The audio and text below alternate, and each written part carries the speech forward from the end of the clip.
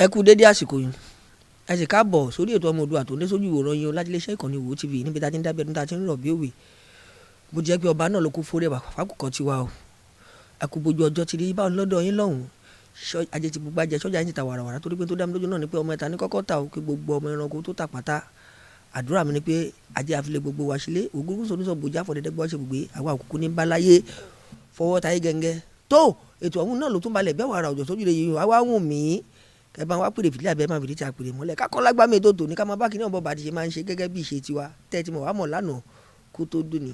àdìgún lódodo ràwọ̀ yín náà rèé lórí ètò tòní bó bá ti wáyé gun ó máa ń yọrẹ ni bó bá ti yá yẹn tẹ̀lé mi ẹja lọ lórí ètò tòní kájọ mọ bí kìnìún ọ̀hún kájọ mọ bó ti fẹ́ rí.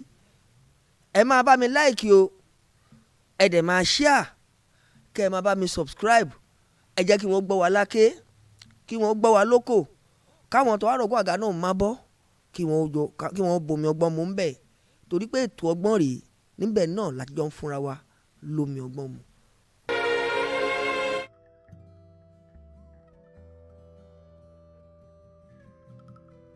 We're seated. We have multiple medical teams and ambulances should anything arise. If you need attention, please call on any of our chaperones and they will assist you. Look around you, make sure you're familiar with the person seated to your left and your right, and please do not be careless with any of your personal effects. Very important. Thank you very much. All right, let's go into our very first set of tributes. It's going to be a bit of a long evening and emotional. We'll go right into it. Let me call on, in our first segment of Friends, please, ladies and gentlemen, also encourage them because it might be tough. And I'd like to ask all our speakers to please stick to the time allotted. Please stick to the time allotted. It'll help us go very, very quickly. Please welcome to the microphone our first tribute, Mr. Henry Imaseka.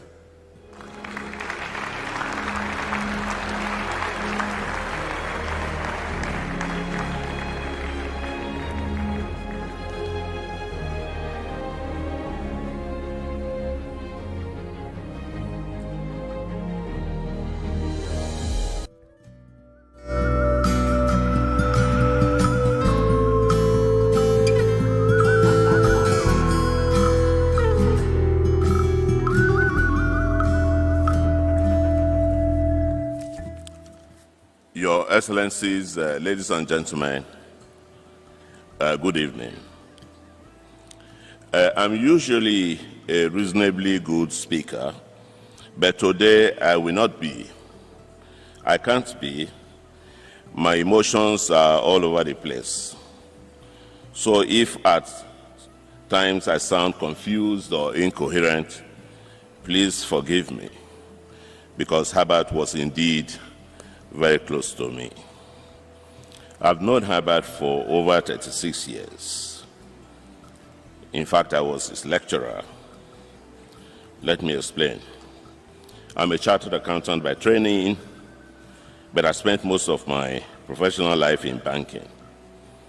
When I was working at the International Merchant Bank, I used to go and give lectures to accountants or would-be accountants who wanted to take the exams of the Institute of Chartered Accountants. Herbert was one of them.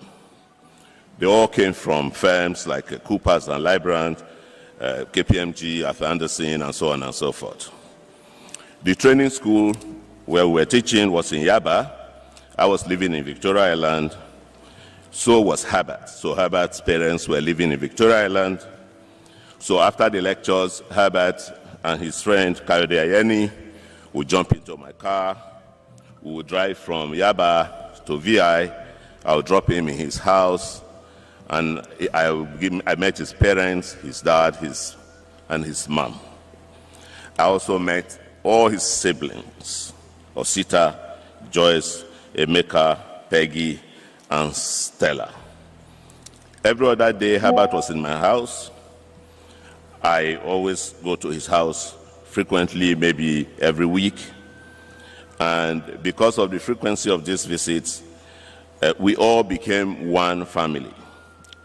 I used to eat there, he used to eat at my place, and like I said, all of us became one family. I was Herbert's Eziat. What I mean by that is that his father was very strict, so the only way Herbert could leave the house late was to say that he was coming to my house. In fairness, most of the time he was actually in my house. But even when he wasn't in my house, I have to walk him home at night, and make sure that I rang the bell and the father will come out or see us. And after the father has actually seen me with him, then I'll be free to leave and go home. I met Chizoba, his wife, within a week of him meeting her, because we were so much together that there was nothing happening in his life that I didn't know. So I met Chizoba just 1 week after Herbert himself met Chizoba. So Chizoba, Herbert, his siblings, his parents, my own family, we became one large extended family. There are many dimensions to Herbert, many. His vision, his determination, his energy, his generosity, his commitment to national development. Obviously, I cannot speak about all of this because many other speakers are capable of speaking on all these aspects. So permit me to just choose one particular aspect to ventilate. I want to talk about Herbert's determination, focus, and energy. And to do this, I will just use, if you permit me, two personal examples. One has to do with Chizzy, his son, myself, and Herbert. The other has to do with Herbert, Alhaji Aliko Dangote, and myself. So I'll start with Chizzy. When it was time for Chizzy to go to boarding school in England, Herbert chose that he should go to Port Regis in Dorset. My children were already there. In fact, all my children except one had already left Port Regis. It was just my youngest one called Abby that was left.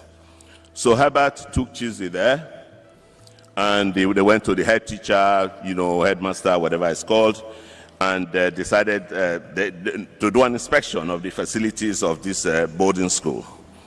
So the head teacher said to him, okay, fine, I will bring the head girl here, who happens to be a Nigerian, and she will take you around so that you can inspect the facilities. So they called the head girl. When the head girl walked in, it was my youngest daughter, who was also Herbert's favorite of my kids. So Herbert jumped out of his seat, grabbed my daughter, and said, baby. So my daughter said to him, Uncle Herbert, I'm the head girl here. They don't call me baby. Anyway, so my daughter took Herbert around the campus, trying to show him all the facilities. Herbert was no longer interested in those facilities. Herbert would turn to Abby, my daughter. So you are the head girl. Yeah, Chizzy. Abby is the head girl. So you have to be the head boy. He has not even entered the school yet, And the head boy is 6 years ahead. But Herbert he has forgotten the purpose of the visit, which was to get Chizzy into the school. He had already setting targets 6 years ahead. That is Herbert. When they finished, my daughter called me and said, Daddy, Chizzy is in trouble. I said, what's the trouble? He said, well, Uncle Herbert says that Chizzy must be the head boy. So, true to form, Herbert arrived in Nigeria from the airport, straight to my house. Mosigno, this is the nickname he has given me.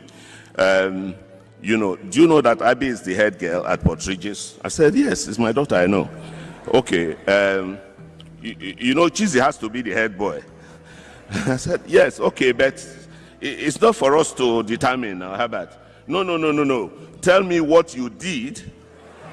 Tell me what you did that made your daughter the head girl so that I can start preparing Chizzy now.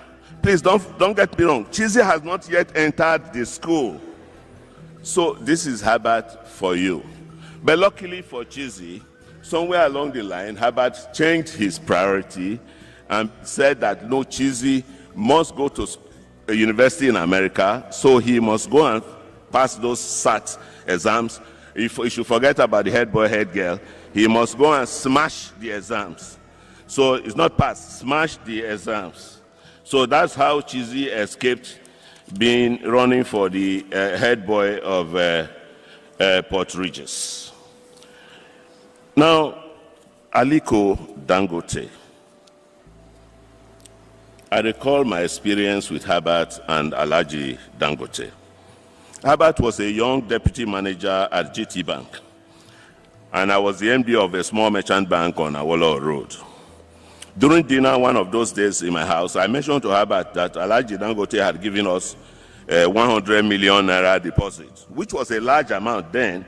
The capital of the bank was 6 million for merchant banks, and I can't remember, maybe 20 million for commercial banks. So the 100 million was a lot of money. The next week, Herbert shows up in my office. Please, HI, please, I want to meet Alhaji Dangote. I want to take his account to GT Bank. I said, Herbert, only last week I just told you this. Said, yes, but okay, Herbert, I know that I will not rest unless I took Herbert there. So I put Herbert in my car. We drove to Apapa, which was the head office of Dangote Group at this time. So when I got to Alhaji's office, Alhaji said, why? You have changed our account officer. I said, no. This guy is not from my bank. This is my younger brother. This is my younger brother is from GT Bank.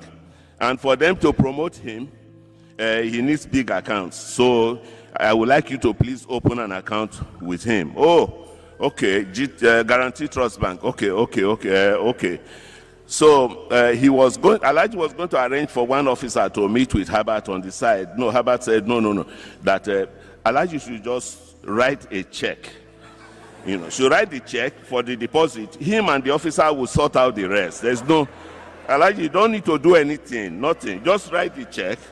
So Alhaji was looking at me. Hey, Henry, this your boy is now wow. I said, Alhaji, please write him a check. Write him a check. So Alhaji wrote him a check. And, he wrote a check. Well, so Herbert ran out, went to the car.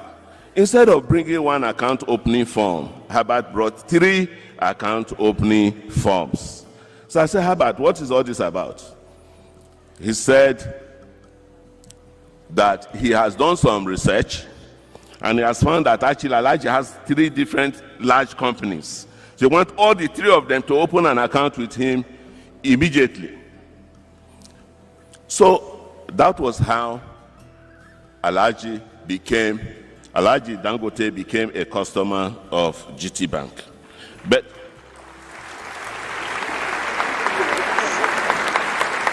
that's not all. That's not all.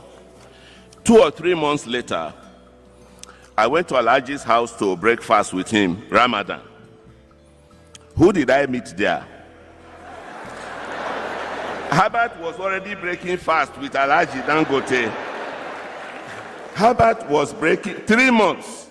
Herbert was breaking fast with Alhaji Dangote.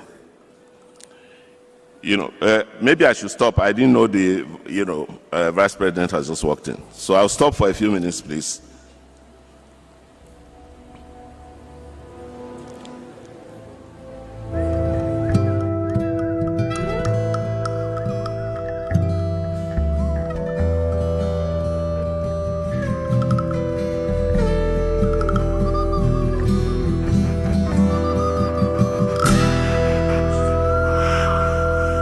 Okay. So that's not all. So when I got to Alhaji's house to break fast with him, Herbert was already there. Not only was Herbert there, Herbert brought his MD, Fola Adola. He brought heavyweights because he didn't want me to outshine him, because if I am talking to Aliko, obviously Herbert cannot be talking to him at that point in time. So he brought Fola Adola, and Fola Adola was sitting at the table with Alhaji. Fola was analyzing the economy, the interest rate, exchange rate, and they were giggling. And Fola was also talking to Sam Wajoku. So this is GT Bank. Only 3 months into this show, They are now on the high table. They are on the high table. So I said, okay, well, Alhaji, you know I was your original banker. So all these people now, anyway, no, I like to say, Henry, don't worry. I said, okay. That is Herbert. Intense, competitive. He cannot take no for an answer. No way. He's just going to, he's passionate. He must get the result. Even this icon that I was talking about at the beginning, Herbert was just doing youth service for this icon. And he was in class with very, very more experienced people. He was a youth corper. He said that he must do the exam that year. I said, no, Herbert, wait. Everybody here has finished youth service and they have some work experience. How are you going to pass auditing, tax, and all these things if you have no experience at all? Herbert insisted he was going to take the exam. And behold, he passed. So what am I supposed to say? He passed. I can see that Your Excellency the Vice President is smiling because Your Excellency the Vice President was also a lecturer at that particular school at this time, and he remembers all these young people that used to hang around the lecture rooms. The former Vice President, Professor Shibajo. So Herbert had many teachers. I just want to acknowledge that I wasn't the only one, and that there were more senior teachers. Thank you, Your Excellency, sir. So, okay. That is it. That is it.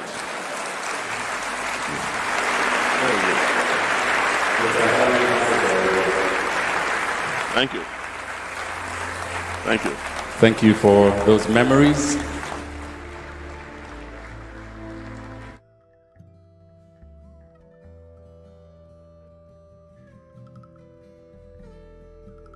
Masaka.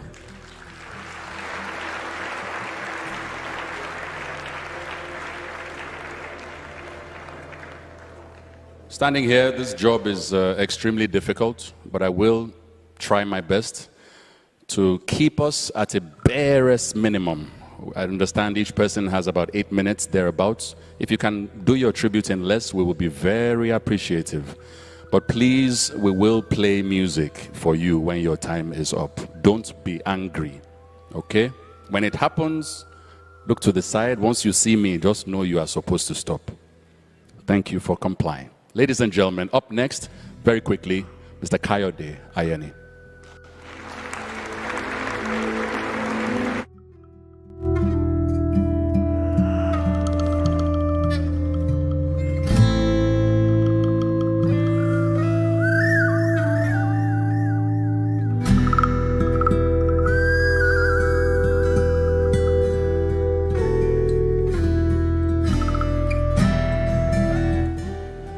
Your Excellencies, I stand on all protocol. This is a farewell to my childhood friend. I call him Herbert Wigwe. I'm told that on the day of the news of your passing broke in shock and disbelief, all I kept saying over and over was, this is an unfathomable loss. Your transition, my friend and brother, is truly and indeed unfathomable. We met as innocent kids, both only 10 years old, in our first year in Federal Government College in Sokoto. Carefree and free-spirited, we rode on the wings of adolescence into our teenage years. We parted at some point but stayed connected. Our parents both worked in broadcasting. Your dad in NTA, mine in FRCN. We lived literally down the road from each other in Victoria Island, you, Herbert, and I in Ikoyi. We dreamed of becoming accountants. You chose Nsukka, and I chose Ife. Still, we stayed connected. Post-graduation and National Youth Service, you started your working life in Coopers and Lybrand, and I started in Arthur Anderson. Two parallel but similar paths. We studied day after day Henry massacre, I'll leave it to that. And night after night, together at my parents' home in Ikoyi, we attended lectures in preparation for exams to become chartered accountants, weekend after weekend for a whole year. Oh, sweet success. By the age of 21, for both of us, we were chartered accountants.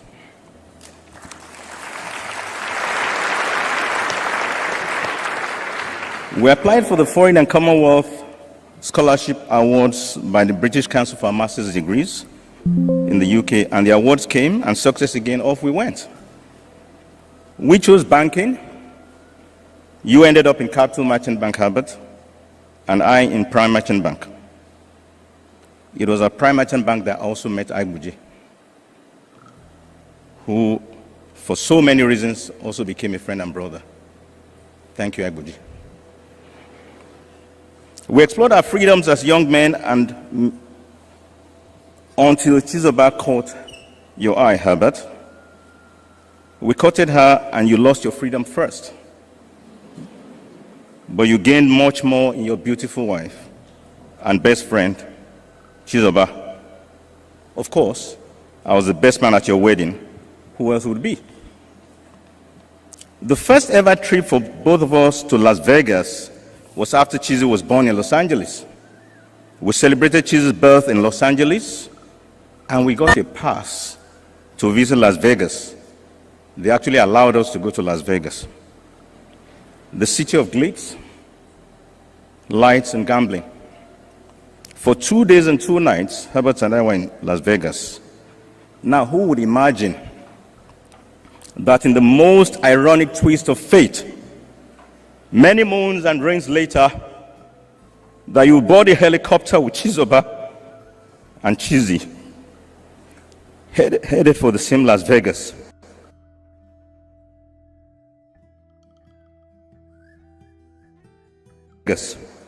From Los Angeles. I knew Herbert the man, long before the corporate banking titan that many of you know. Herbert was kind. Herbert was funny. Herbert was restless. He was a lover of children, and he was full of hope and ambition for the future. Herbert, you were a dreamer who had big visions and wanted the best for yourself and everyone else around you. It always had to be the best. It always had to be the biggest. It had to be the tallest. It had to be the first, always. And oh my, you were willing to work your butt off to make it happen. It was no surprise that, Herbert, you became the corporate banking titan that the world knows. It was inevitable, actually. All you needed was the opportunity on the stage. And even though it was in the most tragic of circumstances, it was also no surprise to me that you left us with a bang. Yes, the world took notice, Herbert, of your passing. Your last big gesture, you are not one to go unnoticed. Oh, you lover of children. And this is no exaggeration. First came Chizi and Tochi. And then came David and Hannah. Then came Okachi. And in one of my last conversations, I told you, Herbert, that do you realize that you have 3 generations of kids in terms of roughly 1 decade apart between each generation? And your reply was, and this was vintage Herbert, he said, Otumba, it's true. I will soon balance it up. I'll balance it up by having another girl to complete the 3rd generation. Herbert, you packed so much into your 57 years, much more than many can pack into 100 years. You came, you saw, and you conquered. Your legacy and the children you loved will live on. You squeezed every drop from your God-given talents, and you leave those of us who are still here challenged to do the same. Sooner or later, we all will pass on to the great beyond. In the words of William Shakespeare, the world is but a stage, and all the men and women merely players. I draw solace and courage to carry on from these words, and I celebrate the life that you lived, Herbert. Farewell to you, my childhood friend and brother. Herbert, Sunrio, Chizoba, Sunrio. Chizi, Sonrio. Till we meet on the other side of the rainbow. Thank you for listening.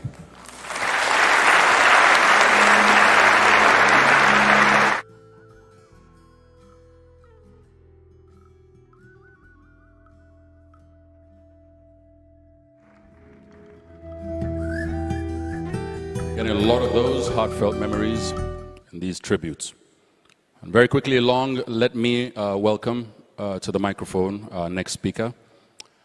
Please, ladies and gentlemen, let's welcome the Vice President of the Federal Republic of Nigeria, His Excellency Senator Kashim Shettima, GCON.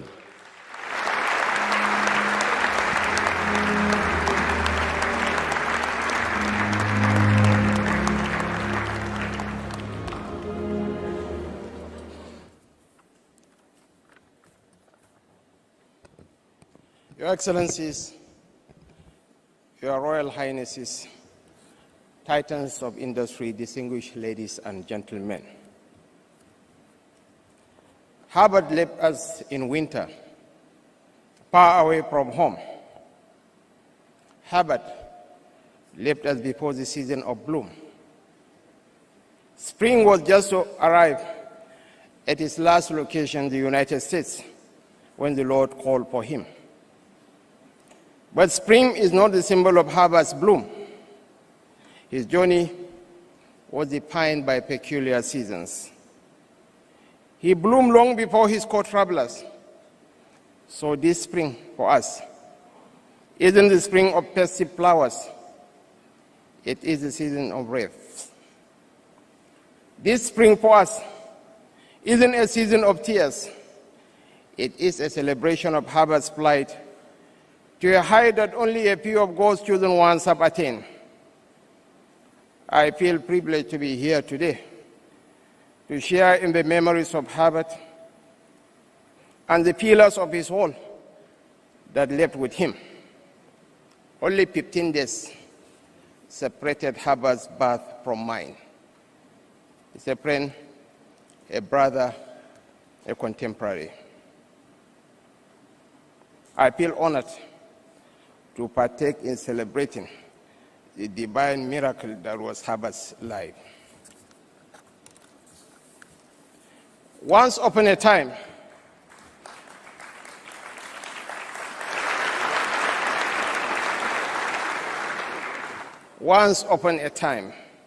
Herbert Wigwe, alongside his co-traveler, Ike Boje, Ike Imokwade, embarked on a journey that changed the course of the banking industry in Nigeria. They took a leap of faith to build an empire that now stands as the pinnacle of our industry. I consider myself fortunate to have shared a life in the banking industry with them. Yet Herbert didn't pause to take a break. His pace was that of a relentless sprint against time. He became a flower when his peers were still seeds, blooming when others were still struggling to understand the maze of their ambitions. Today, as we reflect on his life, let us remember Herbert not just as a visionary leader, but as the early bloomer that inspired others to reach for the sun, even in the harshest of winters. The tragic impact of Herbert's departure, along with his wife Chizoba, son Chizi, and associates, resonates deeply because it unravels the extraordinary narrative of his rise against the tides of life. He wasn't just a wildflower. He evolved into a magnificent garden. He was a sanctuary of inspiration for his friends, a source of solace for his family, a nourishing hope for his community, a symbol of pride for Nigeria, and a beacon of hope for Africa.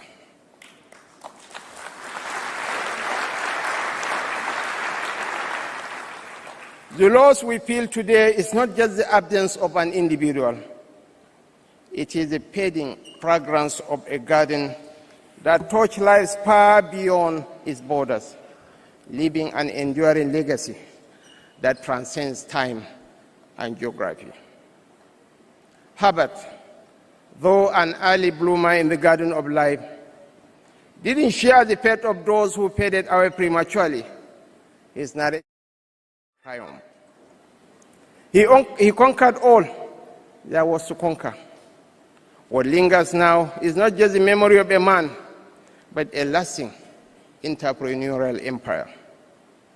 He paid enough dues for his name to endure. He walked enough paths for his name to transcend time and outlast us all. This is a perpetual reminder of the extraordinary journey he undertook and the enduring power of his ambition and the pursuit of excellence.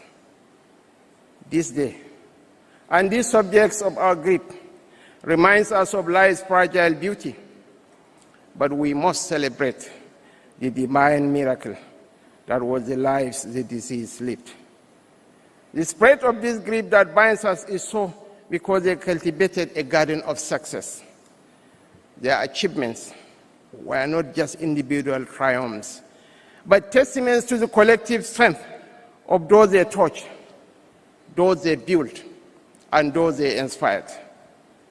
The journey of our departed brothers and sisters may have ended in a distant land, but their spirits linger in the hearts of everyone here and beyond.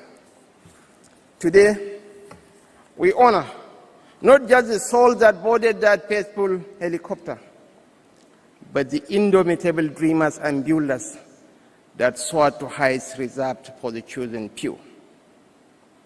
What could have been Herbert's final act, his magnum opus, was the unveiling of the university he endeavored to establish, the Herbert of Africa, as he fondly called it. To understand why he was so passionate about creating a place of knowledge, one must step into the shoes of a man who lived a life adorned with unparalleled achievements and reached summits few dared to climb. This rim is a lasting legacy to his community and mirrors his enduring commitment to elevate not just himself, but also generations to come. Echoes a sentiment that epitomizes the essence of his extraordinary journey. Your Excellencies, distinguished ladies and gentlemen, may Herbert's legacy continue to bloom in the hearts and minds of those who strive for greatness. On behalf of my principal, President Bola Ahmed Tinubu, the Access family, the banking wall, the Nigerian nation, please accept our most heartfelt condolences. May his soul rest in eternal peace. Amen. Thank you.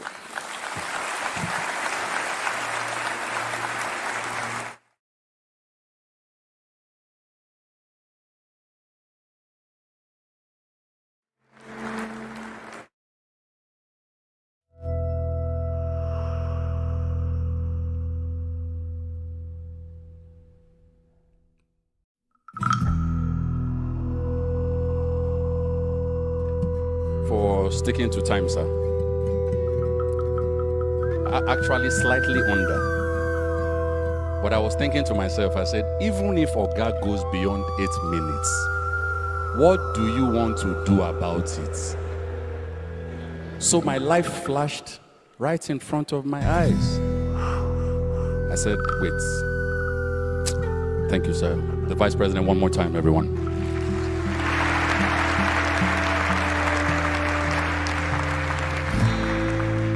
Very glad that I'm still here standing, and I'd like to warmly welcome now Shola Fale to give us his tribute.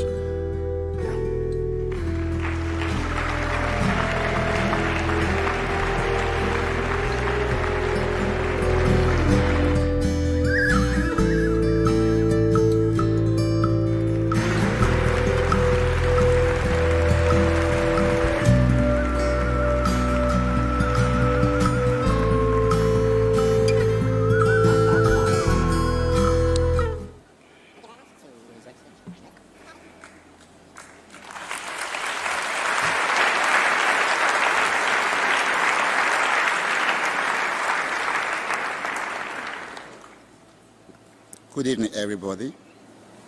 My name is Olushola Fale. Permit me, I cannot stand here and call my boss by name. So I will refer to him as Dr. Herbert, or probably Doctor. Forgive me.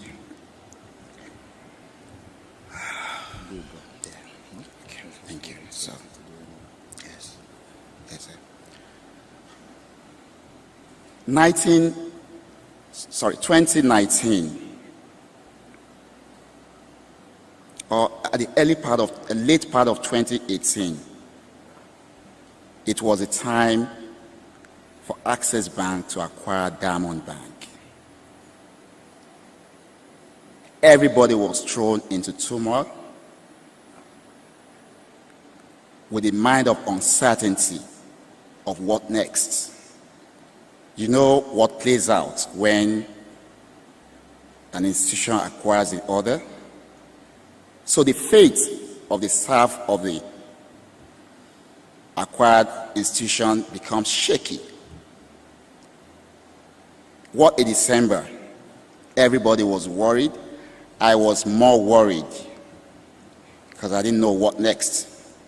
January, it was a Wednesday, and in the midst of my worry,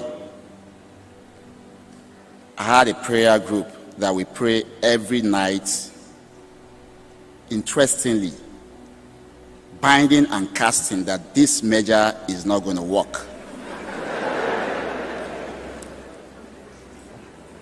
And on Wednesday, that fateful day, my phone rang. And I heard, Dr. Herbert wants to see you. I was like, how? From where? And I had to go to Uzama's office, and I met him. And he called me my name. How are you, Shola? I would like you to start working with me. So I stood, wondering, where is this coming from? I was looking at Uzama's face like, I hope I'm not betraying you if I say yes. And the next thing, he just signaled me that, don't worry, we've talked about it. And he asked me, when do you want to start? I said, okay, he said, report in my office at 6 p.m. So I went that day, and we closed at 12 midnight. It was a baptism of what is to come for me. And that was the beginning of a new life. And I came to realize that one of his strengths, Dr. Herbert, is that he comes to you in a time of storm and he rescues you. I can remember vividly my first trip to London. How do you describe a trip that everything you imagine in a movie became a reality? I saw myself landed in Luton Airport, and immigration came in to stamp our passports, and a vehicle was waiting. I've never seen that in my life before. Only in a movie. And we came down. I was like, is that it? Guess where we were going? He had a dinner with Theresa May that day. How else do you describe a grand entry? It is only one person that can make that happen.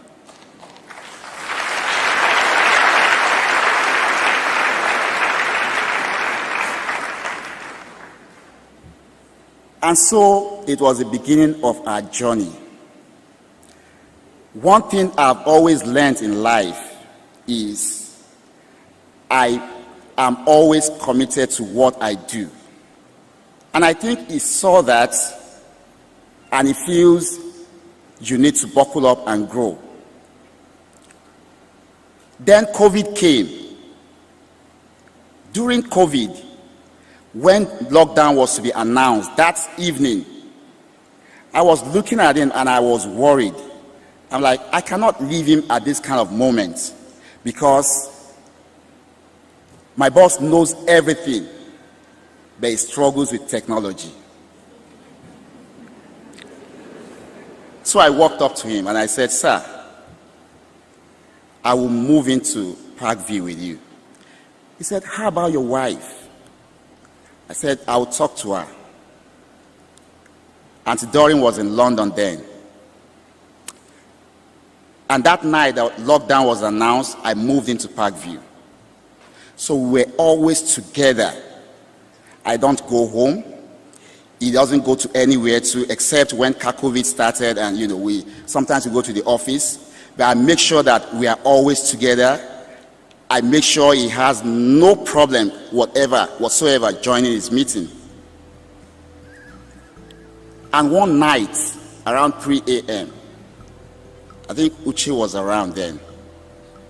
And he said, Shola, tell me, whatever education, wherever in the world you want to have it, I will let you have it. I remember he enrolled in University of London for his law degree. I enrolled in same university for my master's in information technology. And we went through this journey together. We will go to Mabea and read together. I just noticed that suddenly I became a son of the family. Tochi will always come to me for advice. Chizzy cannot go to him without coming through me. And sweet mommy, like I call Auntie Doreen. I had to mention this because I remember one day in Cape Town, I called grandma, that's her mom, that name, and she took offense that that's for me.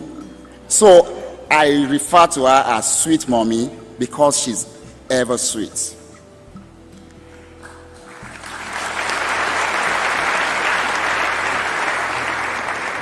And that's the man, just one man, God threw into this generation. And I don't think anytime soon we'll have such a man. One early morning in Düsseldorf, we were in Germany, and he called me to get him a power bank. I went to his room around 4 a.m. So he was seated on the headboard of the bed. Usually when we travel, he gives me one of his keys. So I just knocked and opened the door. I went in, and what I saw that morning scared me. So I saw his eyeball so dim, not like an ordinary human. And I gave him the charger. I went back. In the afternoon, I asked him, I said, sir, I was afraid when I saw you that morning. He said, those are the times he reflects on what to do. He's a great man. He lives. So that is why I pick most of those songs, because I still see him. He lives. He's just everywhere living, because his dream is scattered everywhere, germinating and growing.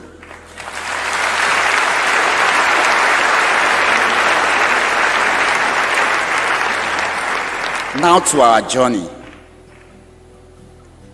our last journey. 5 of us embarked on that journey. I remember Mr. Bimbo chatted me and said he wants to come with us. It was a Tuesday. And I told him, my boss' journey is not always straightforward. Sometimes we can get in the air and divert somewhere else. And he said he was going to wait. I said he was still going to Abuja that day, and maybe we'll be leaving later in the midnight, and he said he was going to wait. I still try to let him understand that we will be in London Wednesday, Thursday, and Friday. He said he will stay in his house and wait. I really don't know why I was trying to convince him not. I don't know, And we all went on the journey. We got to London.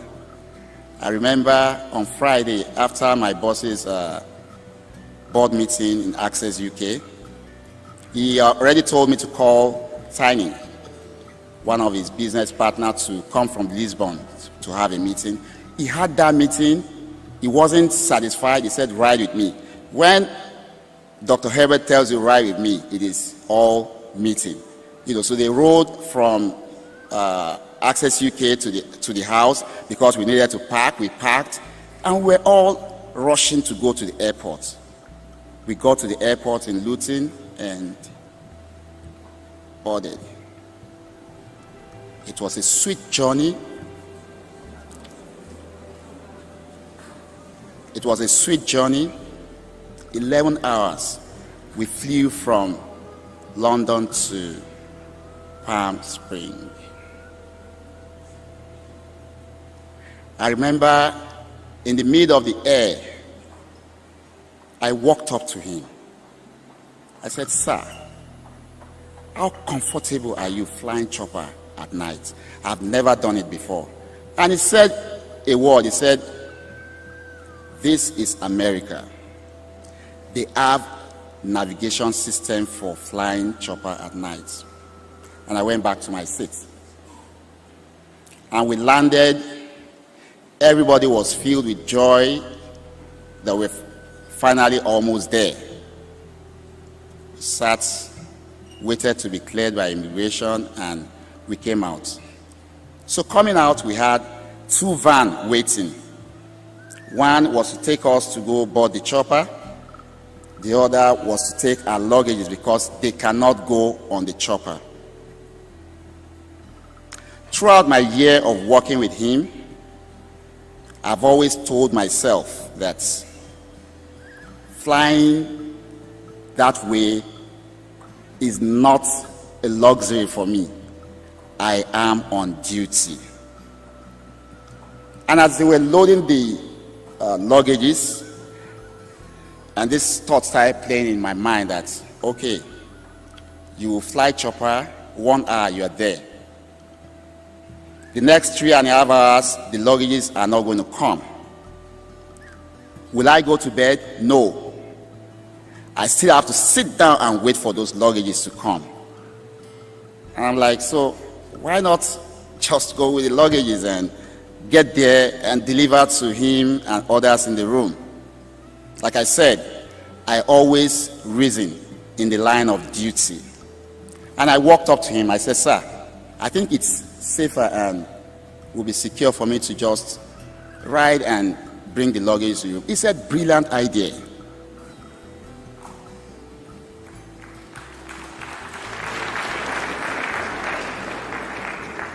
And I said, safe flight. Since 2019, I cannot count 1 or 2 places or flights that is been in that I'm not in it.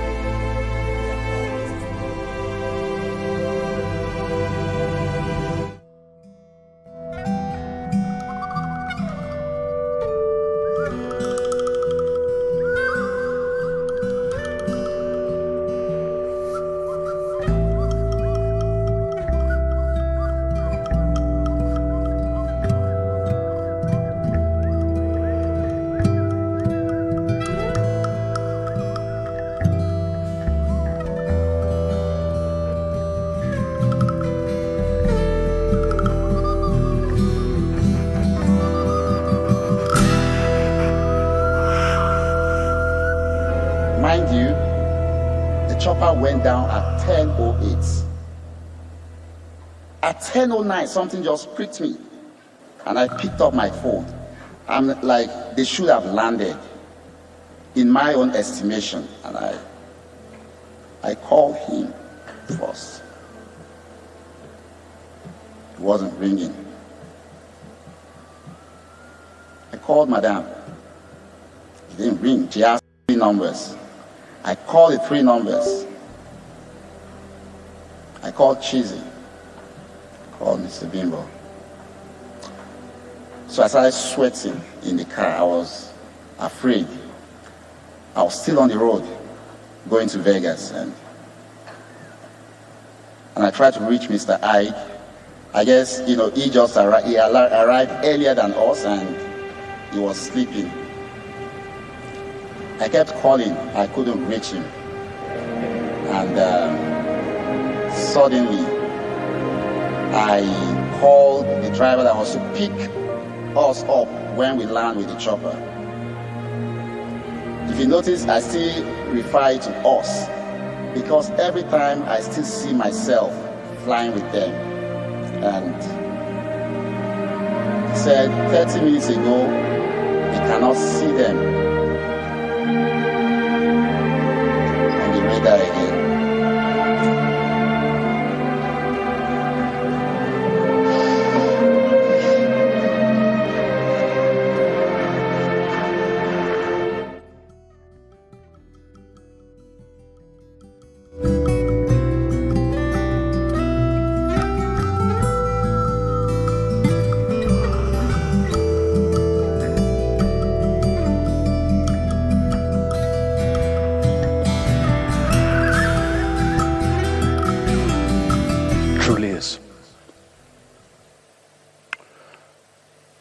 Ladies and gentlemen, please welcome to the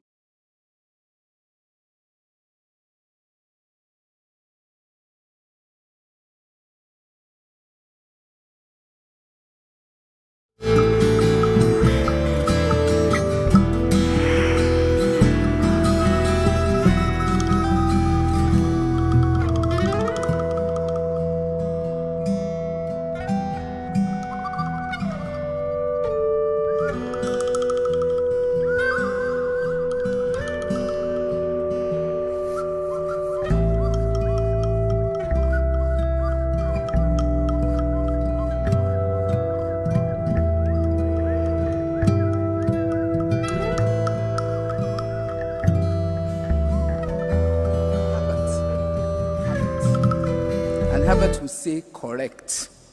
Correct. Herbert and Ike were both correct people. My relationship with them was as an advisor to a client, so that I can put the perspective of the relationship. And it was a relationship that started from Arthur Anderson to KPMG for a long time. And in some sense, as I talk, it's so difficult to separate my feelings for Herbert from that of Ike. So maybe this is an opportunity for me to say what may have remained unsaid. However, at this time, I will focus on Herbert. I recall my very first impressions. Remember, this is a professional relationship. When they were both at GT, and I would say young men at that time, who were truly brilliant, who were clearly very hungry for success, and very confident. And their confidence seemed tinged with a slight air of arrogance, if I must say. Over time, and this was, almost 30 years ago, so over time, I glimpsed a fuller, a richer picture of these young men. Pardon me for the reference to young men. Herbert and Ike always showed me the highest respect. I think back now, and I realize at that time that I just was not, and I think even for members of my team, we never fully comprehended their vision, because it was such an audacious vision. But we never let it show that we didn't comprehend, and I know that, there are times they must have known. But our mutual respect transcended everything that brought us together. I always felt that both of them were a bit partial to me, but I know that that was not correct. Because you know what? They were too focused on results and outcomes. Too focused for that to be the case, that they will be partial. But that's how they made me feel. I think that's what's important. So I was part of the Access dream, and that caused me to jump higher and go the extra mile for my dear clients whose ambitions were so daring and so audacious. People talked about the meetings, and I laugh. I remember coming off the plane, and here I am in Access Bank, and waiting till midnight to be let into the meeting room. But that's who they were. Herbert expected nothing but the best and demanded it. But he was kind and he was good in his dealings. Very rare attributes for someone who had achieved so much and attained such level of success. Herbert and Ike, of course, always remained faithful to those they considered part of the Access Bank family, which is what we were at KPMG. So your life stories are an open book for all to read and draw lessons from, and a number of that has been talked about today. But I will repeat some, and I would also say some of those things.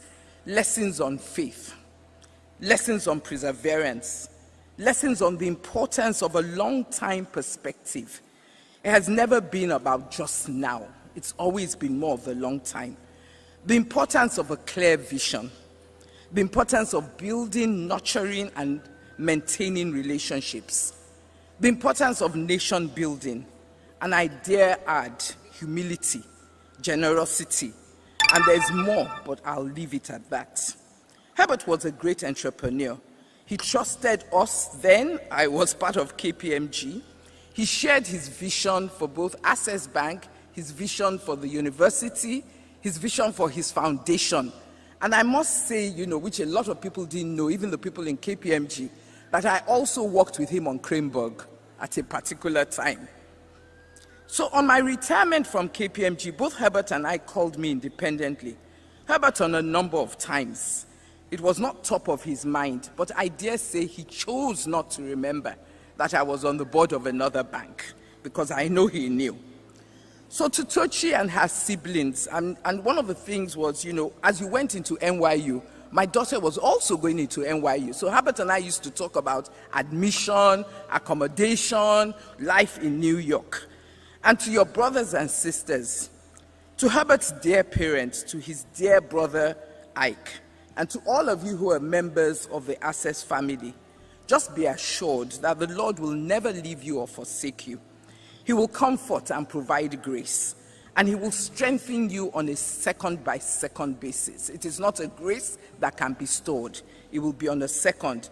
But realize that your family, I consider myself a member of a family, and also the KPMG partners have also said I should express that we would remain with you to realize your vision, remain with you for the task ahead. So as I conclude, one of my last encounters with Herbert was about the university. And I just enabled a meeting of Herbert with Professor Olukwono, who is the head of African Studies at Harvard University.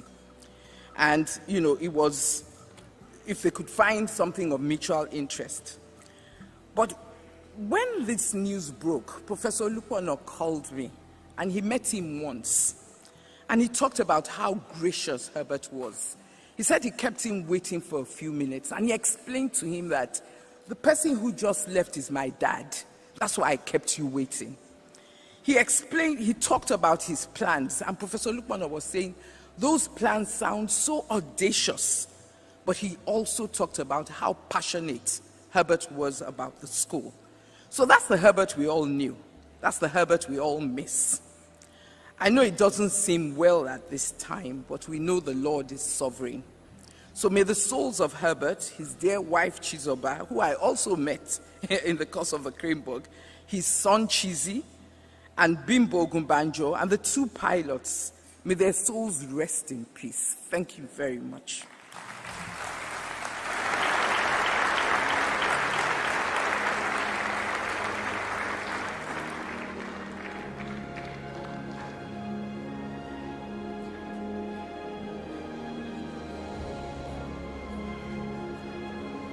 Thank you very much, Lucy Lamikara. And now we'll move swiftly ahead. We have representatives from outside the shores of Nigeria who will share their condolences and tributes in honor of the late, great Dr. Herbert Wigwe's impactful contributions. Please welcome our first speaker from our international guest speakers. Let's welcome Michael Yongenil.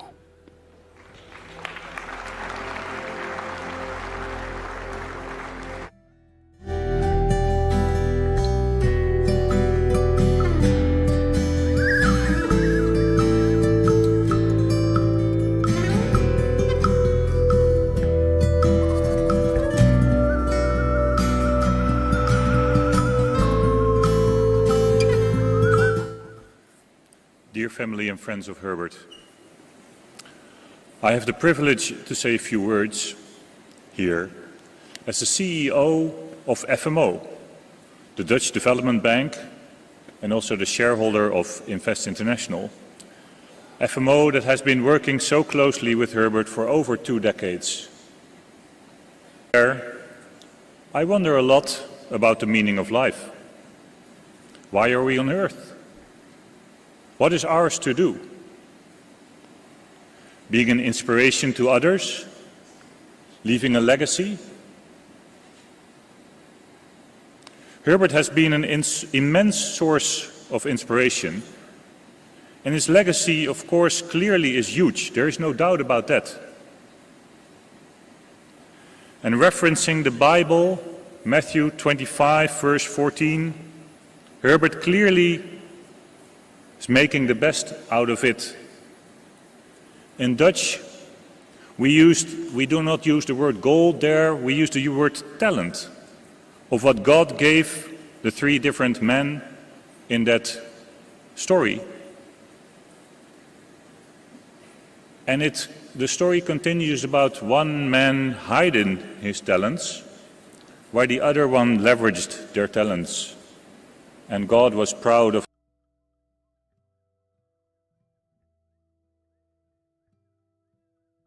the ones who leveraged their talents. And it is clear that Herbert leveraged his talents greatly.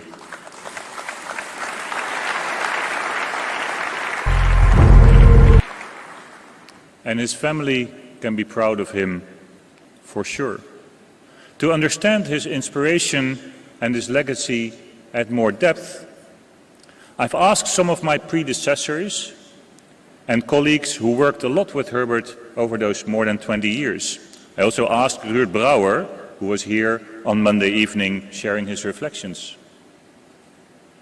Please allow me to share a story that is telling for the man Herbert was for us at FMO. We go back to 2011. FMO was organizing a round table for Nigerian banks to discuss the issue of sustainable banking. FMO had noticed that it was rather difficult for Nigerian banks to execute and implement the extensive environmental and social action plans that they had agreed upon. The story of the banks was that they would lose clients if they would apply these strict environmental and social rules. There would be no level playing field. Hence, there was little progress. Then FMO came up with the idea to invite all Nigerian banks to discuss the concept of sustainable banking. The day before that event happened, many banks still had not confirmed their attendance. Now, as the notion of sustainable banking fitted their vision, which was embraced by Herbert and Ike, they started calling the bank CEOs, and the next day all of these bankers were present, including the most important one, the governor of the central bank at that time. This was a major achievement, and the event turned out as a big success. It helped the Nigerian banking sector progress on this important path of incorporating environmental and social elements in their daily practice, although slowly. And Access Bank has been a guiding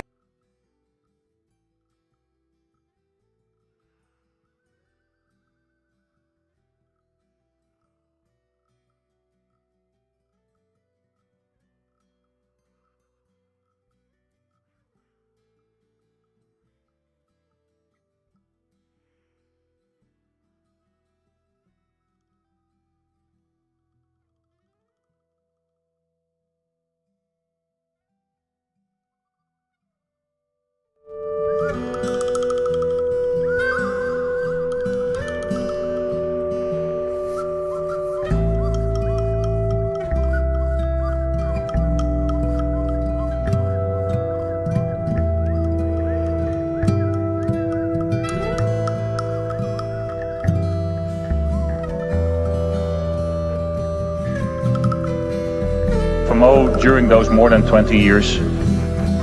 Colleagues mentioned to me that Herbert's loyalty to FMO was heartwarming and exceptional in the banking sector.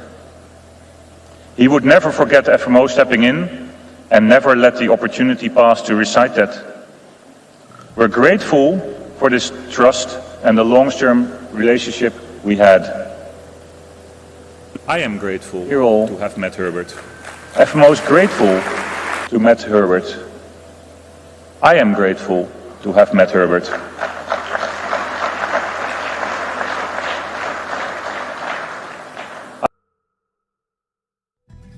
Spirit will remain with us. And it's for us to be open and to sense His Spirit.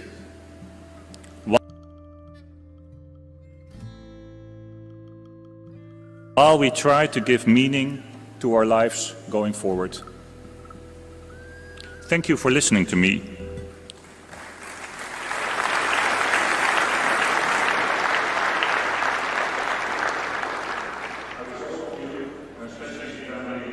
Faith, hope, and love to carry on.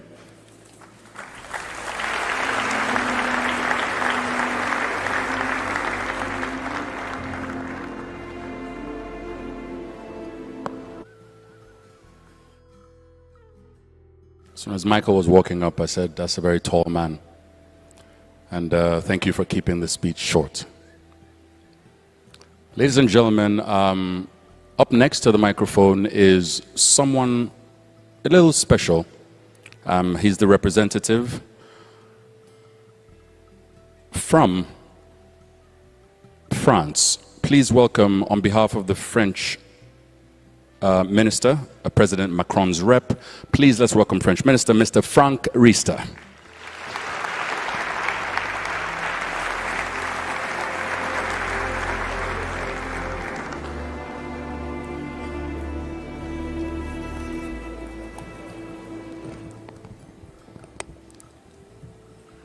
Dear relatives and friends of late Herbert Wigwe, dear Excellency, Mr. Vice President, dear governors, ministers, ambassadors, dear excellencies, distinguished ladies and gentlemen, His Excellency French Republic President Emmanuel Macron has asked me to represent him this evening for this night of tributes to a dear friend and a great man.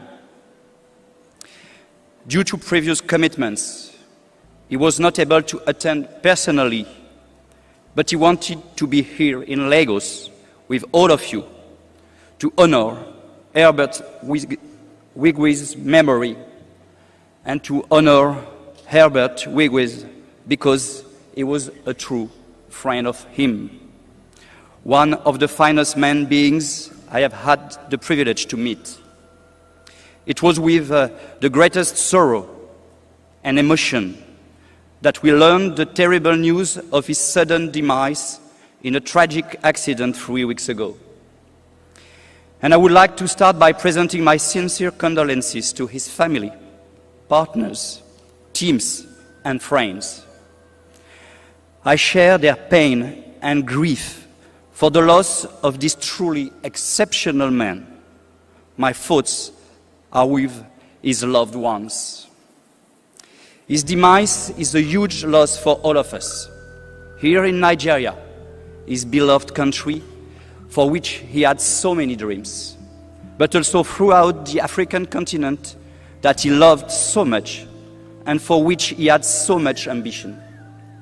He was truly an inspiration to all of us. Late Herbert Wigwe was not only an outstanding entrepreneur whose career and successes were admired in Nigeria, Africa, and beyond. He was also a philanthropist, well known for his strong dedication towards the most vulnerable. He was a visionary, deeply committed to social change and sensitive to youth empowerment, women entrepreneurs, education, healthcare, and environmental issues. His latest project, the beautiful Wigwe University created in his dear state of Rivers, embodies his vision and his belief in the potential of the youth of this country and beyond. His dream was to nurture truly responsible and fearless leaders that will drive transformative change in Nigeria and Africa. His strong desire was to modify the current narrative of the continent and its people. Herbert Wigwe was also a great lover and collector of arts, passionate about supporting creative work in Nigeria and Africa. He stood for all creators and artists, here and elsewhere. And as a former French Minister for Culture, I am truly admirative of all he has done to promote the cultural and creative industries all over the world. Allow me to state this evening that France has lost a great friend in Herbert Wigwe.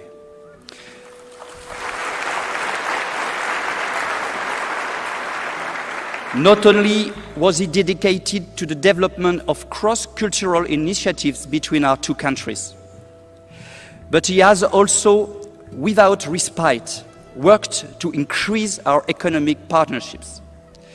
He had been the chairman of the France-Nigeria Business Council since 2023, making in that capacity a major contribution to our bilateral relationship.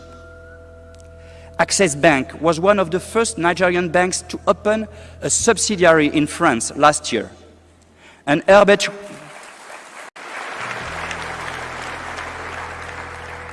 Wigwe hosted last November an historical and landmark meeting of the France-Nigeria Business Council. Thanks to his leadership, his enthusiasm, and his amazing generosity, several major initiatives to further strengthen ties between our two countries were launched during that meeting. We are forever grateful for his caring friendship. I know how much Herbert Wigwe was committed to his role in the service of his country and his people, as he was to the development of the bilateral relationship between France and Nigeria. The few examples mentioned above only illustrate some of his achievements.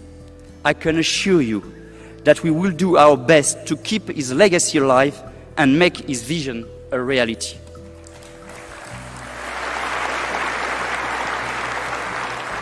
To conclude, allow me to say that even though I would have preferred to return to Lagos under different circumstances, I am honored to pay tribute to this extraordinary man, his wife, his son, and the people who traveled on the plane, and to share precious memories with all of you.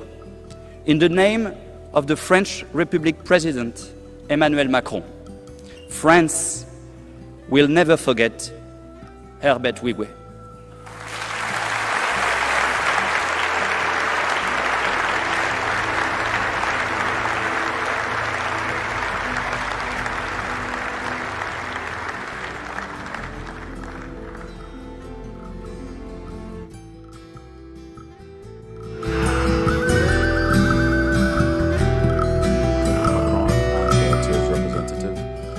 For those kind words, and thank you for standing with the family. An outstanding man indeed, Herbert Wigwe was. A man whose determination, zeal, transcended our borders. We know how much Herbert loved music, loved God, loved many of us in this room, and he loved with a passion. Music, a whole lot. So we're going to have several music tributes tonight, and we're going to call on Light Hill Choir one more time to give us a very quick rendition, and we'll follow that with tributes by colleagues. So colleagues, please be on standby. We'll run into that very shortly. But ladies and gentlemen, let's hear it for the Light Hill Choir.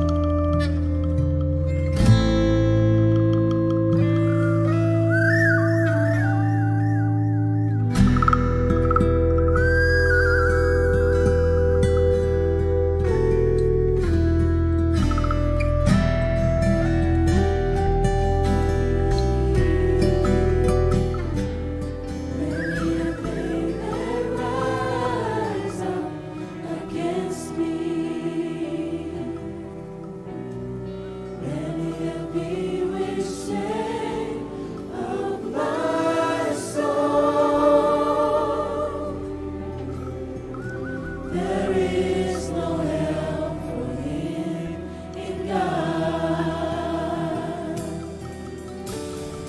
Thou, O Lord, are a shield for me, my glory and the lifter of my head. Thou, O Lord, are a shield for me, my glory and the lifter of my head. Thou, O Lord, are a shield for me, my glory and the lifter of my head. Thou, O Lord, are a shield for me, my glory and the lifter of my head. I cried unto the Lord with my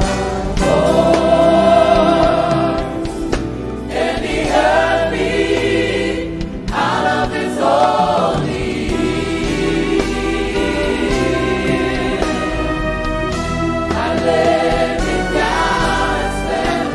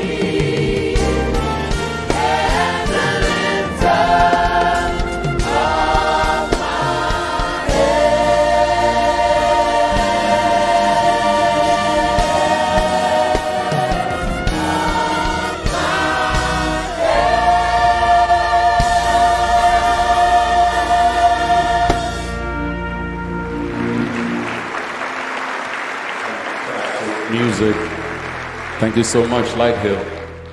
Thank you, Shola. I wonder, did Herbert know this hidden talent? He did. Wow. One more time, Shola. And the Lighthill Choir. Thank you.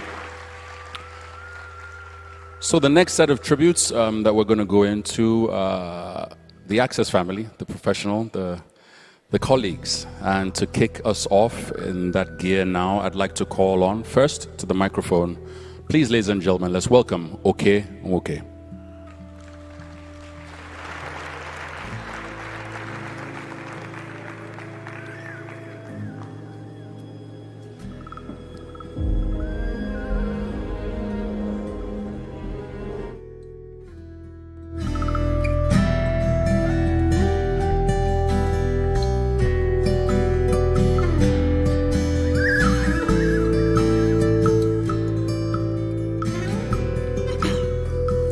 Good evening, everyone.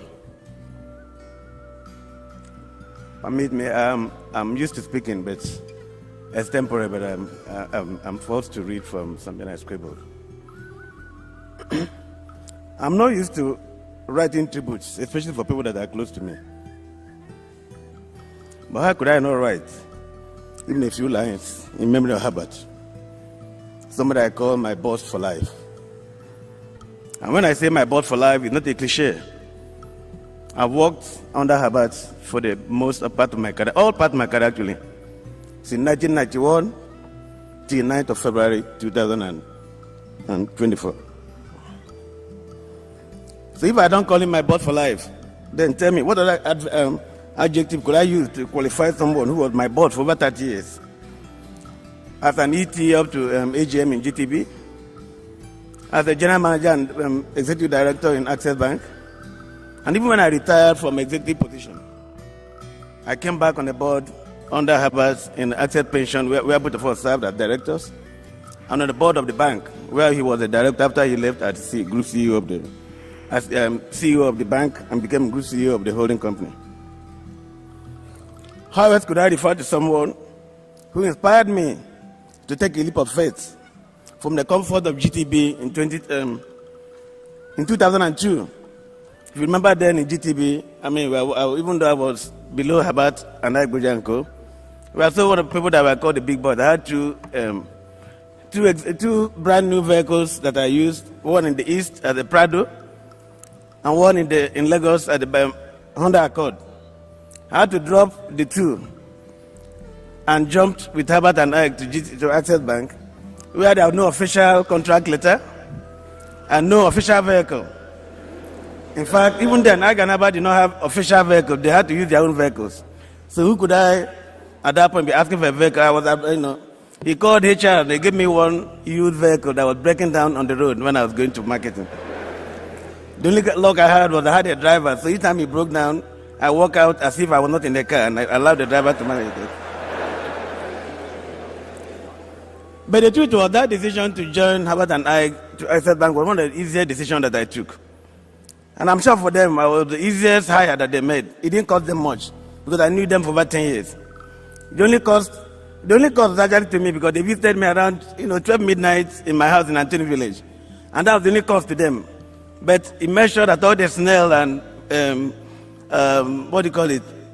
roasted plantain, all the fish that I had in the freezer was, because between 12 and 3 a.m. before they left, we exhausted. My wife was busy, the supply chain, bringing out snails and roasted plantain and roasted yam and all of that. And after that, the next day, I had to jump, left everything I had and jumped into Access Bank. But like I said, it was a very easy decision for me. I've been accused by some people of being a clone of Herbert, because how I write, how I take decisions and all of that. But how I wish they would accuse me of also being a clone is entrepreneurial success. Now for me, if you work with Herbert for that number of years, for you to survive, you have to literally become his clone. To go through his stringent supervisory rigor and standards. In the industry, people knew me as a very good corporate banker. But if you had to work under Herbert as a corporate banker, each time you take it to the next notch. Even when you think you have done so much, the industry will be quaking at your success. By the time we come to brief Herbert, we find out it's either with the same customer we just, we are talking about, maybe having drinks or having dinner. So it was always under pressure for us to move to the next level. Now, Herbert made us that work with him take what people call risks, from the outside as easy decisions. Because from onset, you never had any inkling, you never had any doubts whether we are going to succeed. From day one, you knew you are going to succeed. Even if you don't succeed at the first step, it's just a delayed process because that success will come. That was Herbert. So for us, it was at best a calculated risk working with Herbert or going on a journey with Herbert. In corporate banking, while other people are busy talking to local corporates at the head offices in Nigeria, we are going to Geneva, going to Paris, talking to the people that take decisions. We have been told here yesterday, on Monday, about how Herbert as an AGM led us to get Elf Petroleum, one of the biggest accounts in Nigeria then. For many people that don't realize, for GTB, our boss is there, Mr. Foladola. The day that account was the first transaction that Elf transacted, we had to change the COT field in GTB because it could not contain the amount. How much was that? Probably ₦1 million or so. Imagine what it means to get a COT of ₦1 million back then in 1996 or 97. And Herbert led us to that journey. When we went to Elf to make a proposition, they asked us whether I had an encryption software that we never heard about anyway. Herbert said we had it.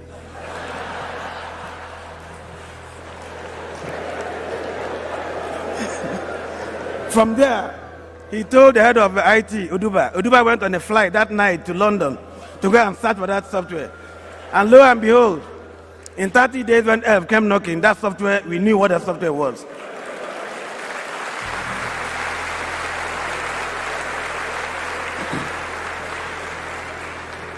Now, after our last board meeting on the 6th of February, myself and Herbert touched base on our new favorite topic, which is the Wigwe Invest.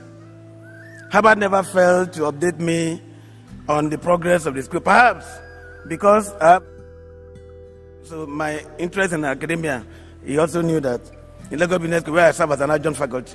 So he took me sometimes as a sounding board on so the last message I got with him was the picture, several videos of progress on the site. When he told me they had about 6,000 people working on that site at that time, I wondered about the, when you talk about managing a project, the risks, the challenges of managing a normal project, but that was not an issue for Herbert. The focus for him was they must take in 1,500 students by September this year. And that was and I'm sure they're on the track doing that. The Deputy Vice Chancellor and all of them are here. Herbert was not only pushing on the infrastructure, was pushing on the students. He had gotten commitments across the country on the number of people that each person was going to submit. And I had told him that my son, my last child, who is in a boarding school here in Nigeria, I've told him that particular one will have to attend Wigwe Invest.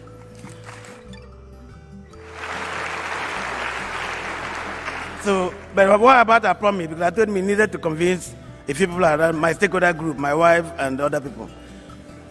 So he now promised that once they come back, because my son was going to come back on the 19th of, midterm, from 16 to, I think, 24th or so, that we're going to take us, myself, my wife, and my son, to go and show them what is happening, so that any doubting Thomases will be convinced.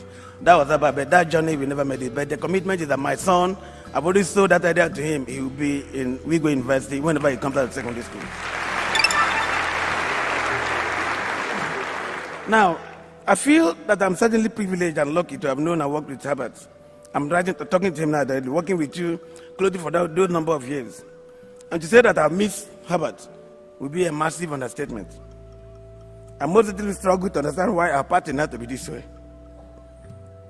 However, as people of faith, we must yield to the divine plan of the Almighty. My only prayer is that the Almighty God will grant Herbert, Chizoba, and Chizi solace, grant them eternal peace in His kingdom, and bring solace to the entire family, the Wigwe family, the Woyoruba family, the entire Asset Bank group, and the ecosystem. Happy, as St. Paul wrote in 2 Timothy 4, chapter 4, verse 7 to 8, you have fought not a good fight, an excellent fight. You have finished your race and certainly kept the faith. We pray for the Almighty God will grant you mercy and have His face shine upon you. Good night, Happy.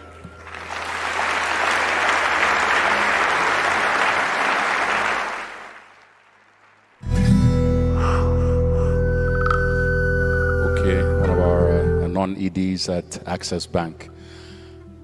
Please, one more time for Oga. Thank you. Up next is the ED, Corporate and Investment Banking Division. Please, ladies and gentlemen, let's welcome Iyabo Soji Okusoya.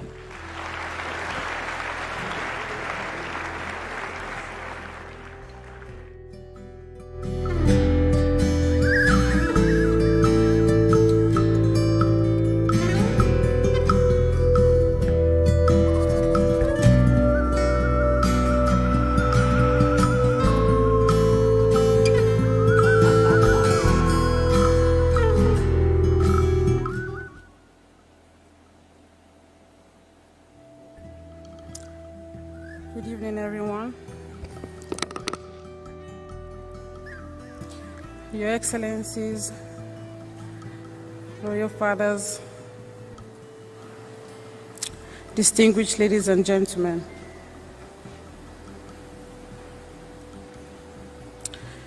It's good night to the world and good morning in heaven. A shining star, now shining brighter in heaven. 1 Thessalonians 4:13-14 says, "But we do not want you to be uninformed, brothers and sisters, about those who have died, so that you may not grieve as others who do not have hope." My heart aches with so much pain as I pay this tribute to Herbert, a great boss, mentor, visionary, supporter, and wonderful Access Nation warrior. Like everyone close to you, I did not believe the news, and for days I hoped it would be untrue. I even tried calling your number, hoping somehow that you would answer. But as the days have turned into weeks, reality has set in. You are no longer physically here with us. Your parking lot at the Access Tower is empty. And I have not heard the normal, "Iyabo, where are you? Please come upstairs." I have come to accept that it's farewell to you on earth, as the angels have welcomed you to the conference room in heaven. Herbert, you were a guiding light and an influential figure in my life for more than 2 decades. Your impact on my life and career from the first time our paths crossed at Uinjola in 2002 to the last video call on Friday, the 9th February 2024, has been extraordinary. You honed my entrepreneurial skills and taught me to be more cautious in risk assessment and creation. I learned from my mistakes, and I made some serious ones. But you were always available to try to help me work them out. And despite those that I couldn't, you didn't lose faith in my ability to excel. After my University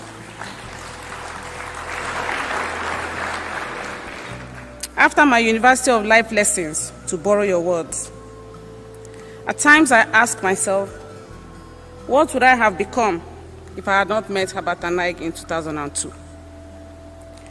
I am clear that I would not have stayed this long at Access if I hadn't met you. The clarity of vision and the commitment with which you drove the attainment of goals and objectives were unbelievable. I remember the hard work yourself and Ike put into convincing the entire board, management, and staff of Access in 2002.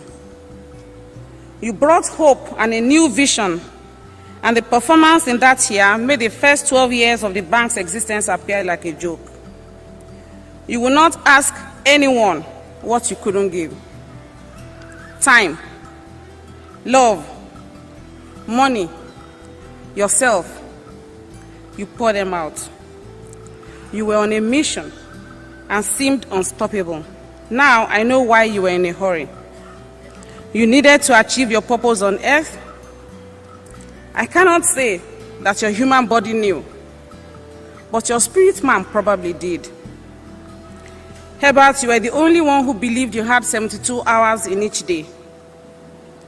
You demonstrated it by holding 3 concurrent meetings.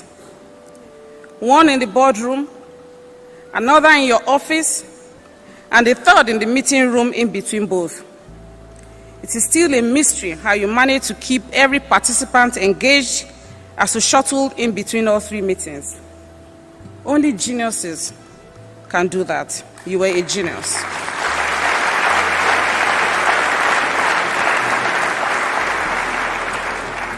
You were smarter than most and worked harder than most.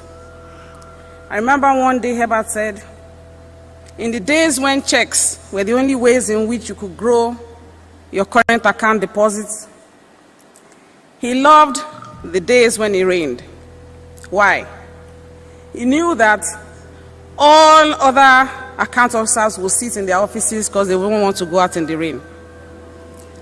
But in the rain, he found that all the checks would be waiting for him on the different tables in the different offices. And so he grew. He was smart, but he was also a hard-working person. He toiled. So, I don't know how to explain the man that Herbert was. As the bank prospered, you ensured that we prospered too. Money was important to you, but only to the extent of what it can be deployed to. Family, the kingdom of God, and the society at large. You were extremely committed to ensuring we could provide for ourselves and our families. Talking of family, I remember your parenting lessons on one of our trips to Gambia. Iyabo, you have 2 boys. You need to hold them with strong hands. Boys are not easy. And also the time when you became my married counselor, explaining men and asking me to look at things differently. I'm happy I listened to your advice and will be forever grateful because my last weeks with Soji before he went to be with the Lord were different. I have shared with so many people your last wisdom nuggets that you shared with me on family. And I quote, "The ways of a responsible man in a family setting may sometimes appear idiotic. I've accepted it is okay to sometimes appear idiotic. The larger picture and purpose is more important, as you advise. My journey under your tutelage was the best I could have wished for in my life and in my professional career. In you was a rare combination of leadership and compassion. You saw potential and you empowered all to be the best. Herbert, your legacy is a testament to a life lived with passion, love, and purpose. You were determined to raise an army, warriors, and leaders in the banking industry, transforming careers and giving hope to the next generation. You were driven by excellence and a belief to make a difference in the lives of those you encountered. Herbert used to say, if we double-click to 2 or 3 generations behind, we will know we are not different from those without the opportunities we have. This, I believe, fueled your drive and determination to impact lives and society. When you shared your dream for Wigwe University, I knew you would not stop until it became truly one of the very best in the world.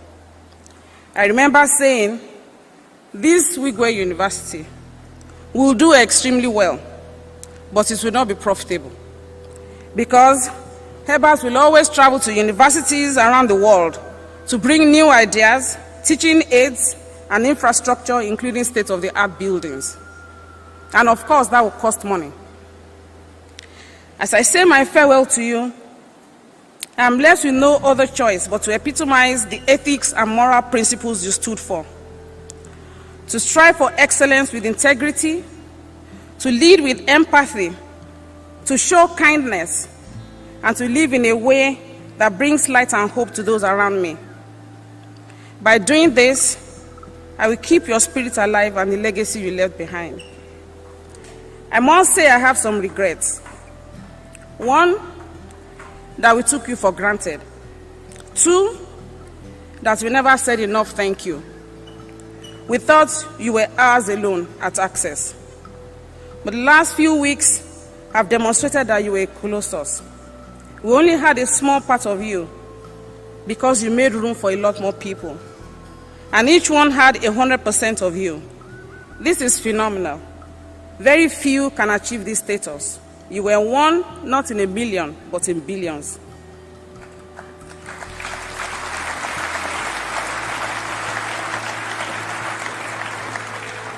For all you did for Access Nation, for the banking industry, for Nigeria and Africa, the number of thank you got certainly pales in comparison to the work and achievements. My dear Herbert, your journey in this world has ended, but you will continue to live on in our hearts. As we walk on the paths you have paid for us, continue to be our guiding star. Continue to shine the way forward for the team, and not just to achieve everything we planned, plus more. I forgot to tell you, Bolaji and I have a new name now, Glue. I'm sure you know who we have glued to ourselves. You trusted us with her, and we'll make you proud. We miss you, but we take solace in the word of God that says, if we live for the Lord. And if we die for the Lord. So whether we live or die, we belong to the Lord. I must say that in Herbert's death, I've tried to rationalize it and I haven't been able to. But now, I know that even in his death, he's done more than he did in life. A lot of lives will be transformed because people will know that it's good to do well in business, but also good to do good in business. This is the legacy that Herbert has left behind, and for which we stand resolute. I joked with my colleagues on Friday, and I said, if Herbert were to walk into this office, what will he say? And I said to them, he will say, guys, the whole nation is rooting for you. Africa is rooting for you. The world is rooting for you right now. Don't waste the momentum. Don't waste it. Do not let anything be in vain. And as I round up, I will tell you what I did. I picked up my phone and I called a client that had asked for something for our Cameroon office. And he had somehow said no to me. So I picked up the phone and called and I said, you know what? I need you to allow me collocate branches on all your stations in Cameroon. And he said, what can I not do for you right now? I give it up.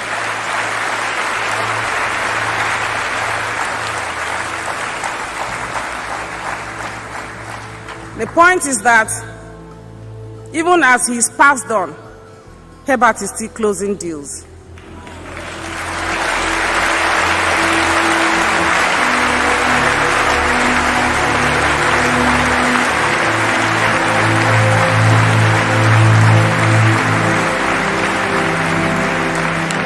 Thank you for everything, Herbert. And continue to rest with Chizoba and with Chizi at the feet of our Lord Jesus Christ.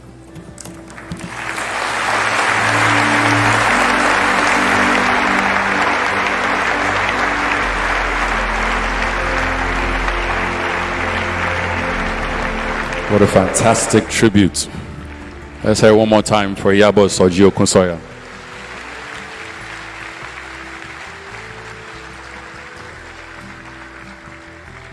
And I love that ending, that touch. He is still closing deals. Yeah.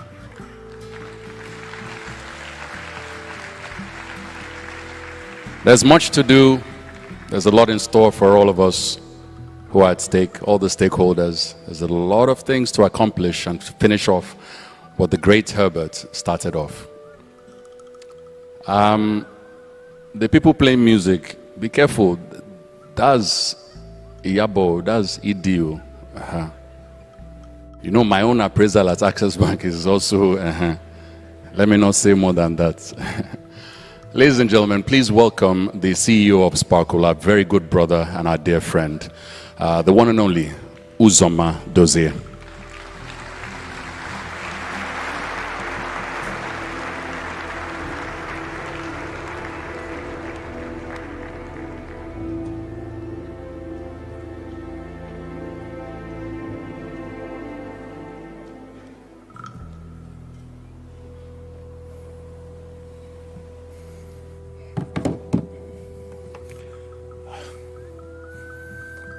Good evening, Your Excellencies, distinguished ladies and gentlemen, families and friends of the Wigwe family. First, I would like to express my sincere condolences on behalf of the Pascal Dozie family to Pastor Shingo Wigwe family and the Access family on their loss of Herbert, Chizoba, and Chizi. It is a significant loss, and we pray that the good Lord will give you the grace and strength to carry this cross. I have been in financial services all my working life, and I don't think I would be here and still striving without the influences of PGD, of course, Fola Adiola, Igi Mokude, and Herbert, whom I met in that order. I started my journey in financial services as a U-Copper and Guarantee Trust. The first time I met Herbert was on the shop floor of the business development. At that time, there were no offices, just an open plan office. Herbert was a deputy manager, a god at that time, and I could go and sit by his desk, and he would engage with me like we had always known each other. No airs, no sense of seniority, everyone was equal. In September 2001, we met at Harvard just 2 days before 9/11, and we spent 10 weeks on a development program. He was an ED at Guarantee Trust at that time, and he was still the same person I had met over 10 years ago. Connecting with people, learning from people, teaching through his actions and stories, and his respect for people was admirable. Speaking about respect, it was at the lunch break, and we were having a cigarette in the open space, and we saw one of our elderly, charming professors walking towards us, and instinctively, immediately, we flung the cigarette behind us. He came towards us and smiled and said, "You didn't have to do that." And Herbie's answer was, "That's not in our culture. You can never see, our elders can never see us smoke. It's not respectful." And that was how he was, respectful in all things.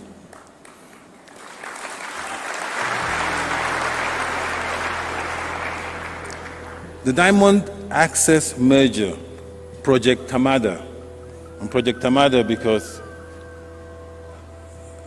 Access's chatbot was called Tamara and Diamond's was called Ada, so we merged them to call it Tamada. And this is a period where I think our relationship transcended. It was a great adventure for me and for all those that participated, and a number of the people are here in this hall today. And it was a great adventure because Herbert made it so. Herbert was involved and committed and passionate about it. In fact, our respective names changed during that time. Herbie, I called before the merger, it was Herbie and Uzoms. And then to find a project name for it, it was what are the two tallest buildings in the world? And at that time, it was the Khalifa and the Petronas. So, of course, Herbert was Khalifa, and I was called Petronas. And that gives you a sense of the vision that Herbert has always had, always going for big and always going for the tallest, the best. I think you must understand that Diamond Bank was a family business with family values. The merger was successful because Herbert was of family, being a student for life, teaching through actions, walking the talk, generosity and commitment. We saw all this in numerous town hall engagements across Nigeria. He answered questions from the cleaners right to the directors about their concerns about the merger, and he came across very, very genuinely, and he was believed. He went far and beyond because he was looking at the big picture of a global African family. Herbert was building the most prominent family in the world. You had to be there to appreciate the journey. I was one of the lucky few. When I was younger, I read a story about the king of the ancient Greek kingdom of Macedonia. And during his short time, he established one of the ancient world's largest empire. His battlefield strategies and legacies as a legendary figure remains undiminished up to today. His name was Alexander the Great. I feel privileged to have met, built, and laughed with someone similar, and his name was Herbert the Fearless. I will miss you, Herbie, but I will never forget you. Rest in peace, Uzoma.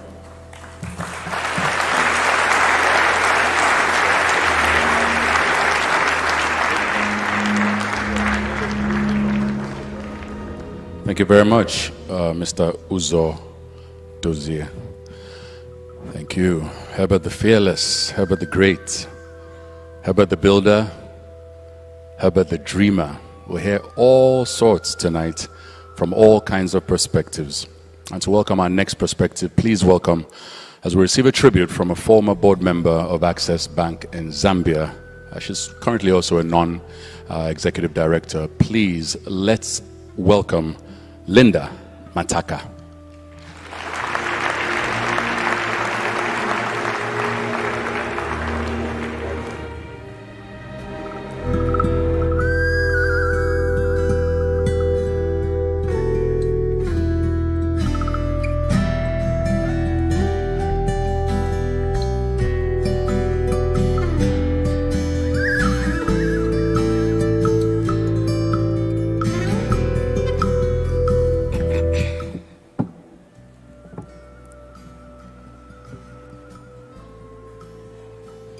Thank you.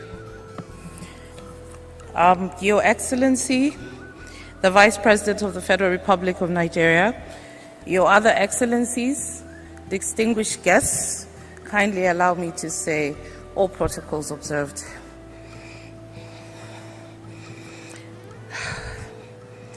I've been avoiding writing this tribute because really to do so would make the death of Herbert, his wife, and his son a reality. But I realize that this is probably one of the last things that I would do for Herbert, so be a bit patient with me. I first met Herbert in Lusaka. I think this was in about 2007 when I got a call from some colleagues that there were some Nigerian bankers interested in starting a branch, or rather a subsidiary, opening a subsidiary in Zambia. My colleagues asked if I could meet Herbert Wigwe, and I must admit I was quite daunted. And to sort of give you some context, the last banking license in Zambia was issued 14 years previously. I thought to myself, can I do this? I was relatively a newbie in the private sector, having currently served as a legal advisor in the central bank. I spent the whole night reading about Access Bank and the story of Herbert and Ike, and I walked confidently into that meeting the next day, and this booming voice just said to me, "Hello, Linda." And I'm thinking, okay, we're on first name basis already. How are you, my sister? I said, I'm very well, thank you, and I'm honored to meet you, Mr. Wigwe. I have been reading about you. But what was so interesting to me was that this man knew more about my market than I did. He knew what Zambia was about, what our exports, what were the weaknesses in our banking sector. And to be honest with you, I was like, wow, this is so amazing. He said to me, I'm in this country for 36 hours, and I want two things from you. I want an approval in principle from the central bank, and I also want to be incorporated as a bank before I leave in 36 hours. I said to myself, okay. And he said, Linda, I'm not looking for the most expensive lawyer, the most experienced lawyer. No, I'm looking for a lawyer who's conversant with financial sector regulations. And I've read your profile, and I'm confident that you can do it. That was Herbert. He put this spirit in everybody that whatever task, you could do it. I am proud to say that within 36 hours, I had obtained approval in principle.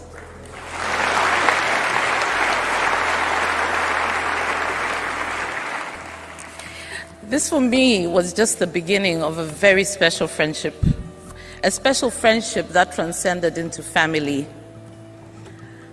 Herbert was my brother from another mother, and that's the truth.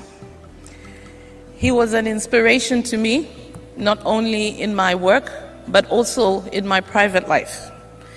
If my phone rang after midnight, 1, 2 in the morning, invariably it would be Herbert calling. And the first thing he would say to me, "You're sleeping. Are you sick? What is wrong with you?"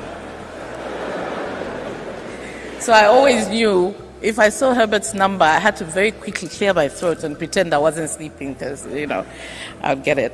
As a professional, Herbert was outstanding. We built the brand of Access Bank in Zambia together with Roosevelt, my chair, Ms. Ann Sampa. My current chair, my previous chair was here as well, but he had to leave early this morning, and that's Mr. Caleb Mulenga.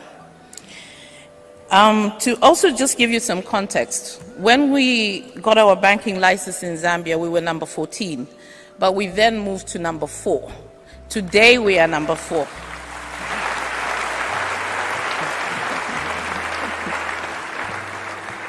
It's not been easy. We went through some moments that were, honestly speaking, hair-raising for me, but Herbert was always there, steadfast. Don't worry, my sister, we'll do it. Who do I have to speak to? Who do I have to call? When do you want me to come to Zambia? I will be coming. As a brother, Herbert was a constant in my life. Whenever I came to Lagos, his would be the first number I called. And his response would always be, "Where are you? Are you at your hotel? Do you like it? If you don't like it, I'll move you. Or my people come and move you. What do you want to eat? Okay, come to the office, I will pick you up." I have so many memories of the time we spent together laughing. Herbert was always quick to give you advice, whether it was about your social life or otherwise, whether you wanted to hear it or not, he would tell it to you. I just wanted to say something about Herbert and how he transcended Nigeria. When news of Herbert's death reached me, I had, for the first time, I never put my phone on silence. It's just a custom with me because I always think one client will call or something. But that particular day, I put my phone on silence. And about, I think it was Saturday evening, I woke up and I checked my calls and I had like almost 30 missed calls. My father had called me about 4 times, my mother, my sisters, everybody had called. And there were calls from people I hadn't heard from in many years. So I was very frightened, like, what has happened? And I didn't know whose call to return first. So I decided to return the call of somebody I hadn't spoken to in years because, I was like scared. And they said, "Linda, is it true?" I said, "Is what true?" "Is it true about Herbert?" I said, "Herbert, what about Herbert? And they said, is that Linda Mataka? And I said, yes, it is. You've called me. What is it? What is it? Can you just tell me what has happened? And she says, there's a story going around. And Herbert and his beautiful wife, Doreen, and son have lost their lives. I immediately dropped my phone actually, and the first number I called was Herbert's number. It didn't ring actually, it didn't ring. I called Roosevelt, it was just ringing. Then the calls started coming in. But what I really wanted to point out to you was that the number of people who came to my house, the number of people who called me, just showed exactly what Herbert meant to us as Zambians.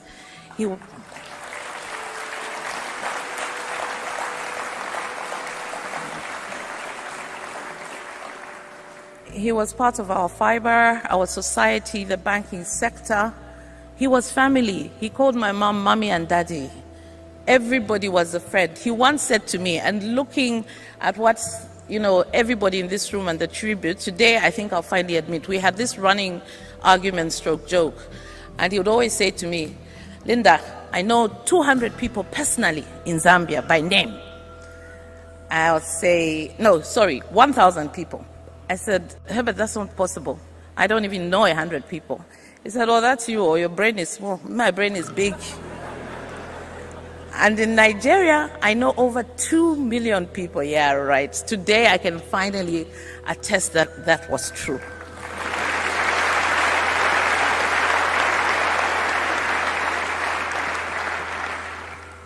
It would be amiss for me to speak about Herbert without mentioning two things: his generosity and his loyalty. Herbert was fiercely loyal. He was loyal to me.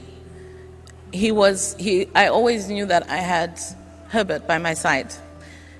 He would never, if he didn't answer a call because he was in a meeting, he would return that call. Herbert was very loyal to the people he loved. Herbert was also extremely generous. He would do anything for those he cared about. My last conversation with Herbert was about 2 weeks before he died. And it was the first time we had spoken in the new year, which for me was like, Herbert hasn't called me, wish me Happy New Year. I'm not calling him. But something made me call him that day. And he was so excited to speak to me. And he said, my sister, I love you so much. And I have a surprise for you. You know, Linda, I appreciate you every day. My office will be in touch with you in a few days. And I guess that was the surprise that was in store for me. To his parents, to his children, whom he was so proud of, he spoke about constantly. His brothers, his sisters, his family, to Ike, to Roosevelt, and to my entire Access Bank family. I wish to pass my sincere condolences to you, not just from me as Linda. I've traveled with my friend, Monica Musonda, who was also a great friend of Herbert, from my parents, his mommy and daddy, and from the entire Access Bank family in Zambia. I wish to render my sincere condolences. Herbert's sudden departure has left a void, a silence that is deafening. With his beautiful wife, who had occasion to meet on more than 2 occasions, and all she showed me was a humble spirit, very beautiful woman. I never had the chance to meet his son, Chizzy, but he spoke about him constantly and all his children. In the midst of this grief, I choose to focus on the legacy that Herbert left behind. This was a legacy of success, of joy, and embracing each day as a gift and treasuring the bond we formed. In Herbert, I didn't just find a friend. I found a confidant, a beacon of light in my darkest moments. Goodbye, my dear friend and brother. Our paths will cross again. Until then, I will carry you in my heart, cherishing every moment we shared. I thank you.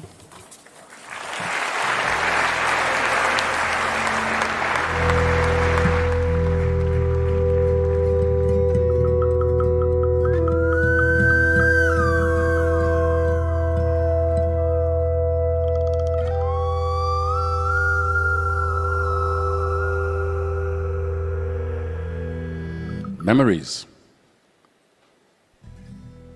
So he calls you at 1 or 2 in the morning and he wonders why you are sleeping. Can only be Herbert. Our next speaker is a member of the board of directors of Access Bank. Please, ladies and gentlemen, let's welcome Mr. Paul Usoro.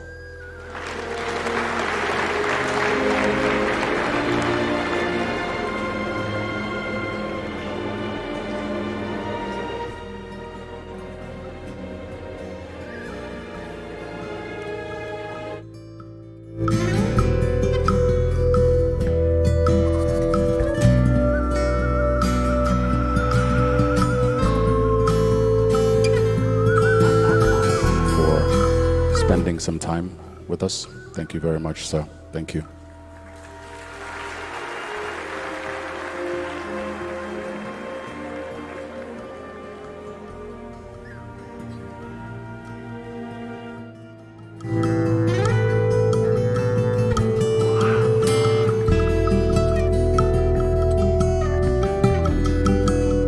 And quite a few of them are musical in nature as well.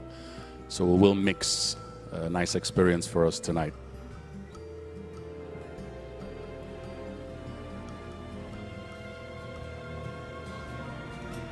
Ladies and gentlemen, if your hands are not too busy, please, one more time for Mr. Paul Usoro.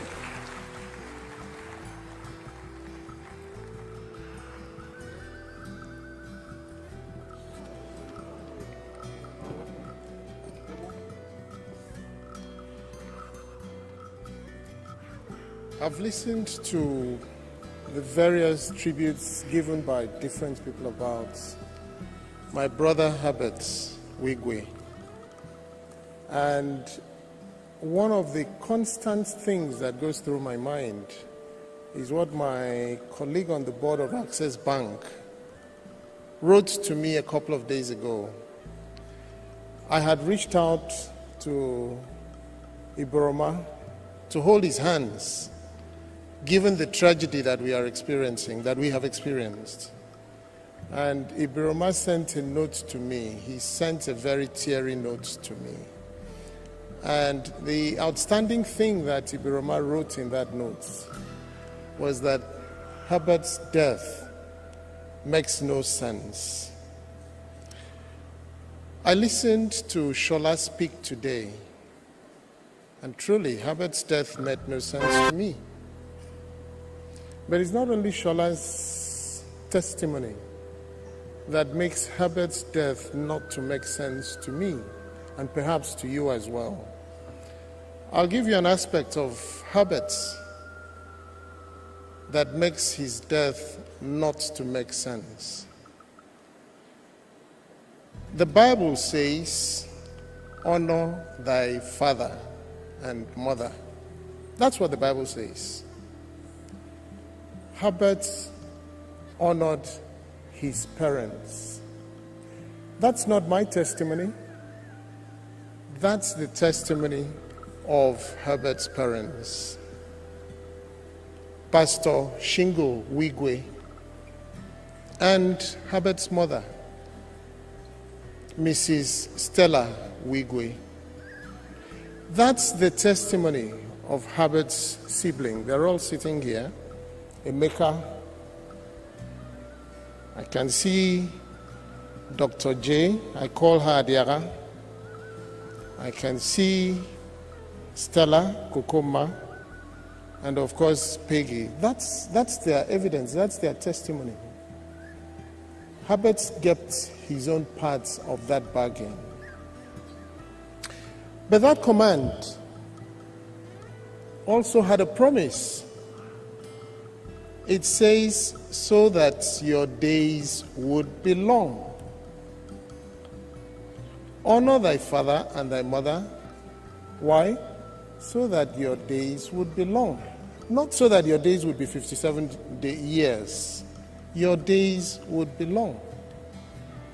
So how come at 57, at the prime of his youth, at the prime of his life, you've heard all the testimony about the things Herbert represented at 57. Why did he have to be caught? The only way this makes sense to me is when we hear that typical Nigerian phrase. We say it glibly, but that's the only way that this makes sense. We say, God knows best. That's the only way that we explain things like this. So, Ibrahima, God knows best why this had to happen, why we had to go through the pain that we're all going through right now. But that's only one aspect of Herbert's honoring his father and his mother. I was introduced as a director of Access Bank. Actually, I became a director of Access Bank when Herbert became the managing director. He took over from Aigbuje, my younger brother. And by the way, Herbert was my younger brother, is my younger brother. I still do not talk about him in the past tense. That's when I joined the board of Access Bank. So I've been there. That's not when I knew Herbert, by the way. We go back well beyond that time, well before that time. But I've been on the board of Access Bank since Herbert became the managing director of Access Bank. Linda talked about, or was it Linda? Someone definitely talked about Herbert's habits of respect for people. I can attest to that. Herbert was a very knowledgeable person. He was a very ambitious person. But he was sufficiently respectful to allow very strong-willed persons to be chairman of the board of the bank, starting with my brother, Gio, without a parish. That's what we call him. And continued with my darling chairman, Antimo. And then, of course, there was our sister, Dr. Dere Awoshika, who handed over the mantle as the chairman to me. These are all of them very strong-willed. They're not people that in the board you would get in and you would decide that you're going to ride roughshod over them. It could only take someone with confidence to accommodate all of these people that I've mentioned as the chairman of their board. But that's not all that showed the type of leader or the type of person that Herbert was. Even when he transcended and became the CEO of the holding company, and the bank was only a subsidiary of the holding company, and he was a director in the bank, he not only respected the chairman of the bank, who initially was Dr. Awoshika, and then I took over that position. But when there is an issue that needs to be addressed in the board, traditionally, the first thing that Herbert does is, Ruzi, I think you'll take that. He doesn't push himself.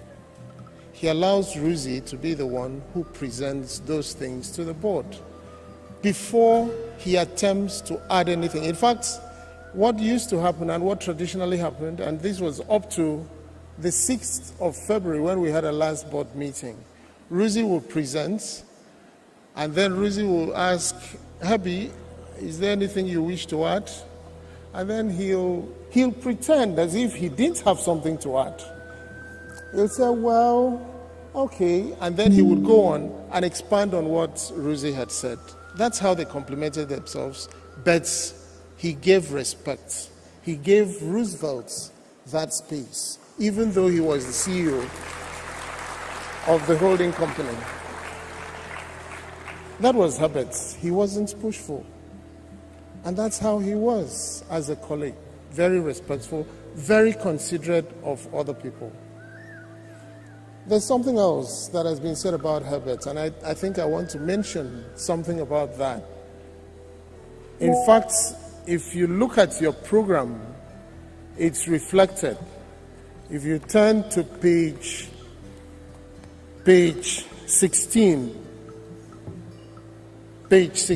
have you seen that photograph of Herbert throwing his head back and laughing very heartily? That was Herbert. He loved laughter. He enjoyed jokes. Most people knew that we referred to ourselves as a tubom. He called me a tubom, I called him a tubom herb. And of course, it would alternate. There's another name that I gave me long time ago, Senior Paul. That's what everybody calls me in the Access family. And even when I became chairman, I told everybody, listen, this chairman is still Senior Paul. So up till tomorrow, they still address me as Senior Paul. So we call ourselves a tubom, but there's another name that we gave ourselves, and that was Ekbrebe. For those who are Efik, you'll know what Ekbrebe means. It means young husband. How did young husband come about? I'll tell you the story. And that's the thing about the joke. So Herbert came to condole us and Mfon's mother when Mfon's father passed on. And Mfon's mother, in her bereavement, was bewailing the passage of her husband of 60 years and was saying, oh, that my Ekbrebe, that my young husband. So the very reverend daughter, whom I have the good fortune to marry, was reminding the mother, that's your young husband. You've been with him for almost 60 years, if not more than 60 years old. And he has several grandchildren. He's 84. And of course, bereavement makes people to say all sorts of things. So of course, the woman said, is that man, is my husband, my young husband, older than that 90-year-old man that is still alive there? And of course, it was from there that in our own we chuckled that Mfon's mom was referring to her husband of about 60 years with several grandchildren, 84, as a young husband. That's how we started calling ourselves Ekbrebe. Of course, Herbert could speak Efik very, very fluently. And it was, yes, we laughed at it, but it was also a hope that we'll actually leave the name, that we will get to be, don't worry, I'm going to round up, so just hold it. Yeah. It was really our hope that Herbert and I, we would leave the name, that we would leave 84 and beyond and continue to call ourselves, and that hopefully the daughter of the woman who invented Ekbrebe would also be referring to me as Ekbrebe, young husband, at 84. And of course that Chizoba would be referring to Herbert. Unfortunately, God knows best. Just to conclude, before you send that music again, there's only one way that I can think of right now of having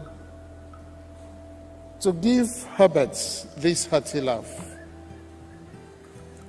We have to give him the Access chance.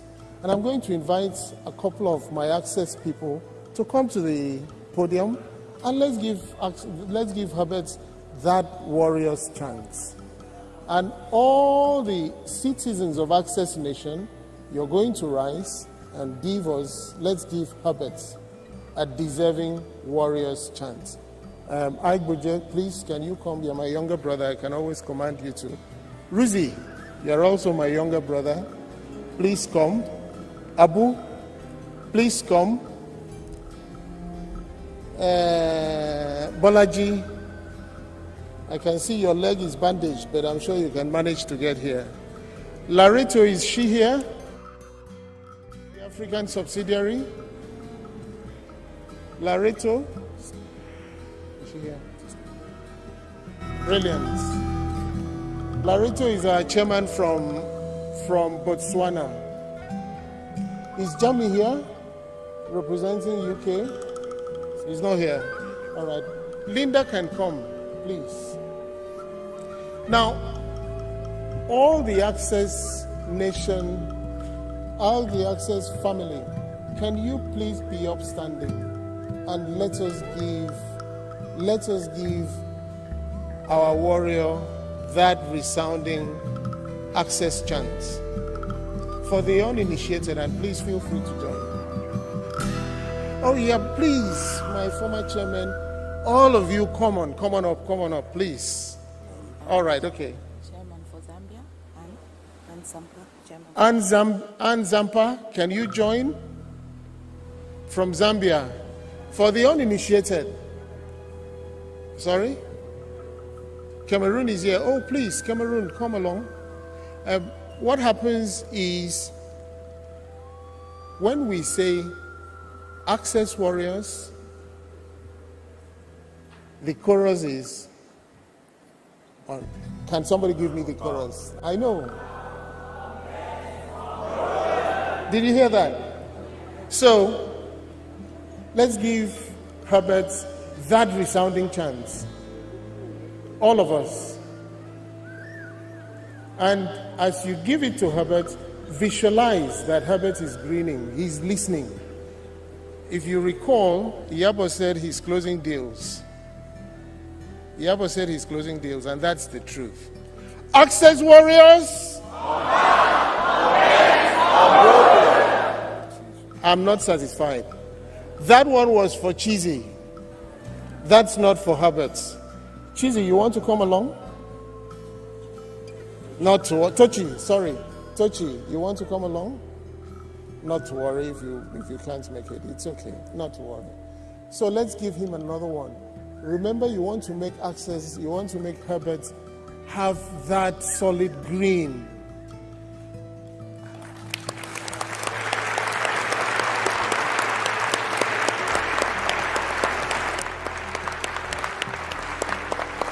We want to give Herbert that solid green. We want to assure him. Did you listen to the video that started the session? It talked about Herbert. Herbert was speaking to us and saying succession is not a problem. That in no circumstance can Access go down because we have it all set. And he specifically said succession is not a problem. Access Warriors! I'm not satisfied. That one was for Chizoba. That wasn't enough. That wasn't for the field marshal. Let's really give Herbert that one, and please visualize. You remember the picture that I referred you to? At that page, we want to make Herbert actually believe that we mean what we say. Access Warriors!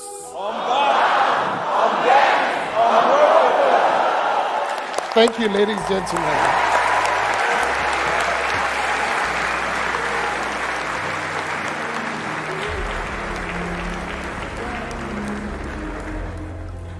If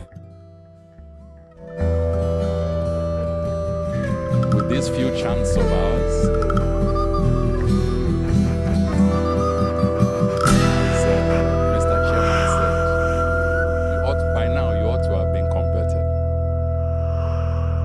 Ladies and gentlemen, one more time. Chairman of the Board of Directors, Mr. Paul Usoro, SAN.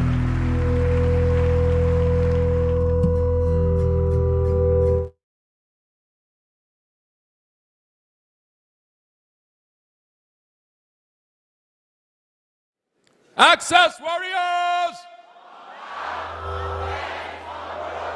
Aha, Chairman, you have converted all of us, sir.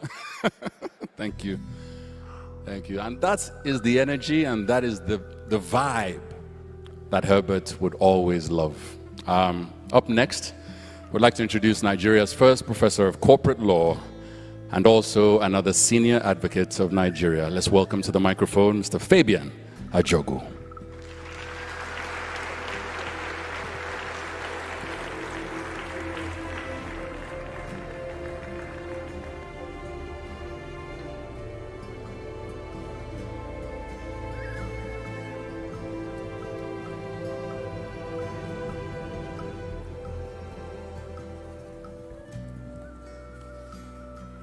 Your Excellency, ladies and gentlemen, and above all, the family of Herbert Wigwe, my first point of departure is to offer my sincere condolences to the family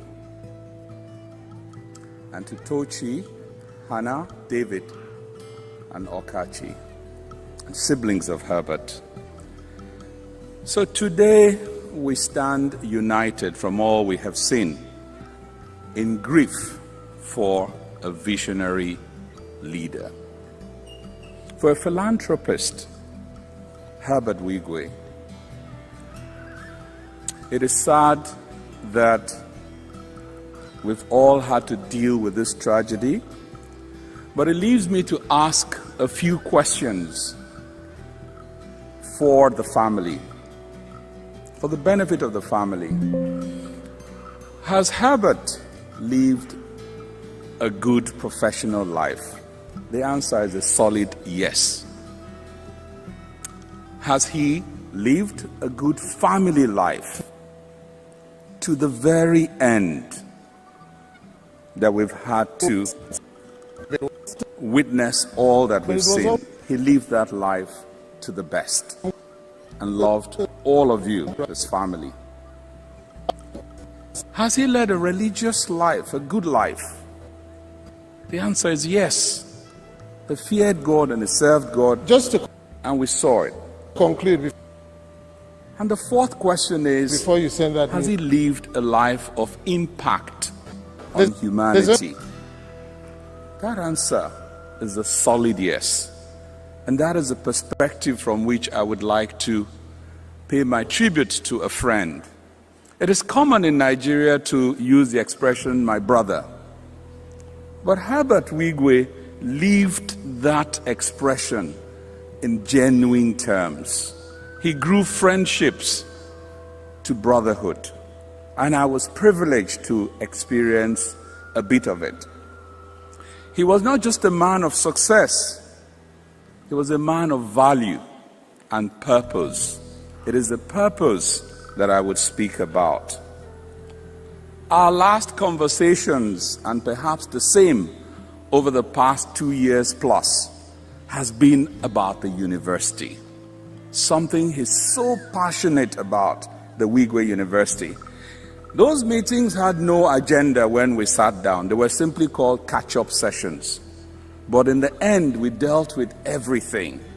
Shared his excitement about being an Ivy League top school here. Just give me 3 years, he would say. And on the last meeting we had, he said, oh, my brother, are you going to be at home? I'm going to pass by around 7. I, wanting to have finished my work before leaving, said, don't worry, I'll come through the house. He said, don't worry, I'll come. I said, you don't worry, I'll come to the house. And in his usual joking manner, he says, oh, so you want me to be the one to buy the chicken suya? And then we sat and talked about all the things he would love to do. Now, this vision wasn't just born out of a conviction, but his genuine desire and belief that education is the most powerful tool we can use to change the world. And he always said it. We talked about it from a perspective of moving from success to significance. That was what Herbert did. From prosperity to purpose. That was the whole essence of that university. I'm sure you've seen on the hallways this popular saying, I cannot change the world overnight. But if I can empower even one youth today, over time together they will join me, and that's him, and they will change the world. Herbert Onyewumbu Wigwe, his middle name speaks of humility. Who am I? So in the times we talked, he dreamt of creating an environment where knowledge meets innovation, the things that you've seen in the previous tributes. and where leaders of tomorrow are nurtured. So when people say fearless, it is truly to be fearless in the pursuit of the good, in being entrepreneurs, in taking up challenges to create a better society. Now, in the wake of this tragedy, and just like the lady Linda from Zambia, I have never received so much condolence messages from different people for my friend. I could only imagine what people like Ike, the kind of tons of messages. And I thought to myself, it would be fair that I compile all of this from so many people and that I avail them to the family. Now, the Wigwe University project is more than just a collection of buildings and programs. So I've got the Vice Chancellor here, Professor Miles Davis, and it's a beacon of hope, a promise of progress to our environment. And Herbert's dream was that this would embody Nigeria's resilience. We're resilient people, he always said. Our fearless culture and have values and entrepreneurial spirit that we have as a people. But this evening, so much has been said. But what I would like to do is to make our friend and brother a posthumous promise. And this promise doesn't come from me alone. It comes from Dr. Dere Awoshika, Mrs. Bello Olusoga, Mrs. Tokini Peterside Swebig, Dr. Ken Wogu, Solumide Shoyombo, Uche Wigwe, Dr. Cecilia Varen, Mrs. Yvonne Victor Lomo, and Professor Miles Davis. Our promise is solemn and short. This university will go on and will excel in every way that Herbert dreamt it.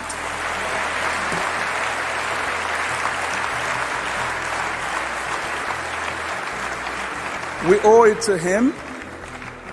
We owe it to his wife.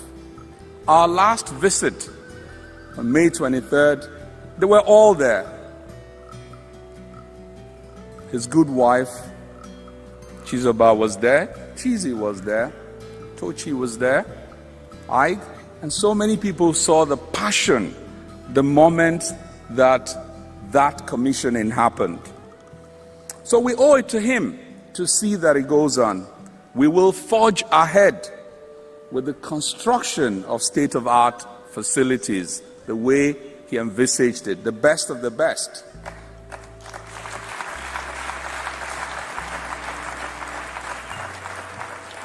We will go on with the development of a cutting-edge curricula, not the usual, and the establishment of scholarships, discussions we had so passionately. We will continue to build the partnerships, one of which you may know was a partnership with Wharton. It was part of his visit. So that visit had so many things embedded in it. There was a meeting with Wharton. There's another one with Amazon Web Services. We intend to follow through all of those discussions.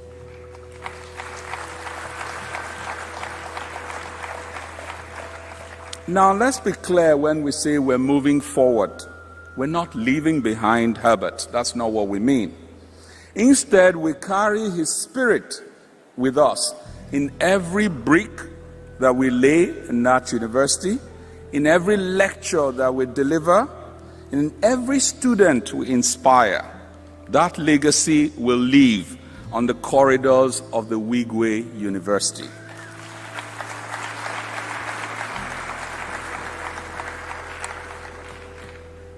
Now, seeing so many faces and people who have asked this question that I've just answered, it tells me that the university already has friends.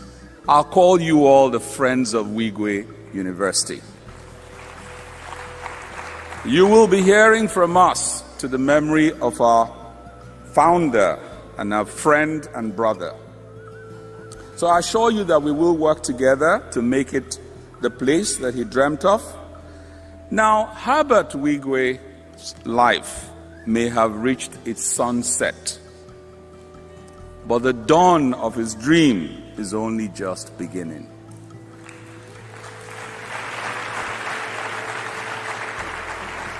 His brother, Ike Imokwede, said something a few days ago, that on that day, something froze, and truly something froze. Was something in time that paused for people to think about what Herbert Wigwe stood for and how we can all drive this. It is now up to all of us to ensure that the light of that vision does not fade, and it will not fade by God's grace.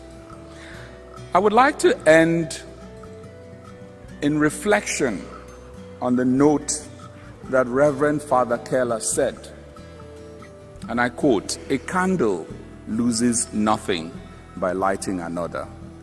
Herbert Wigwe lit many candles. May his soul and the soul of his wife and son, through the mercy of God, rest in peace. Thank you. Miles Davis is the VC of Wigwe University. Where are you, Mr.? Please, can everyone just put your hands together for our Vice Chancellor? And can the cameras make sure you catch his face, please? A round of applause for him.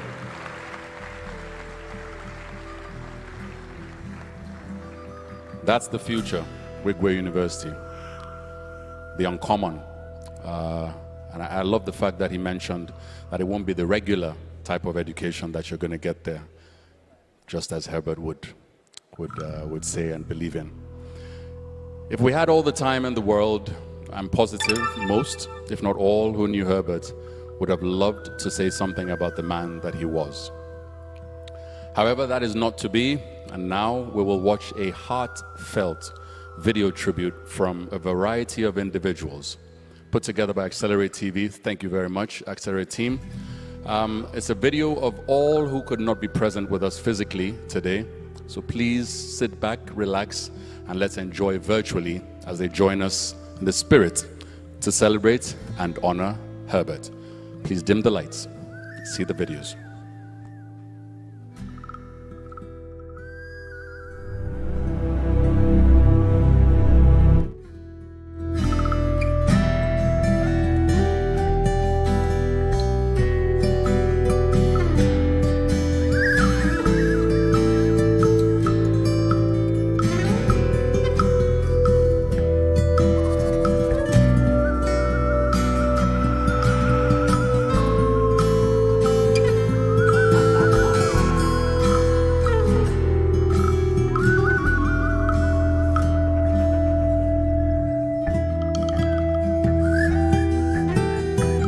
Unbelievable.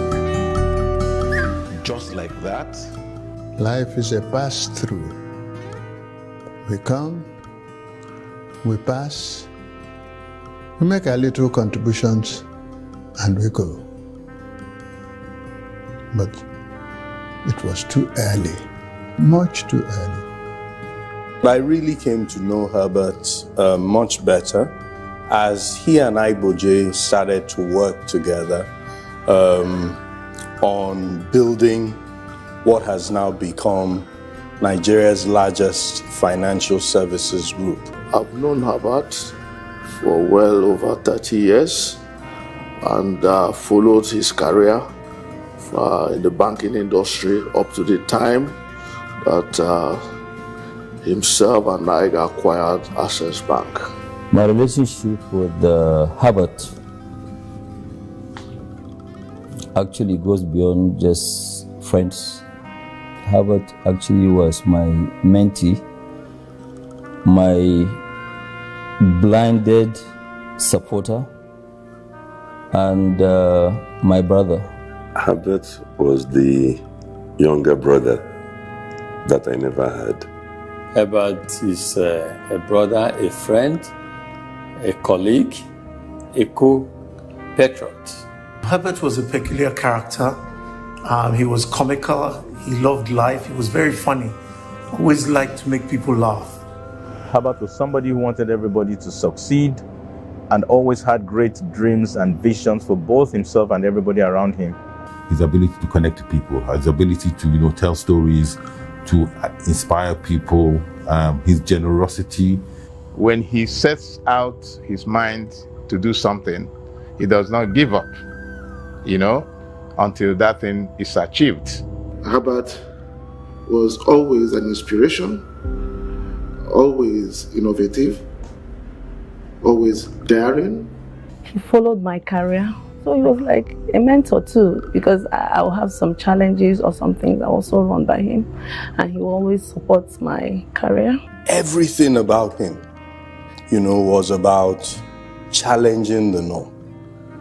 Every time, we said, something was difficult to do, Herbert would say, Bonje, let's go and figure out how we get it done. He was a man of great energy. He was restless and very assertive. Herbert was a special breed, worked very hard. I'd like to think of him as that he played very hard also. Very, very intense, very focused on growth, very focused on detail, very focused on the people that he worked with. And he was always on the move. He couldn't stay still. He was always after looking for that big deal and things like that. He would say fearless, I would say restless. He was always in a hurry to do things. He did things in a dazzling pace. A major challenge. He was always running against time. But very, very focused. He knew what he wanted, and he didn't mind to work hard to get what he wanted. He always said to me that for him, he had to work hard. That whilst things came to other people easily, he had studied his own life and he had realized that everything had to come to him through hard work. And this was what pretty much drove him. It gives you the aura of let's do this thing quickly. It's an encourager. It's also somebody who never say never for anything. He doesn't believe that something is impossible. He exudes so much energy that it becomes very infectious to people around him. Herbert just worked, himself sometimes to near exhaustion, and he would keep going. He bestrode the industry like a colossus, highly respected by his colleagues, and demonstrated great leadership. Whenever people talk about Herbert as a banker, I almost reject it because he was more than a banker. So when you call him a banker, you diminish. Hey, bankers are all over the place to a penny, with due respects. So there's nothing phenomenal by itself about being a banker. So that's why on Rise TV, I described Herbert as a giver, a doer, a mentor, a visionary, and a philanthropist. Say somebody has an undivided loyalty. It's more than what money can buy. Herbert's loyalty to me, I don't even know how to describe it. I don't think I would ever have a friend and a loyal, devoted friend like Herbert for only God knows, for a very, very long time. And his love for me was genuine. You are different things to different people. You are selfless. You are promise-keeping.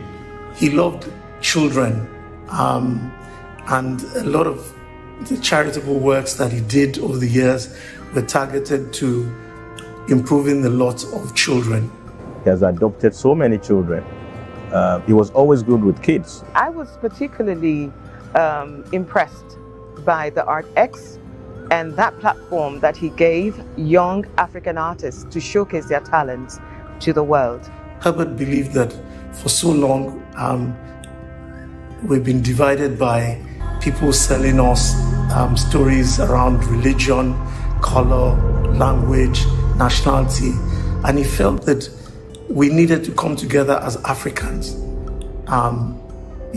blind to religion, blind to language, blind to cultural divides, and to come together because he felt our story could be a lot stronger. And certainly much better than it is today. He's a great supporter of good causes, always anxious to help. He was a brother that did not fail to show how special and how loving he can be to those that he considers his very close friends. He was also a great family man. And Herbert juggled so many balls, but to him, family was a glass ball. He was a fantastic father. I remember meetings where he would stop to talk to his daughter about homework, talk about her tests, talk about what she needed to do. He would interrupt to talk about Chizzy and say, Chizzy, this is what you need to do. Chizzy, you just have to come now. Remember those 4 things I told you? And then he put the phone down and then he took me through the 4 things. And he says, I've set these 4 things in stone. Nobody can touch them. That's the sort of father he was. Intentional and completely devoted to his family. You know, we married quite early, and those days, as young men, we used to pride ourselves to be very tough men. I remember his wife, Chizobam, had a medical issue, and she went to the States. Every 5 minutes, when he comes around, he'll go into the toilet and be calling, talking to his wife, how are you, blah, blah, blah, blah. I don't know what each time he comes out, he was tearing up. Each time he comes out, he was tearing up. And in my mind, I said, you say you're a strong man. Just small medical assessment, or our legs were swollen, and this is how you're tearing up. This man, I don't believe you belong to this our club of strong men. So that was very telling of how deeply he loved his wife. It was a very good time to really see another side of him, the soft side, and how the great love and affection that he had for his wife. That could explain also why, in this tragic accident, that he was with his darling wife and his son. He had incredible time for his parents, first and foremost, and God comfort them through this period. And that's why we all, whether we liked it or not, got to know, Daddy and Mommy Wigwe.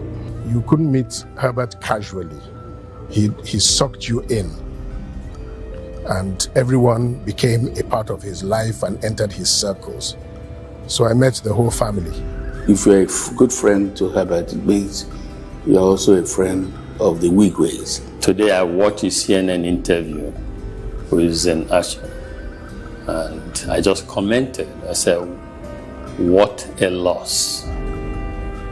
Herbert was a great African.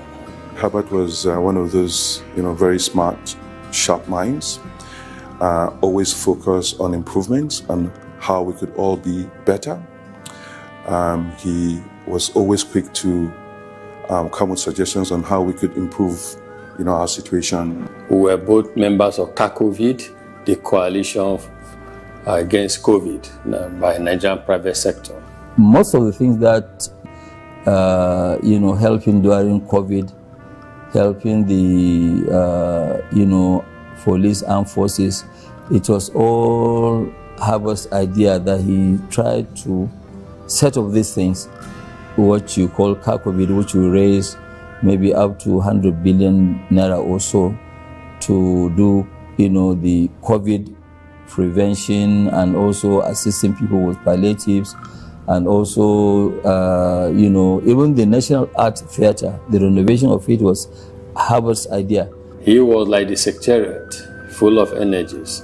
Every decision we made, Herbert was strong in driving the execution and implementation of the decisions. He was a transformational leader, somebody who was really very, very passionate about his work. Herbert has time for everybody.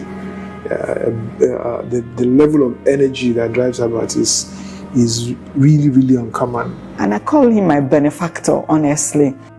He built vision, he built dreams that could actually be achieved. He achieved so much in a space of a very short time. It was short of his 58th birthday, and what he has achieved, he turned Access Bank into one of the most famous banks in the world. We have lost a great patriot. We've lost a great man. I never ever thought that I would have such misfortune to speak when we're now having to speak about Herbert's death. You're one of the very lucky few who had the opportunity to dream and realize his dreams. You have such a big heart. You want to do so much for our country, our continent, and our race. I just can't believe that you are no more with us. You know, I know all the dreams that we've had together.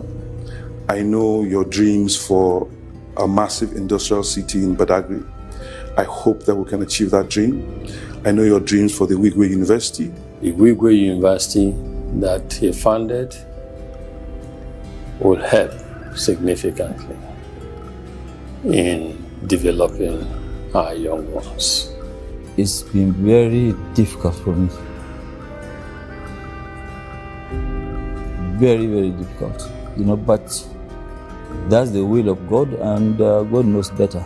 In my tribute, I captioned it, "Don't cry for me, ambassador."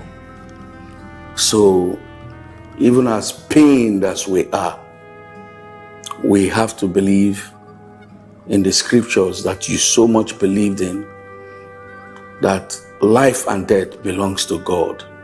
That's the only consolation that we have.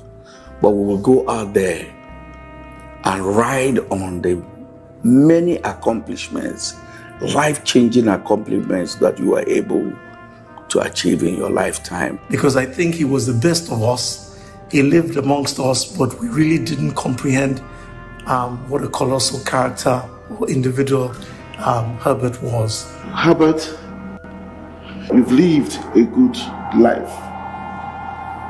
You've brought change to yourself, to your family, to your colleagues, to your society, to Nigeria, and to the entire continent of Africa.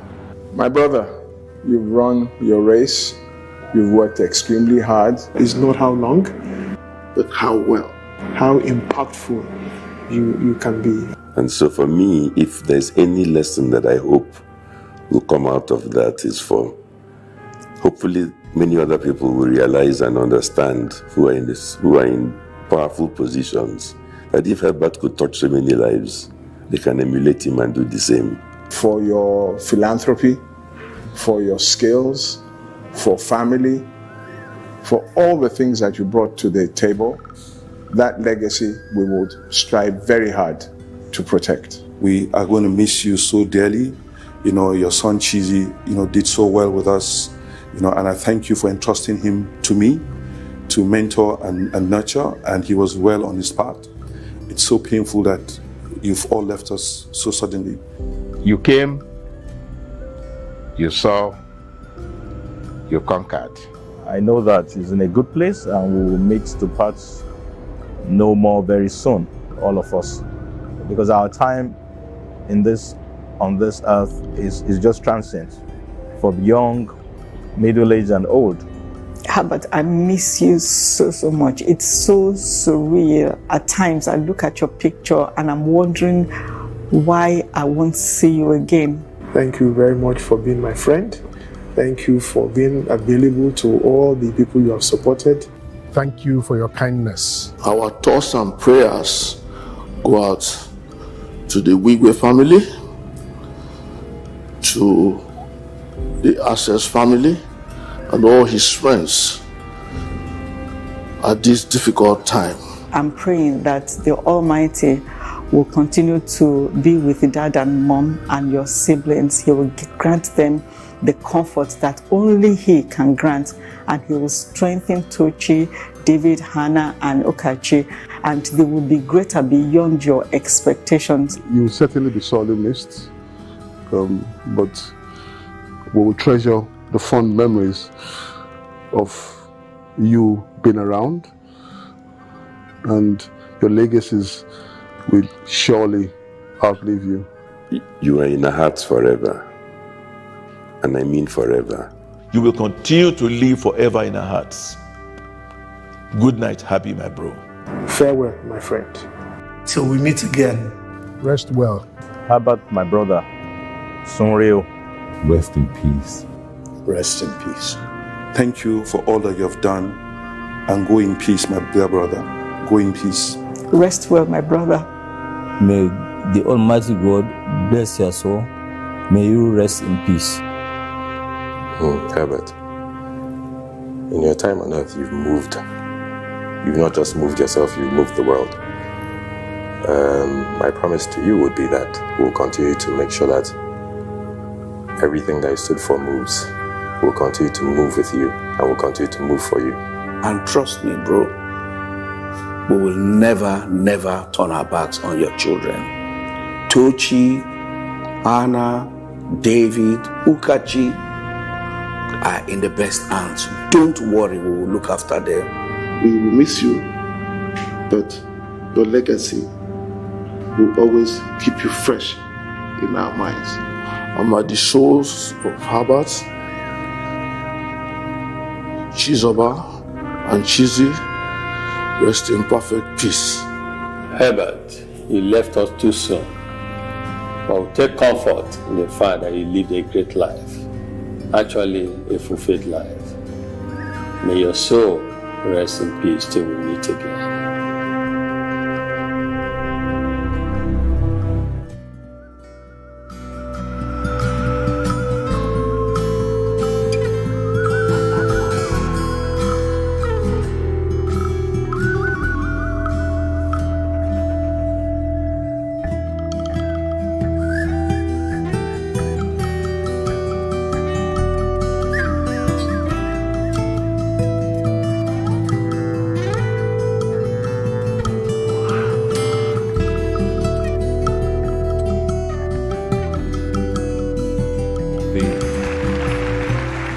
Too small. Thank you to everyone who contributed their thoughts and made that video happen. Thank you very much for sparing a thought and a prayer and the words of comfort. And I think Ambassador summed it up quite nicely. Not to turn our backs on the family, the children, and everyone left behind. Introducing to the microphone someone who has a very strong history and relationship with Herbert. They go back a long way. And just the other day, we were here celebrating with a book launch, his birthday as well. Ladies and gentlemen, let's welcome His Highness the Khalifa of Tanzania, former Emir of Kano, and the former Governor of the Central Bank of Nigeria, His Highness Mohammed Sanusi II.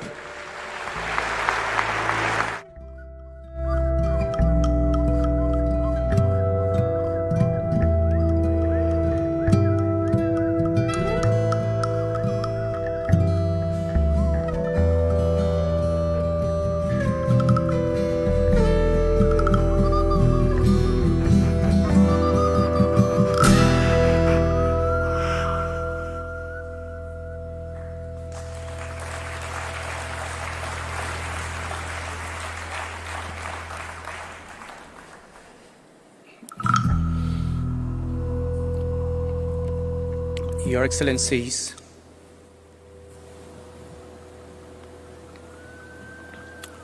permit me to stand on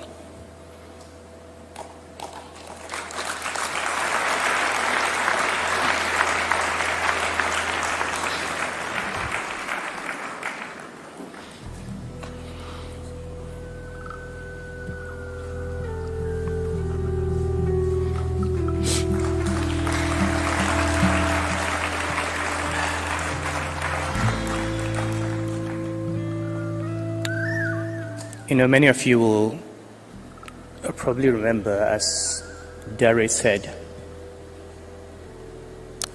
2021 August, in the same hall, a big ceremony celebrating my 60th birthday and launching my book. It was organized and paid for by Herbert.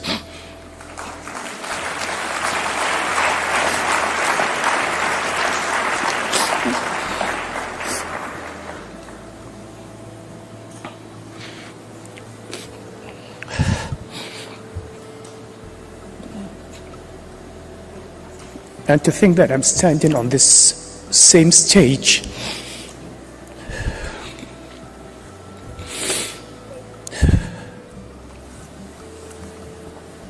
thanks, Alex.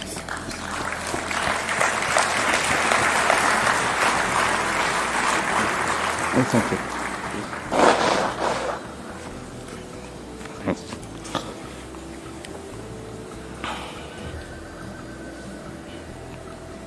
And I was saying some time ago that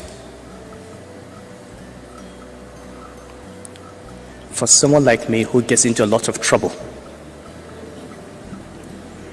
I need my friends.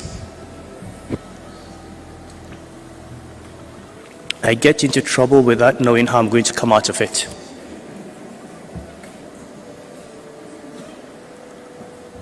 But as I said on that day,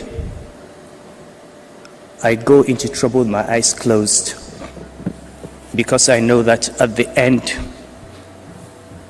there will always be some people, a few people in my life who will always be there for me.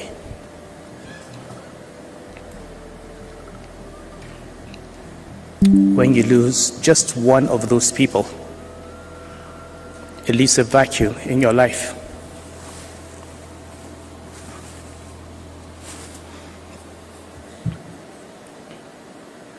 There are many stories I can tell about Herbert. Funny, my first friend in the family was not Herbert, it was his sister Peggy. She introduced me to the family. I used to go to the house in Anthony Village.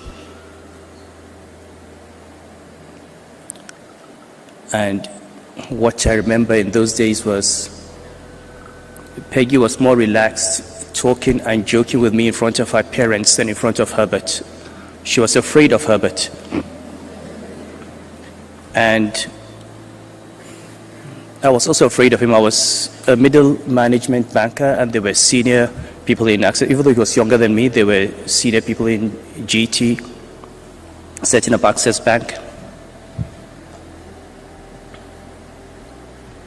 Professionally, Ike and Herbert came to my attention in a very serious manner in 2005 as an executive director in First Bank. And I'm glad my friend Alex Oti is here. He was on the board of First Bank with me. And he'll remember that as ED Risk, I had the task of doing the competitor analysis of banks. And it was always First Bank against all the big banks. And one day I came to Exco and I had Access Bank. And at that time it was a joke. They all laughed. How can you compare First Bank to this bank?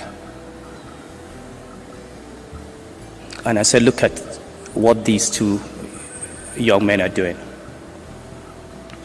Access Bank had the highest compound average growth rate. It had cost to revenue ratios that were comparable to Citibank and Standard Chartered and international banks. It had a very low level of non-performing loans, but it was the soft issues half of their branch managers were female.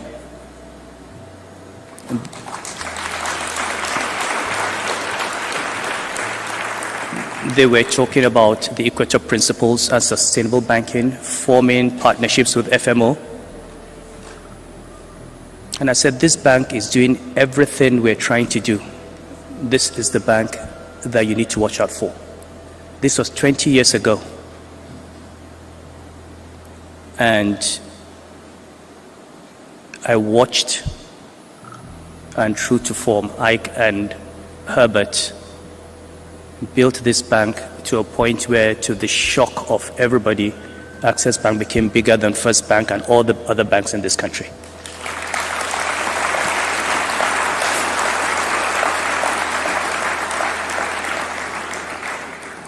So the beginning of my relationship with them was one of professional respect and admiration, which was mutual, because at that time I was also building my reputation as a chief risk officer in the industry. Then I moved to the central bank, and I started something which was the Bankers Committee retreat, where this was in 2009, in the middle of the banking crisis, when everything, just like today, it looked like everything was going to, the sky was going to fall on the country. And we met in Enugu. And I said, look, guys, I know we feel the world is coming to an end, but the sun will rise tomorrow. What I want us to do is, in the middle of this crisis, lay the foundation for the banking system we want to see after the crisis. And the objective then was to link the banking sector assets to the real economy. And Ike and Herbert in Access Bank were chosen as the chairpersons of the subcommittee on economic development. Most of what I achieved in Central Bank would not have been possible without them.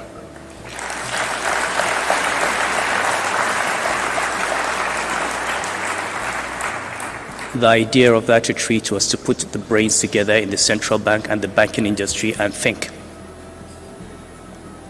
And I remember the first year, my deputy governors, when the governor and the deputy governors were standing in front of bankers, before then, with the central bank, the governor and deputy governors were gods.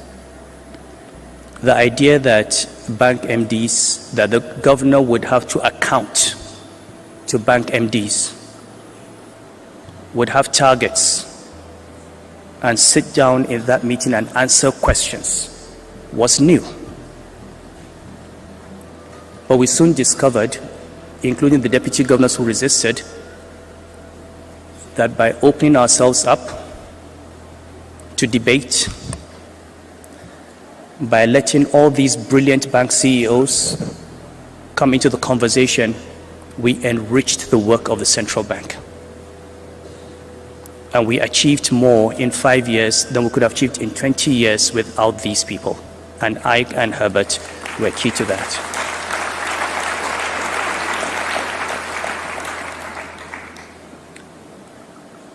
I listened to the tributes on Herbert on Monday, and I've listened to those that were given today. There are times when people die, and out of decency, we simply just say nice things about them. But I think everyone who knew Herbert, sitting through all those hours, would agree with me that not one word, not one compliment paid to Herbert was untrue.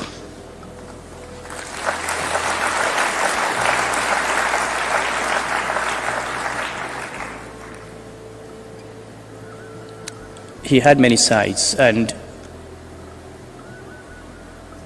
You know, on that day, and it's one of those days when everybody remembers where he was. It was a Saturday. I had a big religious ceremony in Abuja. I had no idea what was happening. And I came to the airport, waiting for a plane, and I got a call from Bola Adeshola. I picked up the phone and we're chatting. After 2 sentences, she said, "Lamido, you haven't heard." And I said, "What?" "You haven't heard about Herbert." And I said, "What?" And she said, this was what she was hearing. I immediately called Paul Usoro. And you see, Paul will understand how I feel.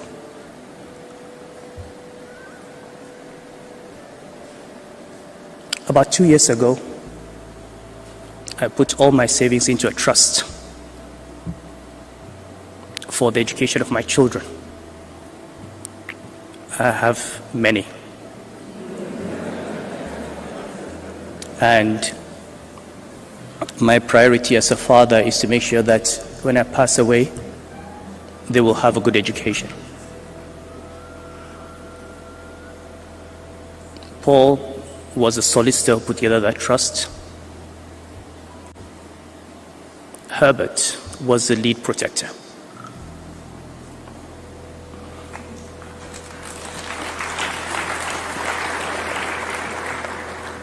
And Paul will remember when we had the first formal meeting, I said, "Herbert, I'm placing you in charge of this trust for the education of my children, because I know that even if I died and did not leave any money, you would educate my children."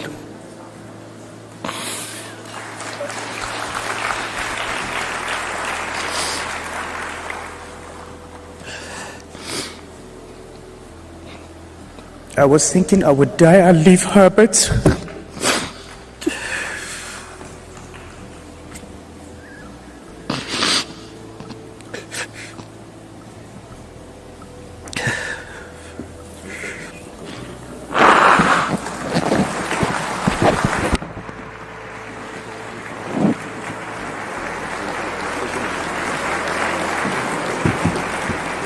Let's take a few things.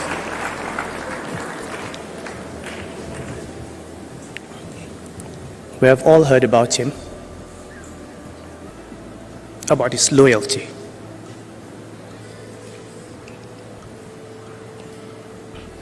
You know, when I had problems in Kano, I called him about 6 months before I was told to leave Kano. And I said to him, "Herbert, I know you're doing all your best to solve all this problem, but I'm convinced that this is what is going to happen." And he said to me, "Your Highness, don't worry. Whatever happens, don't worry, we're here for you."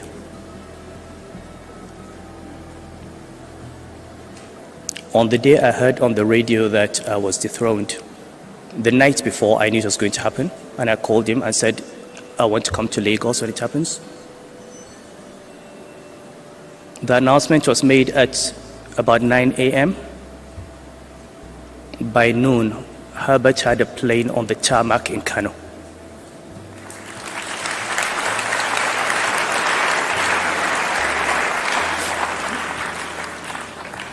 The plan then was to take me into exile for many years. I put my family on that plane. No message, no phone call, nothing. Just put them on that plane and sent them to Lagos. Herbert received them, put them in a hotel. Later, got them flats, got them accommodation. For months, when I came, we stayed there. I can go on and on. Shola is here. Herbert said to me, Your Highness, you want to travel, tell Shola. I just called Shola and I get a jet. So much so that people believe I own the jet. Some people believe that I own Access Bank and Ike and Herbert are fronting for me. They gave me the cars and the drivers, they gave me security, they gave me the private jet. And they ask for nothing, and they don't talk about it. When I talk to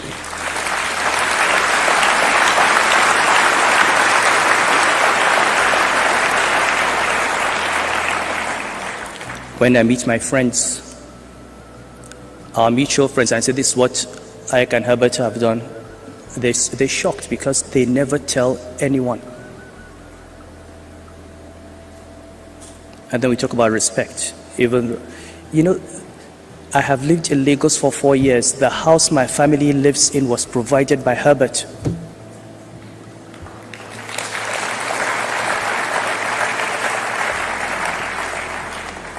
I say this because on the day he died, I said on a chat group I was in, that in the coming weeks and months, people will get to know Herbert, the human being. People know him as a banker, as a businessman. They don't know the human being.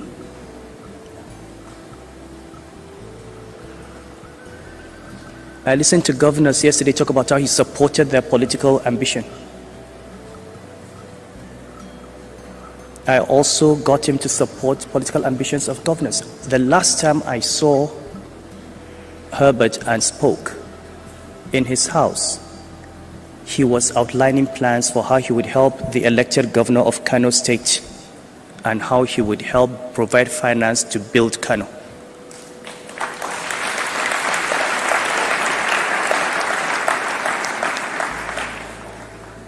He was always about others, never about himself. As I said, he said to me, don't worry. And he has made my transition from one position to another as smooth as anything. And if you've been listening from Monday to Wednesday, you'll see the number of people. And you can't imagine how one human being could have been so many things to so many people.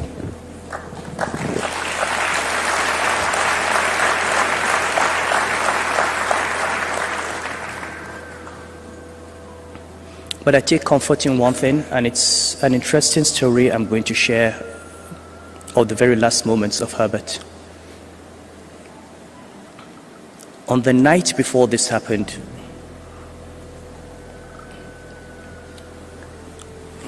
I was on a chat group, Felicia Phillips chat group, when somebody made a few remarks about Herbert that I found offensive.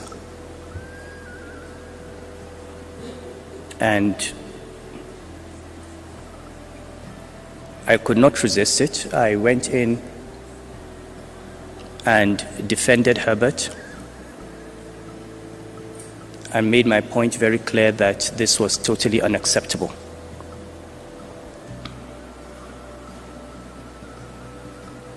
A few days after Herbert died, I was in Hong Kong.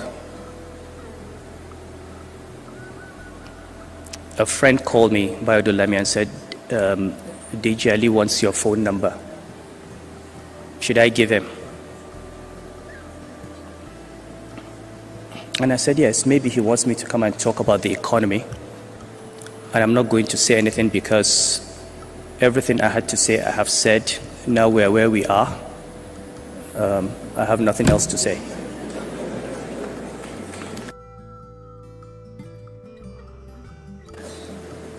Deji Ali sends me a message. And I want to thank Deji Ali, and I want to thank God for what he did. I usually object to people forwarding messages from groups. Deji Ali had sent a message to Herbert at about 3:20 a.m. that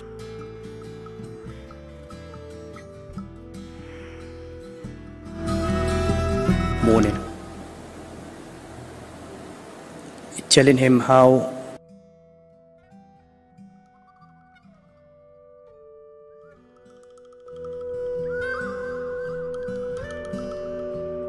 I had stood up and defended him, and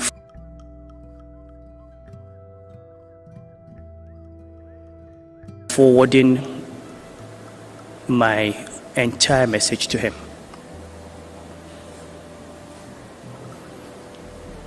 Herbert replied at 3:28 a.m. with one word: unbelievable.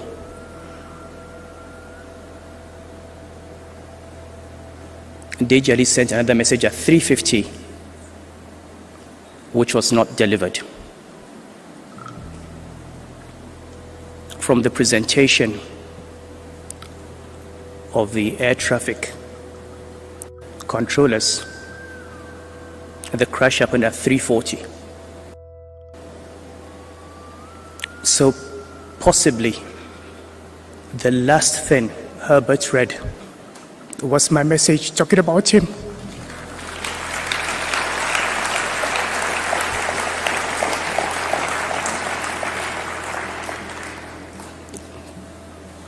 And I'm grateful to God that he left knowing that he had a friend.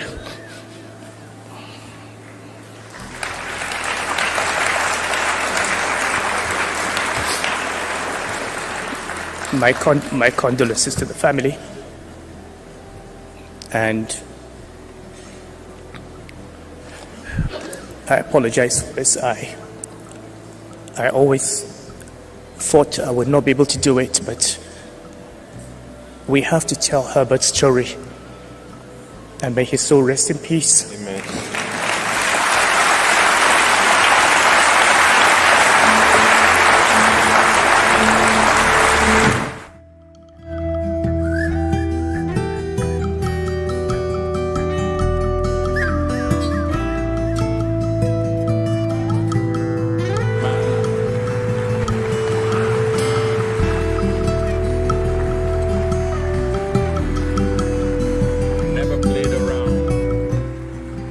When it comes to anything that concerned Herbert. Likewise, Herbert never joked with the relationship that he has with the 14th Emir of Kano, His Highness Khalifa Mohammed Sanusi II. Another round of applause for him, please, ladies and gentlemen.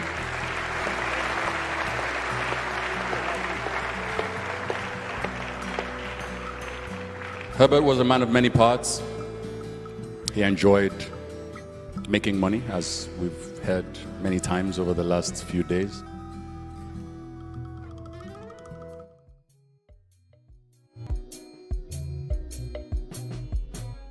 And he has supported so many people in the creative sector, yours truly included. But I'd like us to listen now to a singular voice that he supported in his lifetime, someone that he saw potential in. She's the winner from God's Children Great Talent, and a voice that soothes the soul. Ladies and gentlemen, please welcome to the microphone, Esther Ben-Yogo.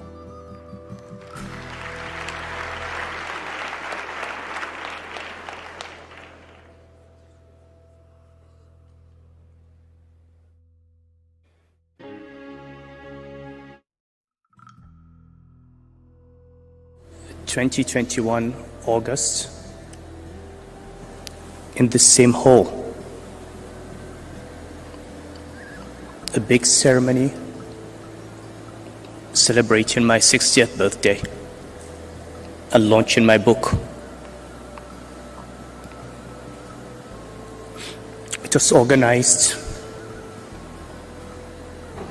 and paid for by Herbert.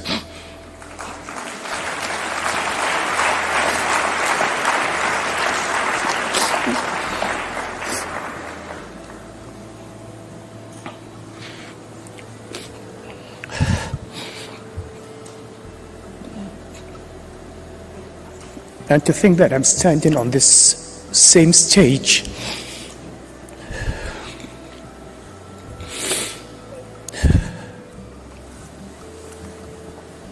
thanks, Alex.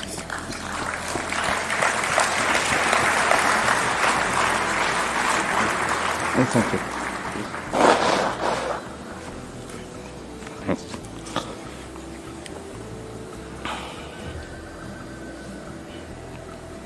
And I was saying some time ago that for someone like me who gets into a lot of trouble,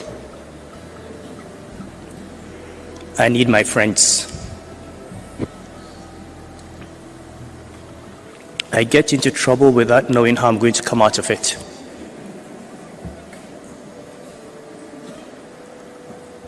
But as I said on that day, I go into trouble with my eyes closed because I know that at the end, there will always be some people, a few people in my life who will always be there for me.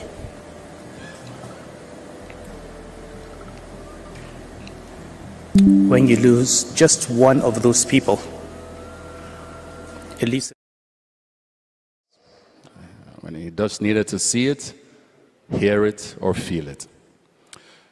Moving on, next and last sets of tributes will be by the family. We still have a few music tributes. I know that Asha is around the corner and Cobhams as well. But ladies and gentlemen, please, to start this set of tributes on behalf of the family, let's welcome Herbert's brother and partner in the good and the bad and the tough times. Ladies and gentlemen, please welcome Mr. Aigboje Aig Imokwede.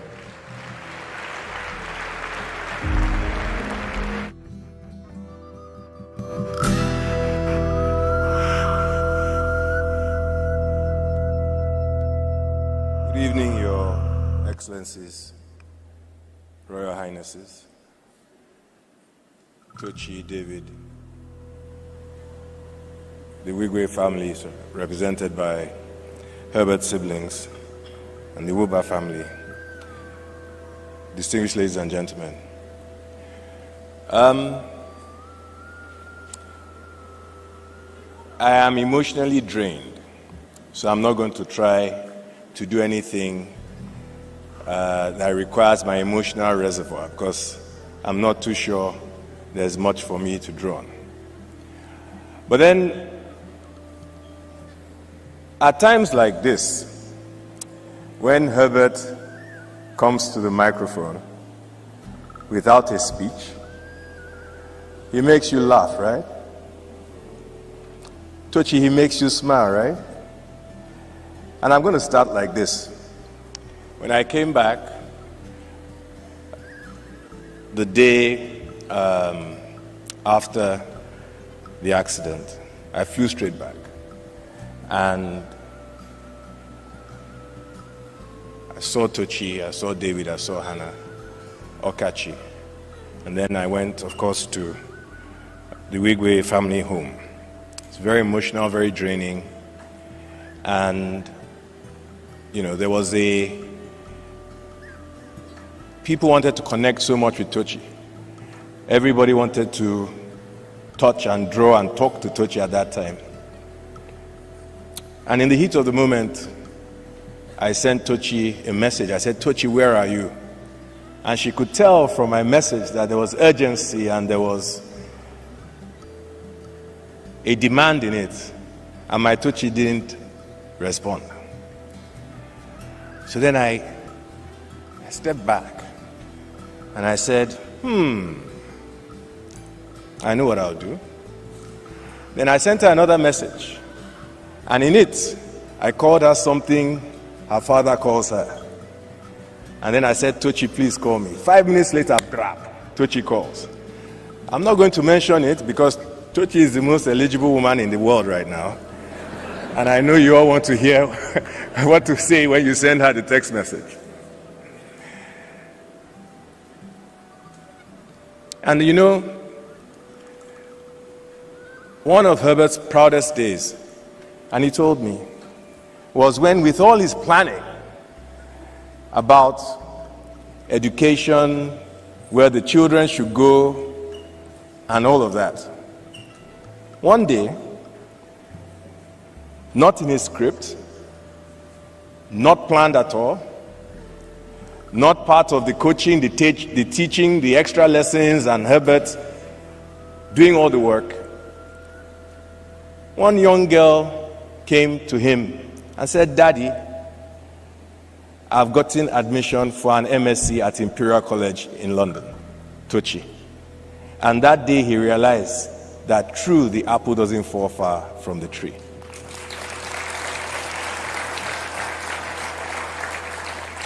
And I've spoken about the strength demonstrated by his wonderful children and the power from his dad, his mom, and his siblings. And if I talk about Chizoba for a minute, my wife came on stage and she spoke about the unity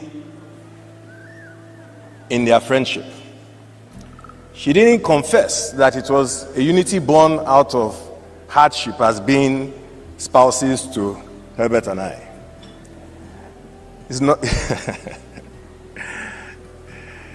Chizoba would speak to the misfortune that they had this habit of finding very lovely apartments that happened to be on the same street as the hottest club in town. And Iboje would visit, and he says that, why does this your friend always come at 11 p.m.? Why does he not come during the... Because when we finish the visit, now I say, Herbert, escort me out now. And me and Herbert will be out because, of course, we had to spend some time at his neighbors.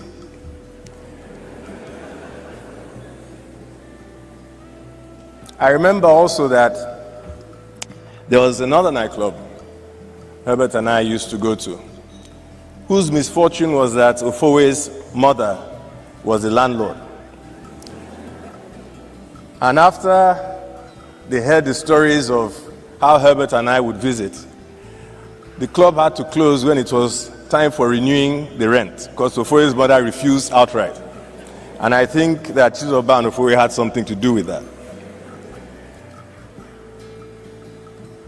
And I watched Herbert's spiritual life develop.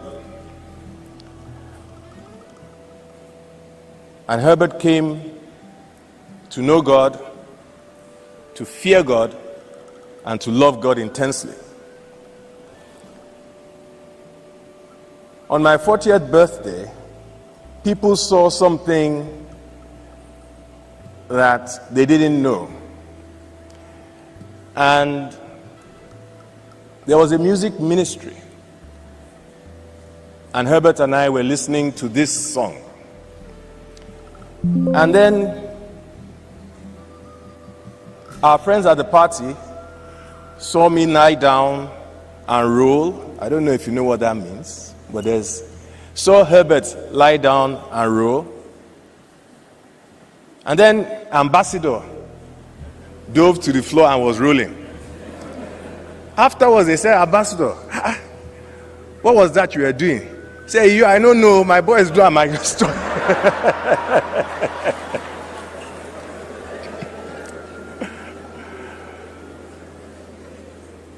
And then Herbert began to minister. And I remember the first time that he was going to deliver a message. And he chose to deliver a message on Job. And given the seriousness with which Herbert takes his tasks, he commenced his scriptural research. And he called me and I said, look, don't attempt to do any quadratic equations to determine Job's losses. Just give it your all spiritually. And I got feedback of what happened that day when Herbert delivered this message. Lives were won. His father, Pastor Shingu Wigwe, was so proud. And somehow, I think that was part of the unfinished business.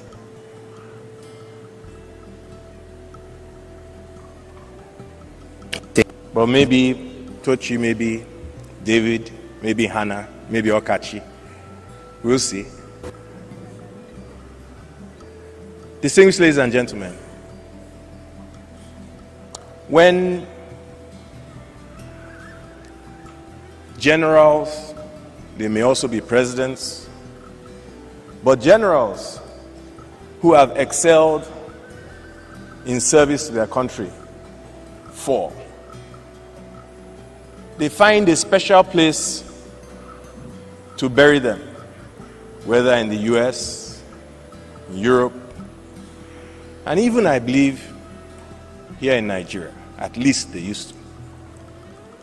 And pomp, ceremony characterizes the expression of loss that a nation and perhaps an entire continent could feel with the loss of a great general. Nigeria, Africa, has lost one of its finest generals. Some have described him and compared him to even Alexander today. When generals are buried, their children sit down, whilst those who are there show their appreciation for the fallen general. Let us rise up in unison and begin to send a clear message of appreciation to this general. Whenever you're tired, you can stop clapping. But let's start.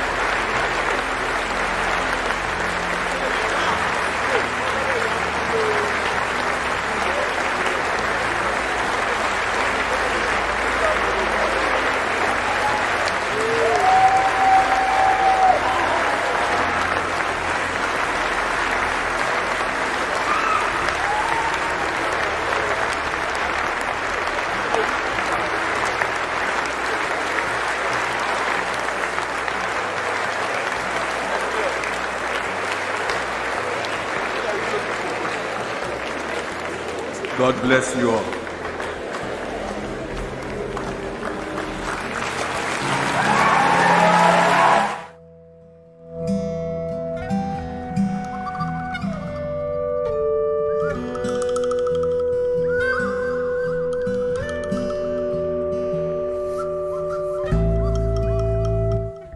Tears freely flow, but tears in celebration of a great man. I could hear Herbert's voice during that applause saying, this applause, correct. But this applause, can we get like 2 million impressions? I want it everywhere. Everybody must know about it. Am I lying? Out of that applause, where is the ROI? Let's think about the benefits. Such a great man. Ladies and gentlemen, one more time for Uncle Ig. Agboje Ig Mokwede. And we'll move on very quickly. Like I said, this is our final set of tributes. We still have music as well coming up. Please, ladies and gentlemen, let's welcome with a warm applause Uche Wigwe.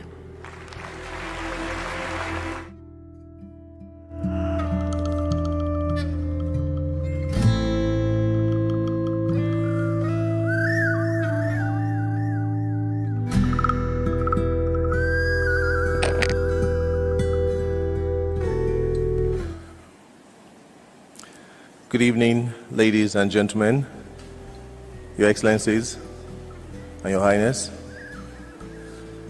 When we were clapping, I just thought that Herbert was actually going to come here and appear in front of all of us. The clap was becoming a lot. But my name is Uche, as you all know, and my relationship with Herbert started as far back as when I was 15 years old. I had just passed out of Nigerian Military School, Zaria, and I went to spend time with Herbert in Lagos and the family. And from that moment, Herbert took a likeness in me. I'm his cousin, his first cousin. Most people don't know. Once upon a time in my life, people used to see me a lot with Herbert, and most people actually thought I was perhaps his bodyguard. Some used to think I worked with GT Bank. Even, I'm sure up till this moment, a lot of people think I work with Access Bank. But we were like inseparable. We spent a lot of time together. I spent, every day with Herbert. Herbert and I were almost like 5 and 6. I met him also just before he got married, and I lived with him, stayed in the same house with him. We slept on the same bed. We went out together. He used to drive to University of Port Harcourt, where I was studying banking and finance, to come and visit me all the time. And we were like buddies. We were like, he was the friend I had in the family, and the only friend I really had. Up until the time when he married his wife, Chizoba, she moved into the house, and it was almost a competition between myself and Chizoba. Because Herbert would come into his room, and I would lie on their matrimonial bed, and we're chatting the whole night. And she comes in very angry, and in fact, at one point, she told me that I might have to leave her house for her. But that was the relationship. But Herbert took me into his life and into his family. I saw him through the birth of his kids, everyone. And we live like a very happy family. We traveled together, we spent time together, plenty of times together, you know. We traveled together as a family. His kids apparently were the same age as my kids, also my older kids.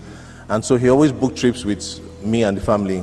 Everywhere. He always planned ahead and said, "Oh, Uche, where are we going to this year? Maybe we'll go to South Africa, we'll go to Kenya, we'll go to Mabea." We spent a lot of time together. A lot has been said about Herbert, about how industrious he is and such a banker and such a businessman. But Herbert was also a man. He was a human person. Herbert had his fears. They say he's fearless. We talk about fearless. But Herbert also had his fears. And I stayed nights and nights with him. I was the last person to stay with Herbert before I go home. And he sat quietly. Today I see Herbert's picture in still motion, in 2D motion. like the way, like what's up there now. And I said, I've never really seen Herbert like this.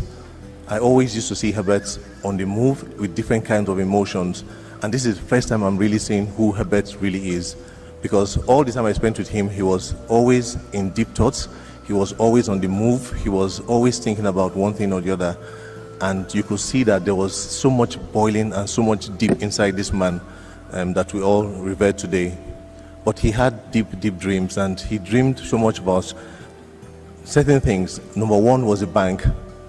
Access Bank was his passion. We talk about Access Warriors today, and I said I'm going to come out here and say that they are Access legends, because some of us were in the forefront of when Herbert had this dream of acquiring the bank. Mr. Abaja had said, Herbert returned from Harvard, which Mr. Abaja had said in his speech, I think on Monday.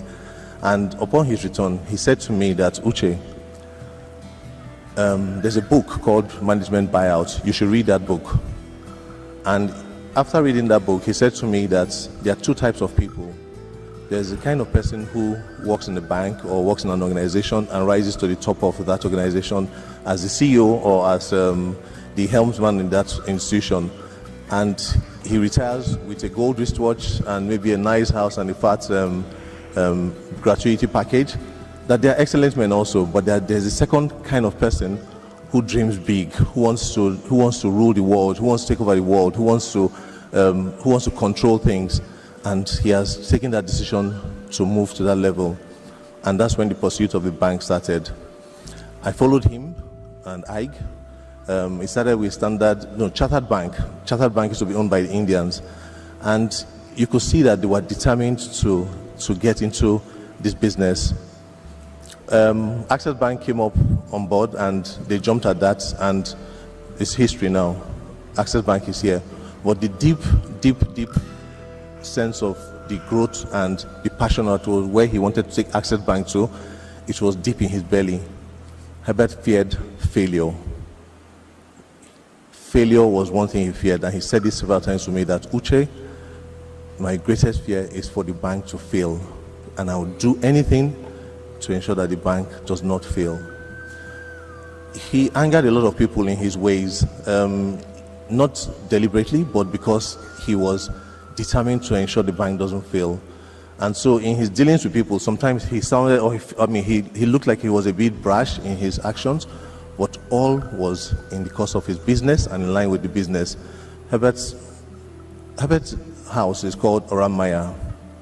And in my language, Oramaya means, it just simply means, I'll just simply translate it literally, it just means that I do not jealous you, which simply means contentment. And he was content. He never had any jealousy or had any feeling of jealousy for anyone. Herbert was his own person, and he always wanted to succeed in his own way.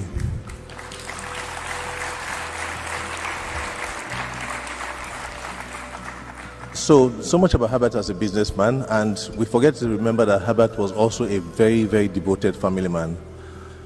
Herbert loved his kids. He always, people talked about how he took them on school trips to visit them in school, assignments, through their homeworks.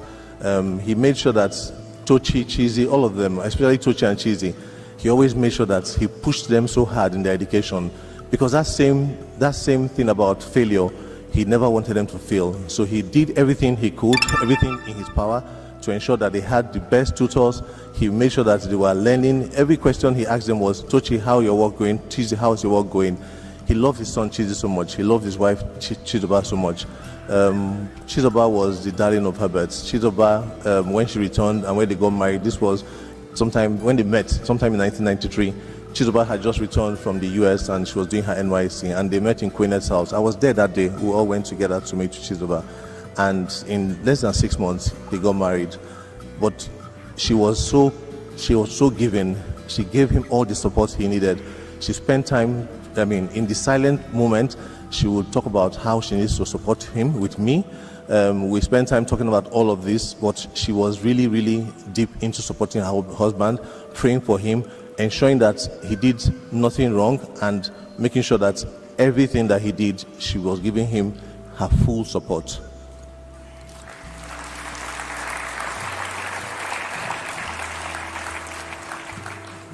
I know time is fast spent, and I just had three items which on my list of things which I want to discuss, which included Access Bank, and I've spoken about Access Bank, and we all know how much he had passion for Access Bank. I've talked about family and how devoted he was to his family. But you see, later on, Herbert wanted to make an impact.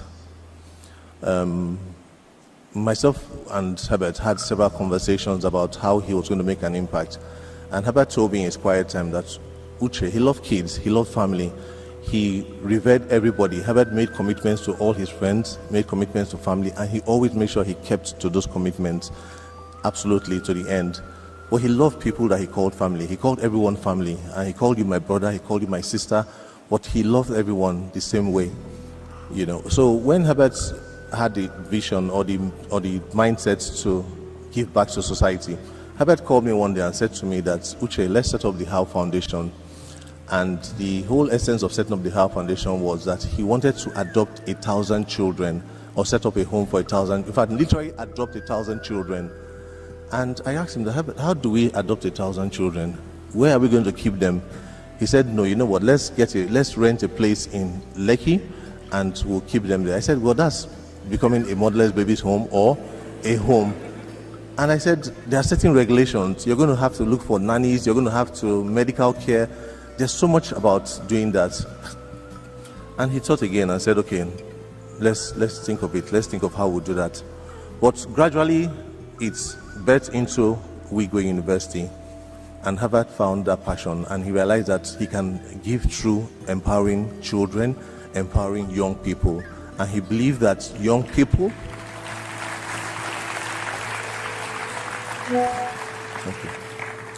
He believed that young people were the future and that young people are the ones who are going to change this country. And he said to me that we are going to give them the best education. We are going to invite all of them. He said at one point, saying to me that, okay, let us look for our friends' children who are out of the country. Let us invite them back to Nigeria. Let us give them the platform. Let us put them in positions that will assist them to grow and become future leaders of this country. Herbert had so much passion for developing this country. He had so much desire to see the country become a great place with everyone in it. Herbert didn't imagine anyone. In fact, he always made fun of people who are always migrating, people going to Canada, people running off Japan, the Japan syndrome. Herbert always made fun of that, and he believed that everyone should be here to be able to change this country.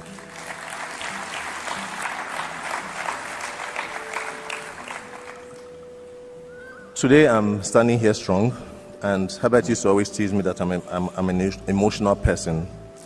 And I said to him that I'm a soldier, and that I would show him that when the time is right, I would bring out that soldier in me. The time I believe is now, and I'm going to be strong. I'm going to be strong for Tochi, David, Hannah, and Okachi.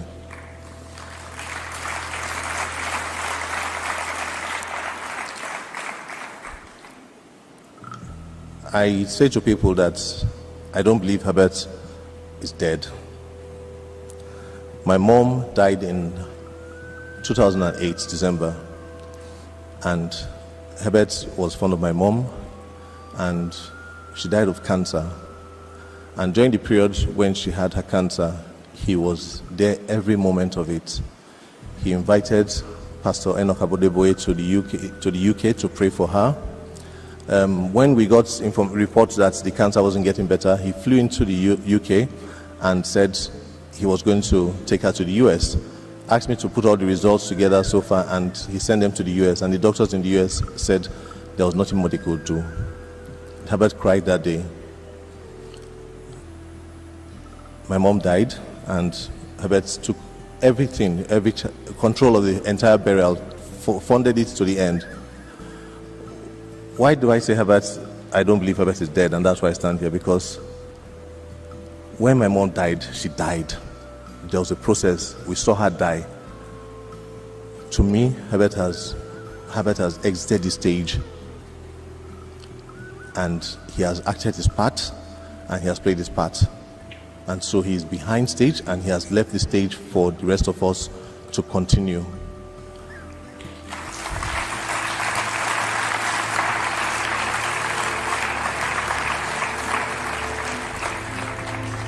And so, in concluding, I'll say my tribute to Herbert, my dear brother, that you came, you conquered, and you exited too quickly while we're all enjoying your performance. I would like to implore everyone here to please keep Herbert's dreams and visions alive. In relation to the bank, I would like to implore the bank and every staff of the bank that please, Herbert's had sleepless nights because of this bank, because of Access Bank, and so I would expect everyone to have the same determination, and please continue in that same force which Herbert had.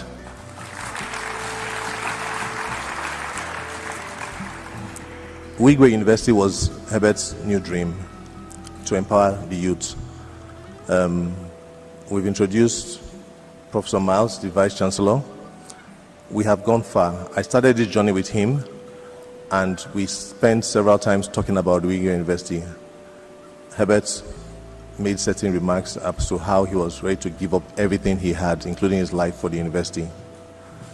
So today, I would ask today that if anything else, please let us keep Herbert's dream alive.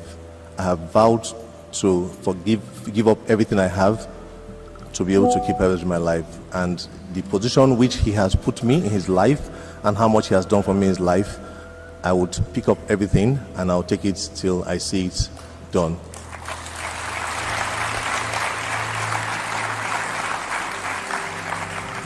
Thank you, Herbert Wigwe. Thank you, Chizoba Wigwe. Thank you, Chizi Wigwe. Adieu to all of you until we meet again. Thank you.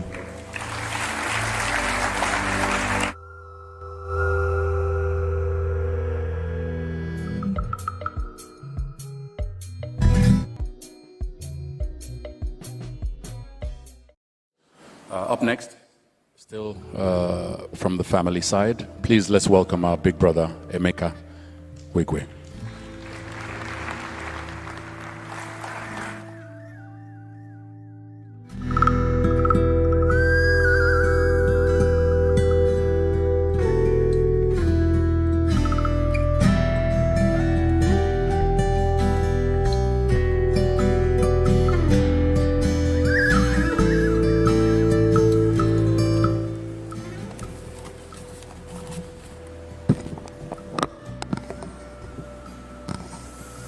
Good evening, everybody.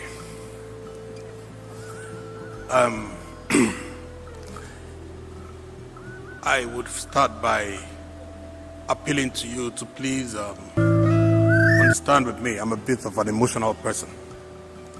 And for tonight, more so, I really can't speak like other people because I have a peculiar relationship with Herbert, very unique one. Herbert and I grew up.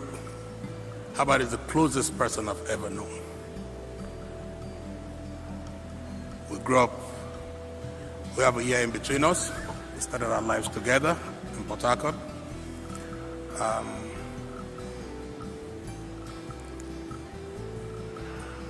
don't know where to start from. It's okay, I don't need the clap. I can handle it. So I just go around about it. So my brother Herbert, I've already penned down a tribute, which I poured out my heart as much as I could. And I'd appreciate if you could all go onto the platform and see my tribute about Herbert. We're a family of 6 siblings: Osita, Joyce, myself, Peggy, Stella. Unfortunately, we lost Osita 27 years ago. It wasn't an easy experience, and what that meant was that Herbert had to step up to take charge of the family as the first son after Osita had passed. Obviously, we had an older sister, Joyce, but being the man in the family, Herbert had to take charge. And we went on, so that was it. But before then, I don't know where to start from. Growing up as children, went to Port Harcourt Primary School from a middle-class family, very strict home, and with a family of about 6, and I had cousins that lived with us, so about 7, 8. My dad had to manage to train everybody together, which made life a little difficult for us, but we went to the best schools. We had the best we could afford at that time. Herbert, my brother, was an exceptional kid. We had a drive. He was very ambitious, even as a child. Very forward-thinking. Very hopeful. Very thrifty in the way he went on. I was the more vocal one, the more aggressive one. And we complimented ourselves as brothers. We're not very privileged to have had the perks other rich kids had. My dad could barely go beyond taking care of our school fees and keeping us together. School fees for the best schools. We had instances where other kids with us that we hung out with seemed to have been more privileged. They had better toys to play with and all that. Herbert and I had to struggle to remain as decent, stable kids, even if we didn't have those perks come our way. And like a joke, which is usually referred to most times by our friend Ambassador, where other kids were privileged to have bicycles. You know how kids are growing up, chopper and all that. Well, our dad couldn't afford choppers for us. Well, not he couldn't afford, but he was so strict and he didn't think that was a necessary prerequisite for kids then. And Herbert always threatened that, you know what, if he didn't have a chopper, he promised that someday he was going to buy himself a Beetle. That was how he thought as a child, We went on to school. He excelled a lot academically. We all did well. Fortunately, we're all blessed with academic intelligence. We all did well. Herbert excelled in school. His close rival in his class then were people like his childhood friends David Hart, of blessed memories today, Tonya Wilcox, and so on. I speak without, I speak unplanned. I really couldn't get it. I speak unplanned, and I probably would have allowed my emotions to take me on so I could speak properly, you understand? Well, it's a shame, it's a pity to sit down today and think that almost everybody that was very close to him as a child, his classmates, all passed on. Herbert happens to be one of the later ones that have passed on. Coincidentally, on the night he passed, on the platform where we were contributing for one of his ex-classmates, Herbert was the last to make a contribution, and that was on Friday night before Herbert passed. Little did he know he was going to pass that morning, So much has been in it. I really can't get my thoughts together. I'm just everywhere with emotions. And he was everything everybody has said. There's little more I can add to it. He was a great guy. He was a very compassionate person, love for kids, self-driven, an achiever, a visionary, a dreamer. And to a large extent, God blessed him. He achieved it all. He achieved everything most of what he would have liked, except that he didn't have the life he wanted. He didn't live long enough. So we're left with just trying to push his legacy and his dreams so far. And I want to say, I just want to say, it feels good to know that I could have to speak up here today knowing that I'll be referred to as Herbert's brother. It feels very good,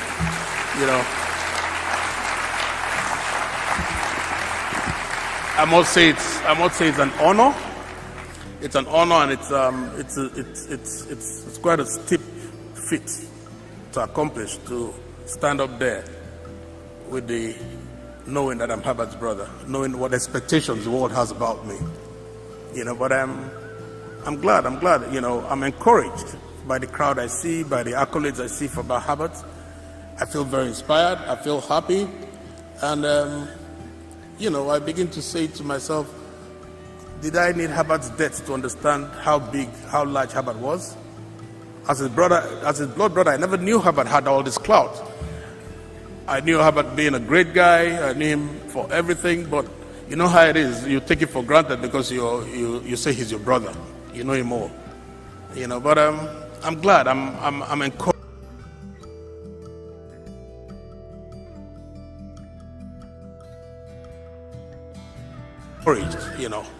I'm very encouraged to hear all this about Herbert, and so much said about what he's done and what his dreams are. We all know what it is. I guess the greatest legacy he would have liked, would have been to build up his foundation, which had a lot to do with which speaks to his heart towards children. Most importantly, his family, his kids. And, it's funny. I kept marriage till very late. Till very, very late, I promise you. Maybe God has a humor man we can't understand. I gave birth. I had my first child barely a year ago. I got into fatherhood barely a year ago, and in less than a year after, I see myself inheriting 4 more kids: Tochi, David, Hannah, and Okachi. It's pleasant. I'm happy about it. I'm excited. If there's something I look forward to beyond anything else in my life, is to show love to Herbert's kids. I'd like to prove to them. I know I might not do it as well as he would have done it, but I'd love to show them what their father meant to me. I don't have a choice. I don't know anywhere else to build. And for whatever Herbert stood for, I'll be glad to do what we can. Myself, my wife, Chinaya, my siblings, and my entire family would be very glad to serve, to do it, to the glory of God. And we've had a lot of support from Aigboje, Herbert's brother, Herbert's twin, family, Alhaji Aliko. I must say a lot of appreciation to him. Alhaji has been receiving guests at my father's house like it was his son that died. Same for the governor of Lagos State. Everybody has been so helpful and supportive. And, I don't know. For a day that has been the toughest day in my life, standing up here to talk to you guys is the toughest challenge I've ever had in my entire existence. In my entire existence. Until I stood up from my seat, I didn't know I could do this. I sat down there and I said, who knows Herbert better than I do in this hall? Nobody. Nobody messed up around with Herbert. Who was Herbert? Herbert was that brother of mine that took my underwears to learn how to swim. I went in, nearly got drowned. He came out and I took it back and he said to me, don't go in there. I insisted on taking my panties back from Herbert. I took it, went into the water, nearly got drowned myself. We got out, we laughed about it, and that was how I never learned how to swim.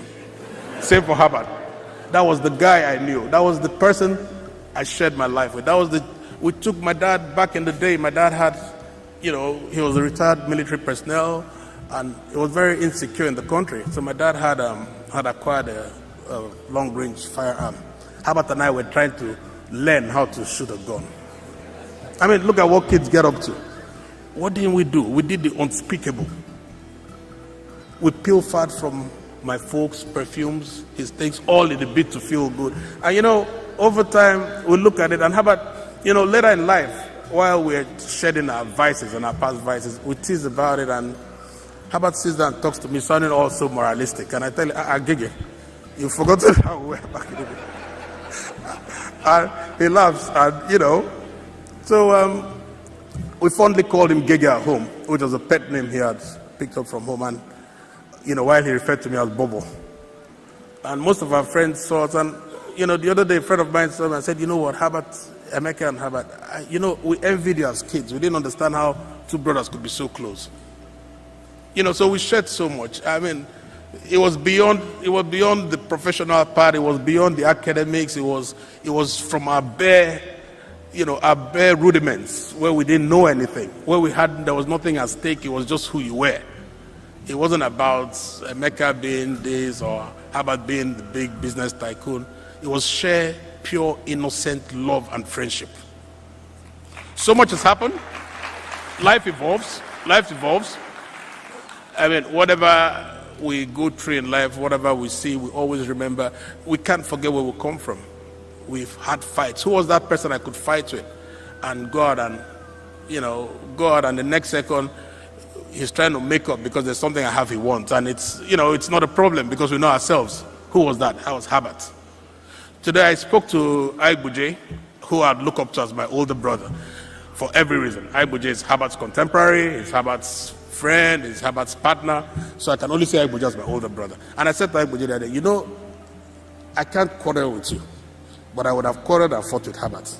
Because I know Aigbuje as Herbert's friend, and Herbert was that person I could do what I could take the extra chance with. So if I met his friends, I probably wouldn't have the same feel with them, no matter how much I love them. So Herbert was my brother. He was my brother from the roots. I couldn't, like it or not, I couldn't do a thing without him. So we shared too much. I mean, we shared so much. I'll feel out of place to come here to start telling you how good Herbert was. I'll sound like I'm patronizing him. But Herbert is who he is, and I know him for what he is. And unfortunately, like it or not, I really can't. I can't do without. I can't see wrong in him. Even if I told you I saw wrong in him, if it comes to brass tracks, I'll stand up for Herbert. So I just can't. I just need you to know that I just have a duty to stand up for Herbert in all forms, And I say thank you, gentlemen. Thank you, everybody, for this. And I just pray we could all stand as one big family, one really big family here. Everybody sounded so passionate about him, so deep about him. And it's been very, very encouraging. I mean, having to see the attitude towards my parents, the love and affection shown to my family, it's incredible. I feel on top of the world. I tried crying, because it's unbelievable what happened to Herbert. You just can't comprehend it. It's like a fiction story that it could never have been written by the best scriptwriter in Hollywood. It's a dream. How does it happen? He had everything going. He had everything going. He was religious. I keep saying to people, couldn't something speak for Herbert in the spiritual realm when it was going to happen? Couldn't something say, hey, this gentleman has done this, let it not happen? So it just tells you, we're all as vulnerable as the next person. Yeah. And, we're all vulnerable, and I think we should just share in the memories of Herbert in all that he stands for, in all the good he did, and let's build it and make a better world for every one of us. Thank you, everybody. Thank you. Yeah.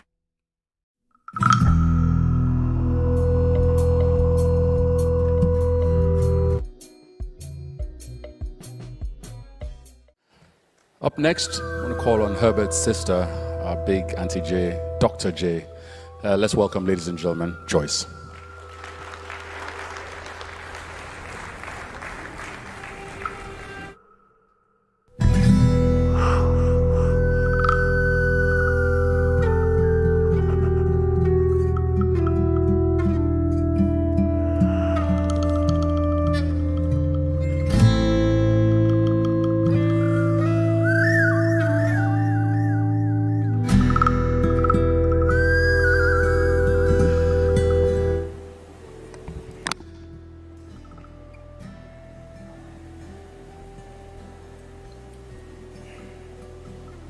Good evening, ladies and gentlemen.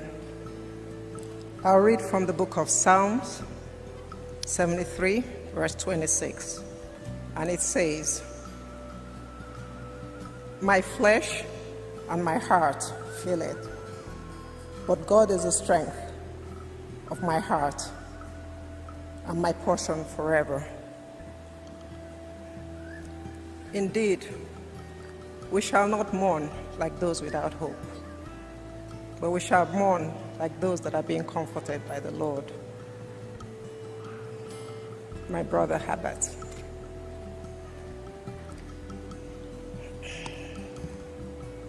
I am Herbert's older sister. He comes right after me. Before me was my brother Osita. Osita passed, like Emeka said, 26 years ago. And Herbert took on the realms as the head assume the role of the son of the family, the first son of the family. Indeed, it is my privilege to speak to you about Herbert. It's really an honor to speak to you about Herbert. Now, I'll scan through Herbert's life, and I'll take you through our childhood, the sort of child he was, so that Tochi and Hannah might know, and David might know the sort of father they had as a child in his childhood. Herbert. I think Herbert's life was shaped by three things. One was his secondary education in Sokoto. I think Ike has referred to that a few times in the past, because I think Ike went to Federal Government College, Kaduna as well. At a very young age, Herbert had to go to Kaduna by himself on the train. Not these days when we are helicopter parents. Our parents couldn't afford it, so Herbert went by himself. I think that developed the sort of person Herbert later became. Another thing I think shaped Herbert's personality was my father as a disciplinarian. My father was in the military with a strict disciplinarian, so we couldn't faff around. Now, the third thing I think shaped Herbert's life was Herbert as a middle child. We grew up in a house of 6 siblings, but we had a cousin that we referred to as my brother. So we considered ourselves 7. But Herbert was stuck in the middle. So he was a middle child. I think these 3 things actually shaped who Herbert became. Middle child, father as a disciplinarian, and trip to Sokoto. As a child, trip to Sokoto, like I said earlier on, meant that he had to go through the train stations and whatever it took for him to get from the east up to Sokoto, and made it all the time. My father got frustrated with that and moved him to Warri. In moving him to Warri, Herbert was no different from any other child. He was actually very playful. My father would visit him on occasion and find Herbert playing with his towel outside, kicking football. My father was livid because my father was a strict disciplinarian and believed seriously in academics. So Herbert got good whooping for playing outside when my father paid those surprise visits. Now, by the time Herbert took school cert, his school cert wasn't as great as my father wanted him to do. So contrary to what people think, Herbert was never really exceptional. And I say this because you don't have to be exceptional to succeed. It just takes hard work and tenacity, which I believe Herbert realized later. After the school said that my father made Herbert repeat, Herbert said to my father that this would be the last time this would happen. And true to his word, it was the last time. Because the next time my father paid him a visit in University Enugu campus, Herbert was found in the library. My father paid him another visit, only to hear Herbert was in the library. My father was rest assured that indeed his son had turned the leaf. So I think that really made a difference. I think that was a hallmark of Herbert moving from being a child to a child that, to becoming what he really wanted to be. Now, as a young adult in the house, we all sat around the kitchen table and we always wondered, what are we going to study? And Herbert was the only child in the house that was very clear on what he wanted to study. He said he wanted to be an accountant. Now, we all wondered, why do you want to be an accountant? We don't even hear about accountants. My mother had one uncle. Just one uncle that was an accountant. And God bless his soul, he was a wonderful man. But then we thought, well, that's the only person we know. Why do you want to be an accountant? Why don't you become a doctor, a lawyer, an engineer or something? Herbert said, all I want to be is an accountant. We said, okay. So, and then he said to us, by the age of 30, I'm going to be a millionaire. And we said, yeah, right. So we continued on this venture at home. Now, an indication of who Herbert was is the fact that Herbert and my mother, about the same time, embarked on a trip to the US. Knowing Herbert, he had expensive taste and was very neat. So I believe they went shopping while they were in the US. And I think Herbert bought like 2 or 3 new suits, at the time considered expensive. Now, in those days when your luggage came, there was a chance that your luggage probably would not even come. Or maybe it would come with half of the things taken. So Herbert, to mitigate this risk, decided to wear all the suits. And so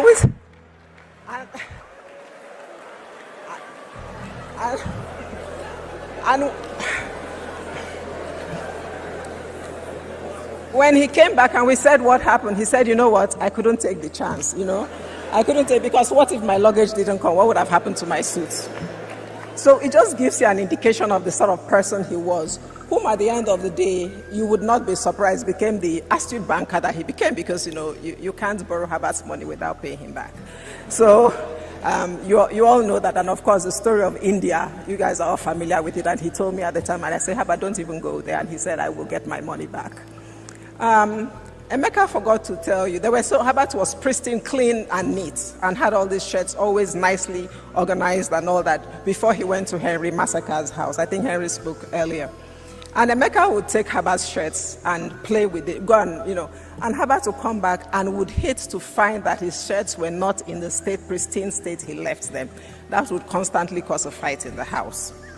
So it tells you that characteristics that made him who he became were actually rooted in him as a child. Now, as we grew older and Herbert as an adult, he, of course, like you would know, metamorphosed, changed, evolved. Like I said, assumed the role of head of the home after Osita left, and took care of my parents. I mean, in a way that, blew their minds beyond their imaginations. And I think the Lord God actually blessed Herbert so much so that to be able to make the loss of Osita lighter. Herbert loved children so much. So we're not surprised that he has a quiver full of them. So as an adult, Herbert took on the role of Osita, became the first child in the home, and Herbert evolved to wanting to impact. I think the last few words we shared, which was on Thursday night when he called me, like we would usually chat about so many things, and he would say, doctor, for example, Herbert went back to school, right? And he would say, doctor, would you believe they thought I wouldn't finish law? And I said, obviously, they don't know who you are. We had an ongoing joke, like somebody mentioned, Herbert is one that really loves academia. And so Herbert would go back to school and get a master's, and then he would get another master's. And then he'll get yet another master. And I said, aren't you tired of all these masters you're getting? When are you going to move up a little bit? And he says, doctor, well, you have a PhD from Stanford, but guess what? My bank balance is more than yours. And I'll say to him, yes, your bank balance is more than mine, but can you just move up and just move up from being getting all the masters? And then, then he set up the Wigwe University, out of a passion. Anybody who knows my parents will know that, Herbert had, was a penchant for education. Tochi can attest to the number of lessons they had, whom their mother, Chizoba, rescued them from most of the time. So it wasn't surprising that he set up the Wigwe University. And I said to him, oh my goodness, finally you set up the Wigwe University. And so now you can ascribe to yourself as many doctorates as you want. And so it was an ongoing joke we had with ourselves, friendly competition as siblings. We thank God so much for the life of Herbert. I am truly honored to be his sister. I couldn't have asked for more. And I thank God so much for the privilege. Tochi, David, Hannah, she's not here, Okachi. You know what? Clean your eyes. Roll your shoulders back. Herbert has set the stage for you. With God on our side, you are set to go. Don't worry about the future, because we're totally with you. The principles that he brought you up with, we're here to ensure that those values and principles continue. And you would find out that the principles that set him up the way he is, the way he was, hardworking, tenacious, ambitious, and all that, you will achieve even much more than your father did, to the glory of God Almighty. Thank you, ladies and gentlemen.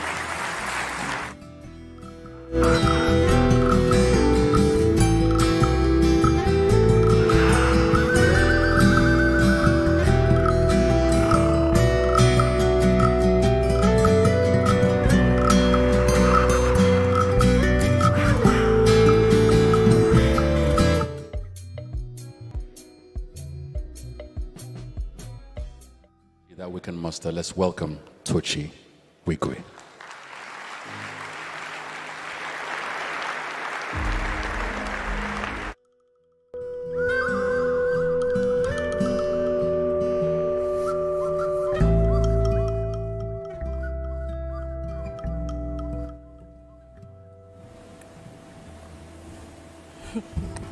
Good morning. Good evening. Jesus.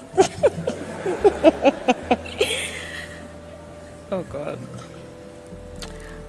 I always used to tell my father that I really hated public speaking. And he tried to convince me that he hated it as well. But it's just something he had to do. So I'm going to try my best to be fearless. Oh, God.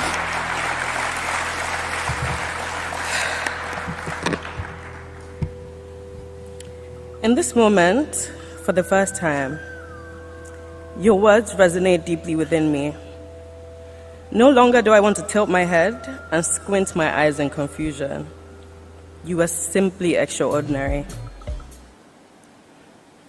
Amidst my tears, I reflect on the man that you are.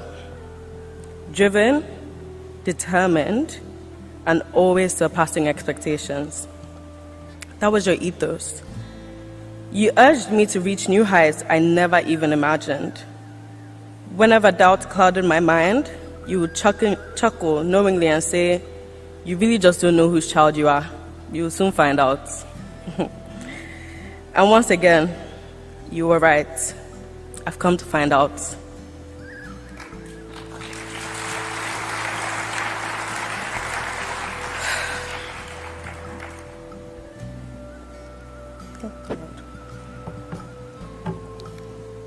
I could never fathom how you managed to do it all.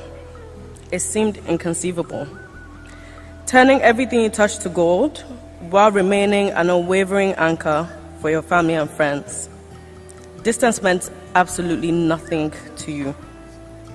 Even when I studied overseas, you traveled continents on a whim just to see me for a couple of minutes before heading back to your responsibilities. Also those midday check-ins to make sure I was doing my work when I was ingrained. If not, I'd be disciplined seriously. These were a testament to your steadfast and ever-constant love. Whenever your name graces my lips, I make sure to emphasize that my father was a feminist, a champion of equality.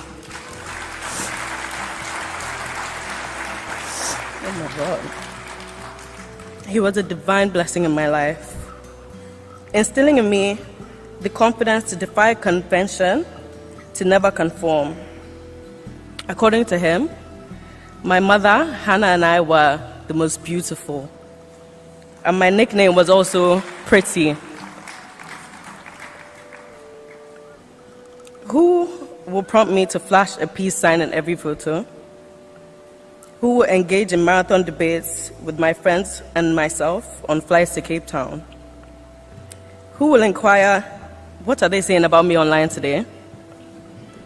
And who will ask me about my thoughts on Wigwe University? You were a paradox, a tower of strength with a heart as soft as silk.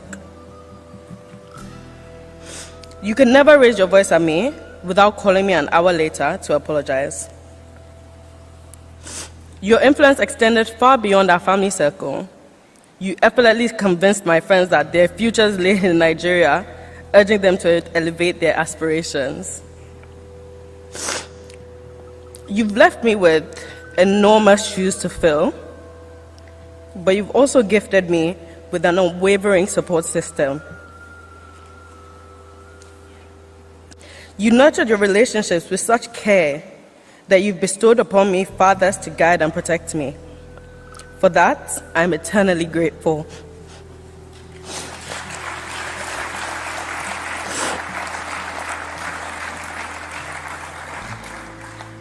I love you deeply, and I ache for the day we'll be reunited, to resume our cherished gossip sessions, to continue our pep talks about life and everything in between. With all my love, Mama T, aka You're Pretty.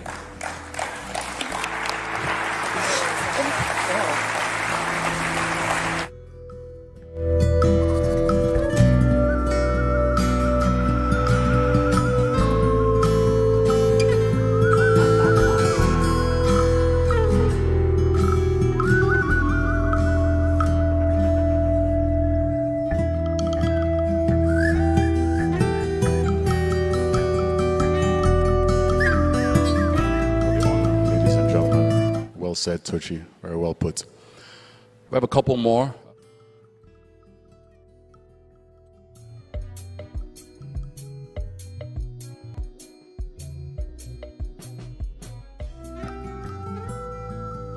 To the microphone to pay her tribute. Please welcome the one that we popularly call Kokoma, Stella.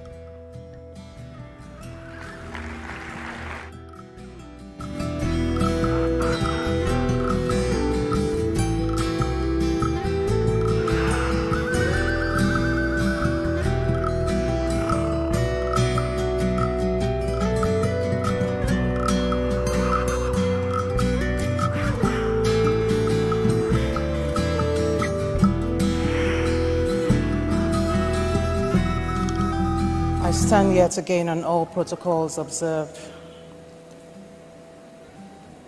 And you must excuse me because it's tough coming after my niece, Tochi.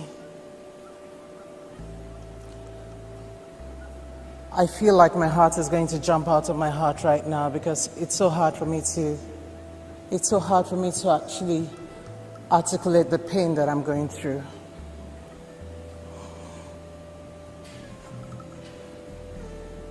It's hard.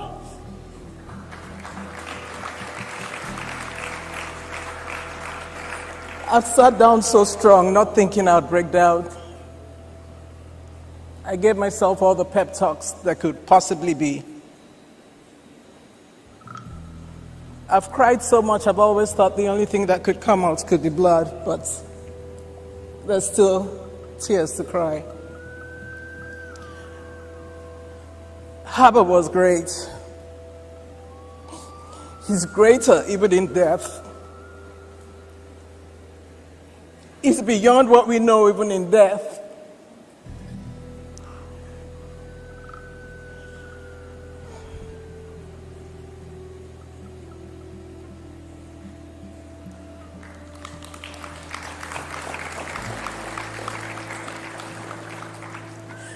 I'm left with 3 of my other siblings. Emeka, Peggy, and Joyce. And all I can say is that we're going to push things through. We're going to make these things work. Everything Herbert wanted, we will do our best as long as God lives. And God will live. I think back at Herbert and everything that has happened and his life. He had a beautiful life. Up until the 9th. At least what seemed really beautiful. He went to the best schools, spoke about the best schools. He walked the talk, he talked the talk.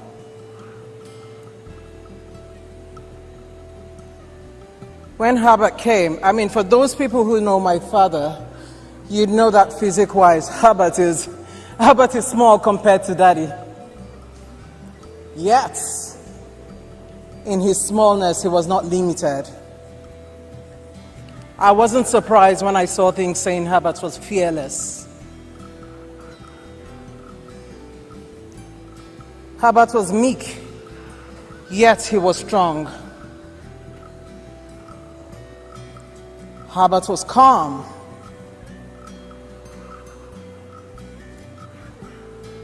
Yet he was a warrior.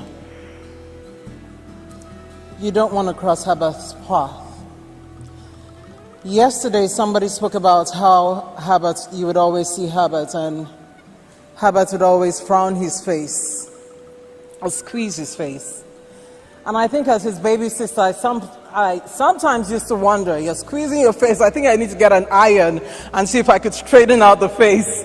But I never thought about saying it to him where he could hear.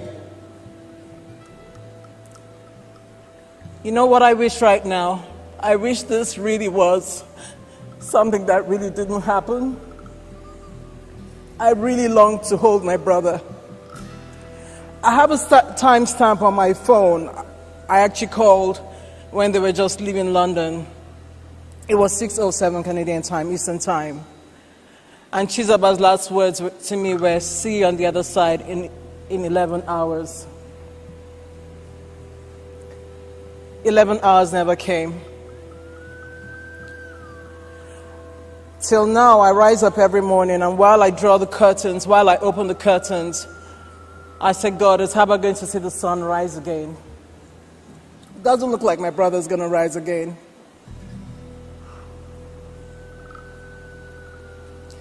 It doesn't look like my brother's going to rise again.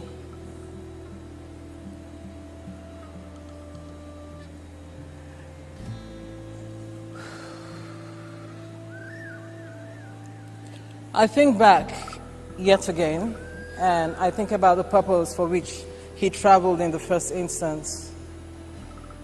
And I think growing up, I never thought Herbert was actively following soccer by any measure. Herbert would barely watch any soccer match, only of course maybe if Nigeria was playing.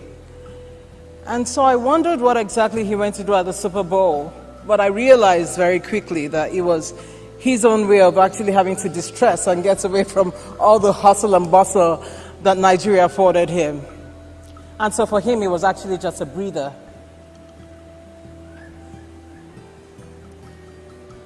I looked back at the pictures he took with Tochi, Igboje, Afo last year, and there's one where he had the peace sign. And I said to myself, I'm going to put that up, and I just want to remember Herbert with the peace sign.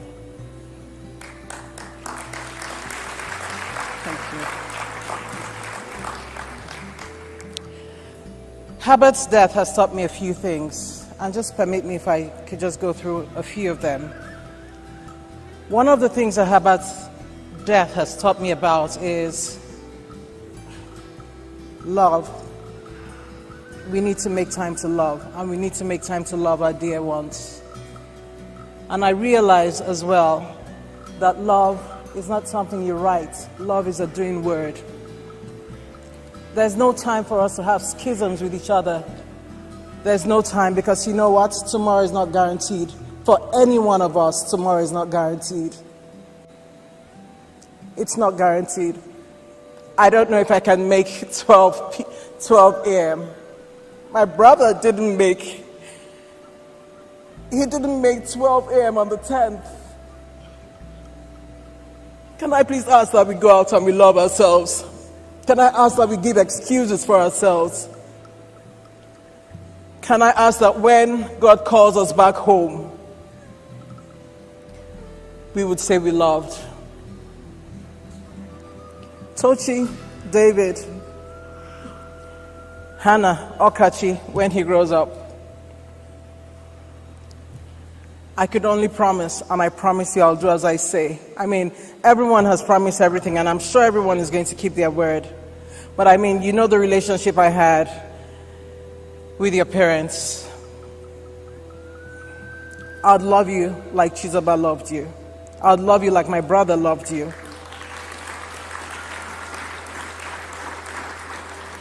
My phone would never be off.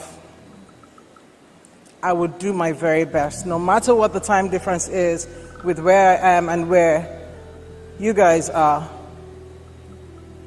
It wouldn't be an issue.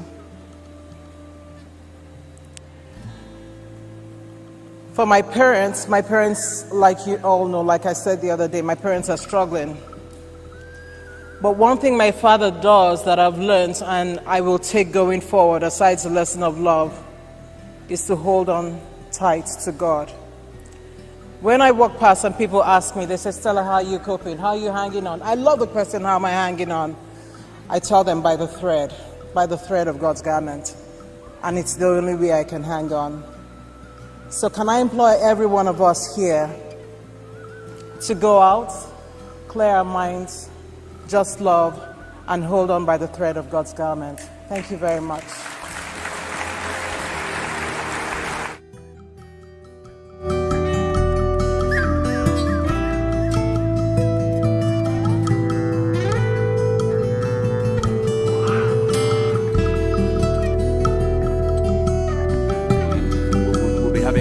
For the family very shortly, so please bear with us. And thank you very much, ladies and gentlemen, for your patience. And thank you to everyone who's also streaming and watching this online.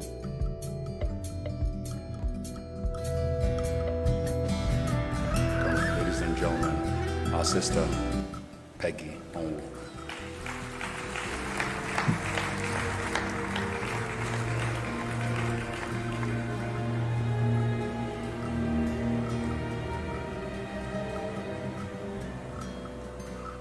Good evening, Your Excellencies. Good evening, friends. Good evening, family. I am Peggy. I am Herbert's immediate younger sister. I want to thank you for sharing this moment with us. My siblings have spoken so well, there's hardly else to say. But maybe I would just say that I would also like to commiserate with the Ogubajos and the other 2 pilots who passed on the ill-fated flight. I remember with fond memories, thank you. I remember with fond memories my nephew Chizi, my sister Chizoba, and my brother Herbert. Maybe the only thing I would like to say up here would be how Herbert got his name, Gege. I think Emeka mentioned it. I don't know who else mentioned it. During the Nigerian Civil War, I wasn't there though, but during the Nigerian Civil War, before the bomber planes would arrive, Herbert would hear. He had a sixth sense.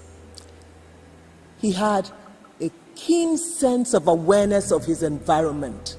I think that's one thing nobody has mentioned today, and that is an attribute that carried him through his leadership life. Herbert was loving, Herbert lived, Herbert achieved. Herbert was passionate, Herbert was compassionate, Herbert lived with satisfaction. He loved his wife. He called her the most beautiful. That's what he always said. She was indeed the most beautiful to her children, Tochi, David, Wigwe. I would call her Wigwe because that is what Herbert always loved to call her on occasion, and Okachi. She was an entrepreneur and a strong supporter of Herbert. She was his friend. Herbert did not spare anything to ensure he wasn't too busy for his children. I would share again the fact that Herbert, with every day, he would call his every child. I have been with him several times and I just thought, this is unbelievable. How do I learn this from you? But he would do that. He wasn't too busy for family. Herbert in his busy schedule would call at say 6:30 just to keep up head of Mercy Chinwo. Herbert would bring to your attention what you would never imagine. Our night is far gone, people. But honestly, there's so much Herbert has taught me and has taught each and every one of us here. To live, to love deeply, to build relationships. Not because of what you want to benefit from them, but to just be a giver to all of this. Before Herbert passed, he spoke with me on Thursday. I said to him, Herbert, your nephew just got admitted into an Ivy League. He says, you people still believe in this Ivy League. Wigwe University, I say, Herbert, where was Chizi? Why didn't he wait for Wigwe University? And then he laughed, he says, just give me 3 years. This your mouth will be quiet. That was what Herbert said. Everybody has said what we need to do. We will all work together as one family. Tochi, David, I love you to bits and I'm sure you know it. Wigwe, Okachi are not here, but we love you all. There are no barriers. There's no stopping.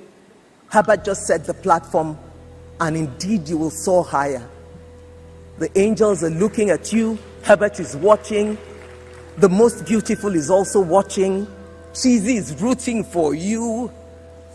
And we can all rise together and know that this is just the beginning of greater things to come. Thank you, Herbert. Thank you, Chizoba. Thank you, Chizi. Thank you for your love. Rest in the bosom of our Almighty. Thank you. Thank you all for listening.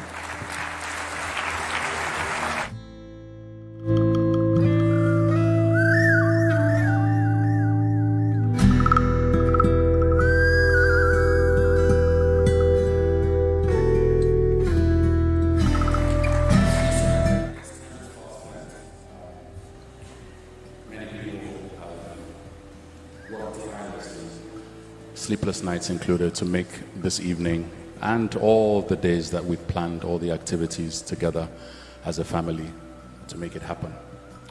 We're going to go into family prayers very soon, but very quickly, let's welcome to the microphone Asha.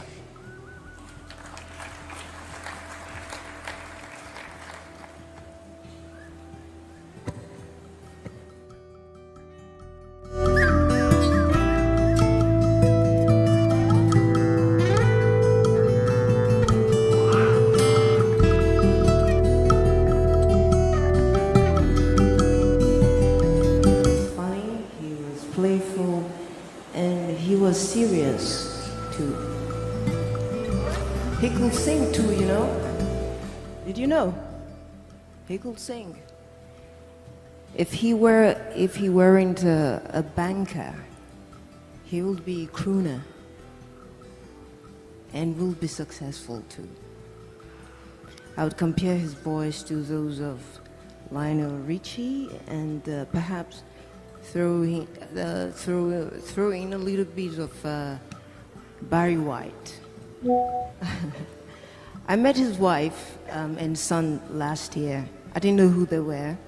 We met at a test kitchen and we said hello and we went on about the business of the evening. And I know that I will, observe her a little bit. She was unique. She had unique facial features. She smiled all the time. And she seemed to know how to crack a joke or two because she made those people around her laugh. And I thought, there's something about this woman. She's different. So when we were sat at the table, she sat across from me, slightly to the right, and I asked her, "Are you from the north?" Because it was a room full of people. "You look northern." And she said, "What?" I said, "Are you from the north? You look..." "Oh, me? My name is Chizoba and I'm Igbo." I thought she was badass, I thought she was cool. Also another force. So tonight I'm going to celebrate them with my song, Eyadaba, accompanied on the guitar by Nsikak David and Janet Omosi on background vocals.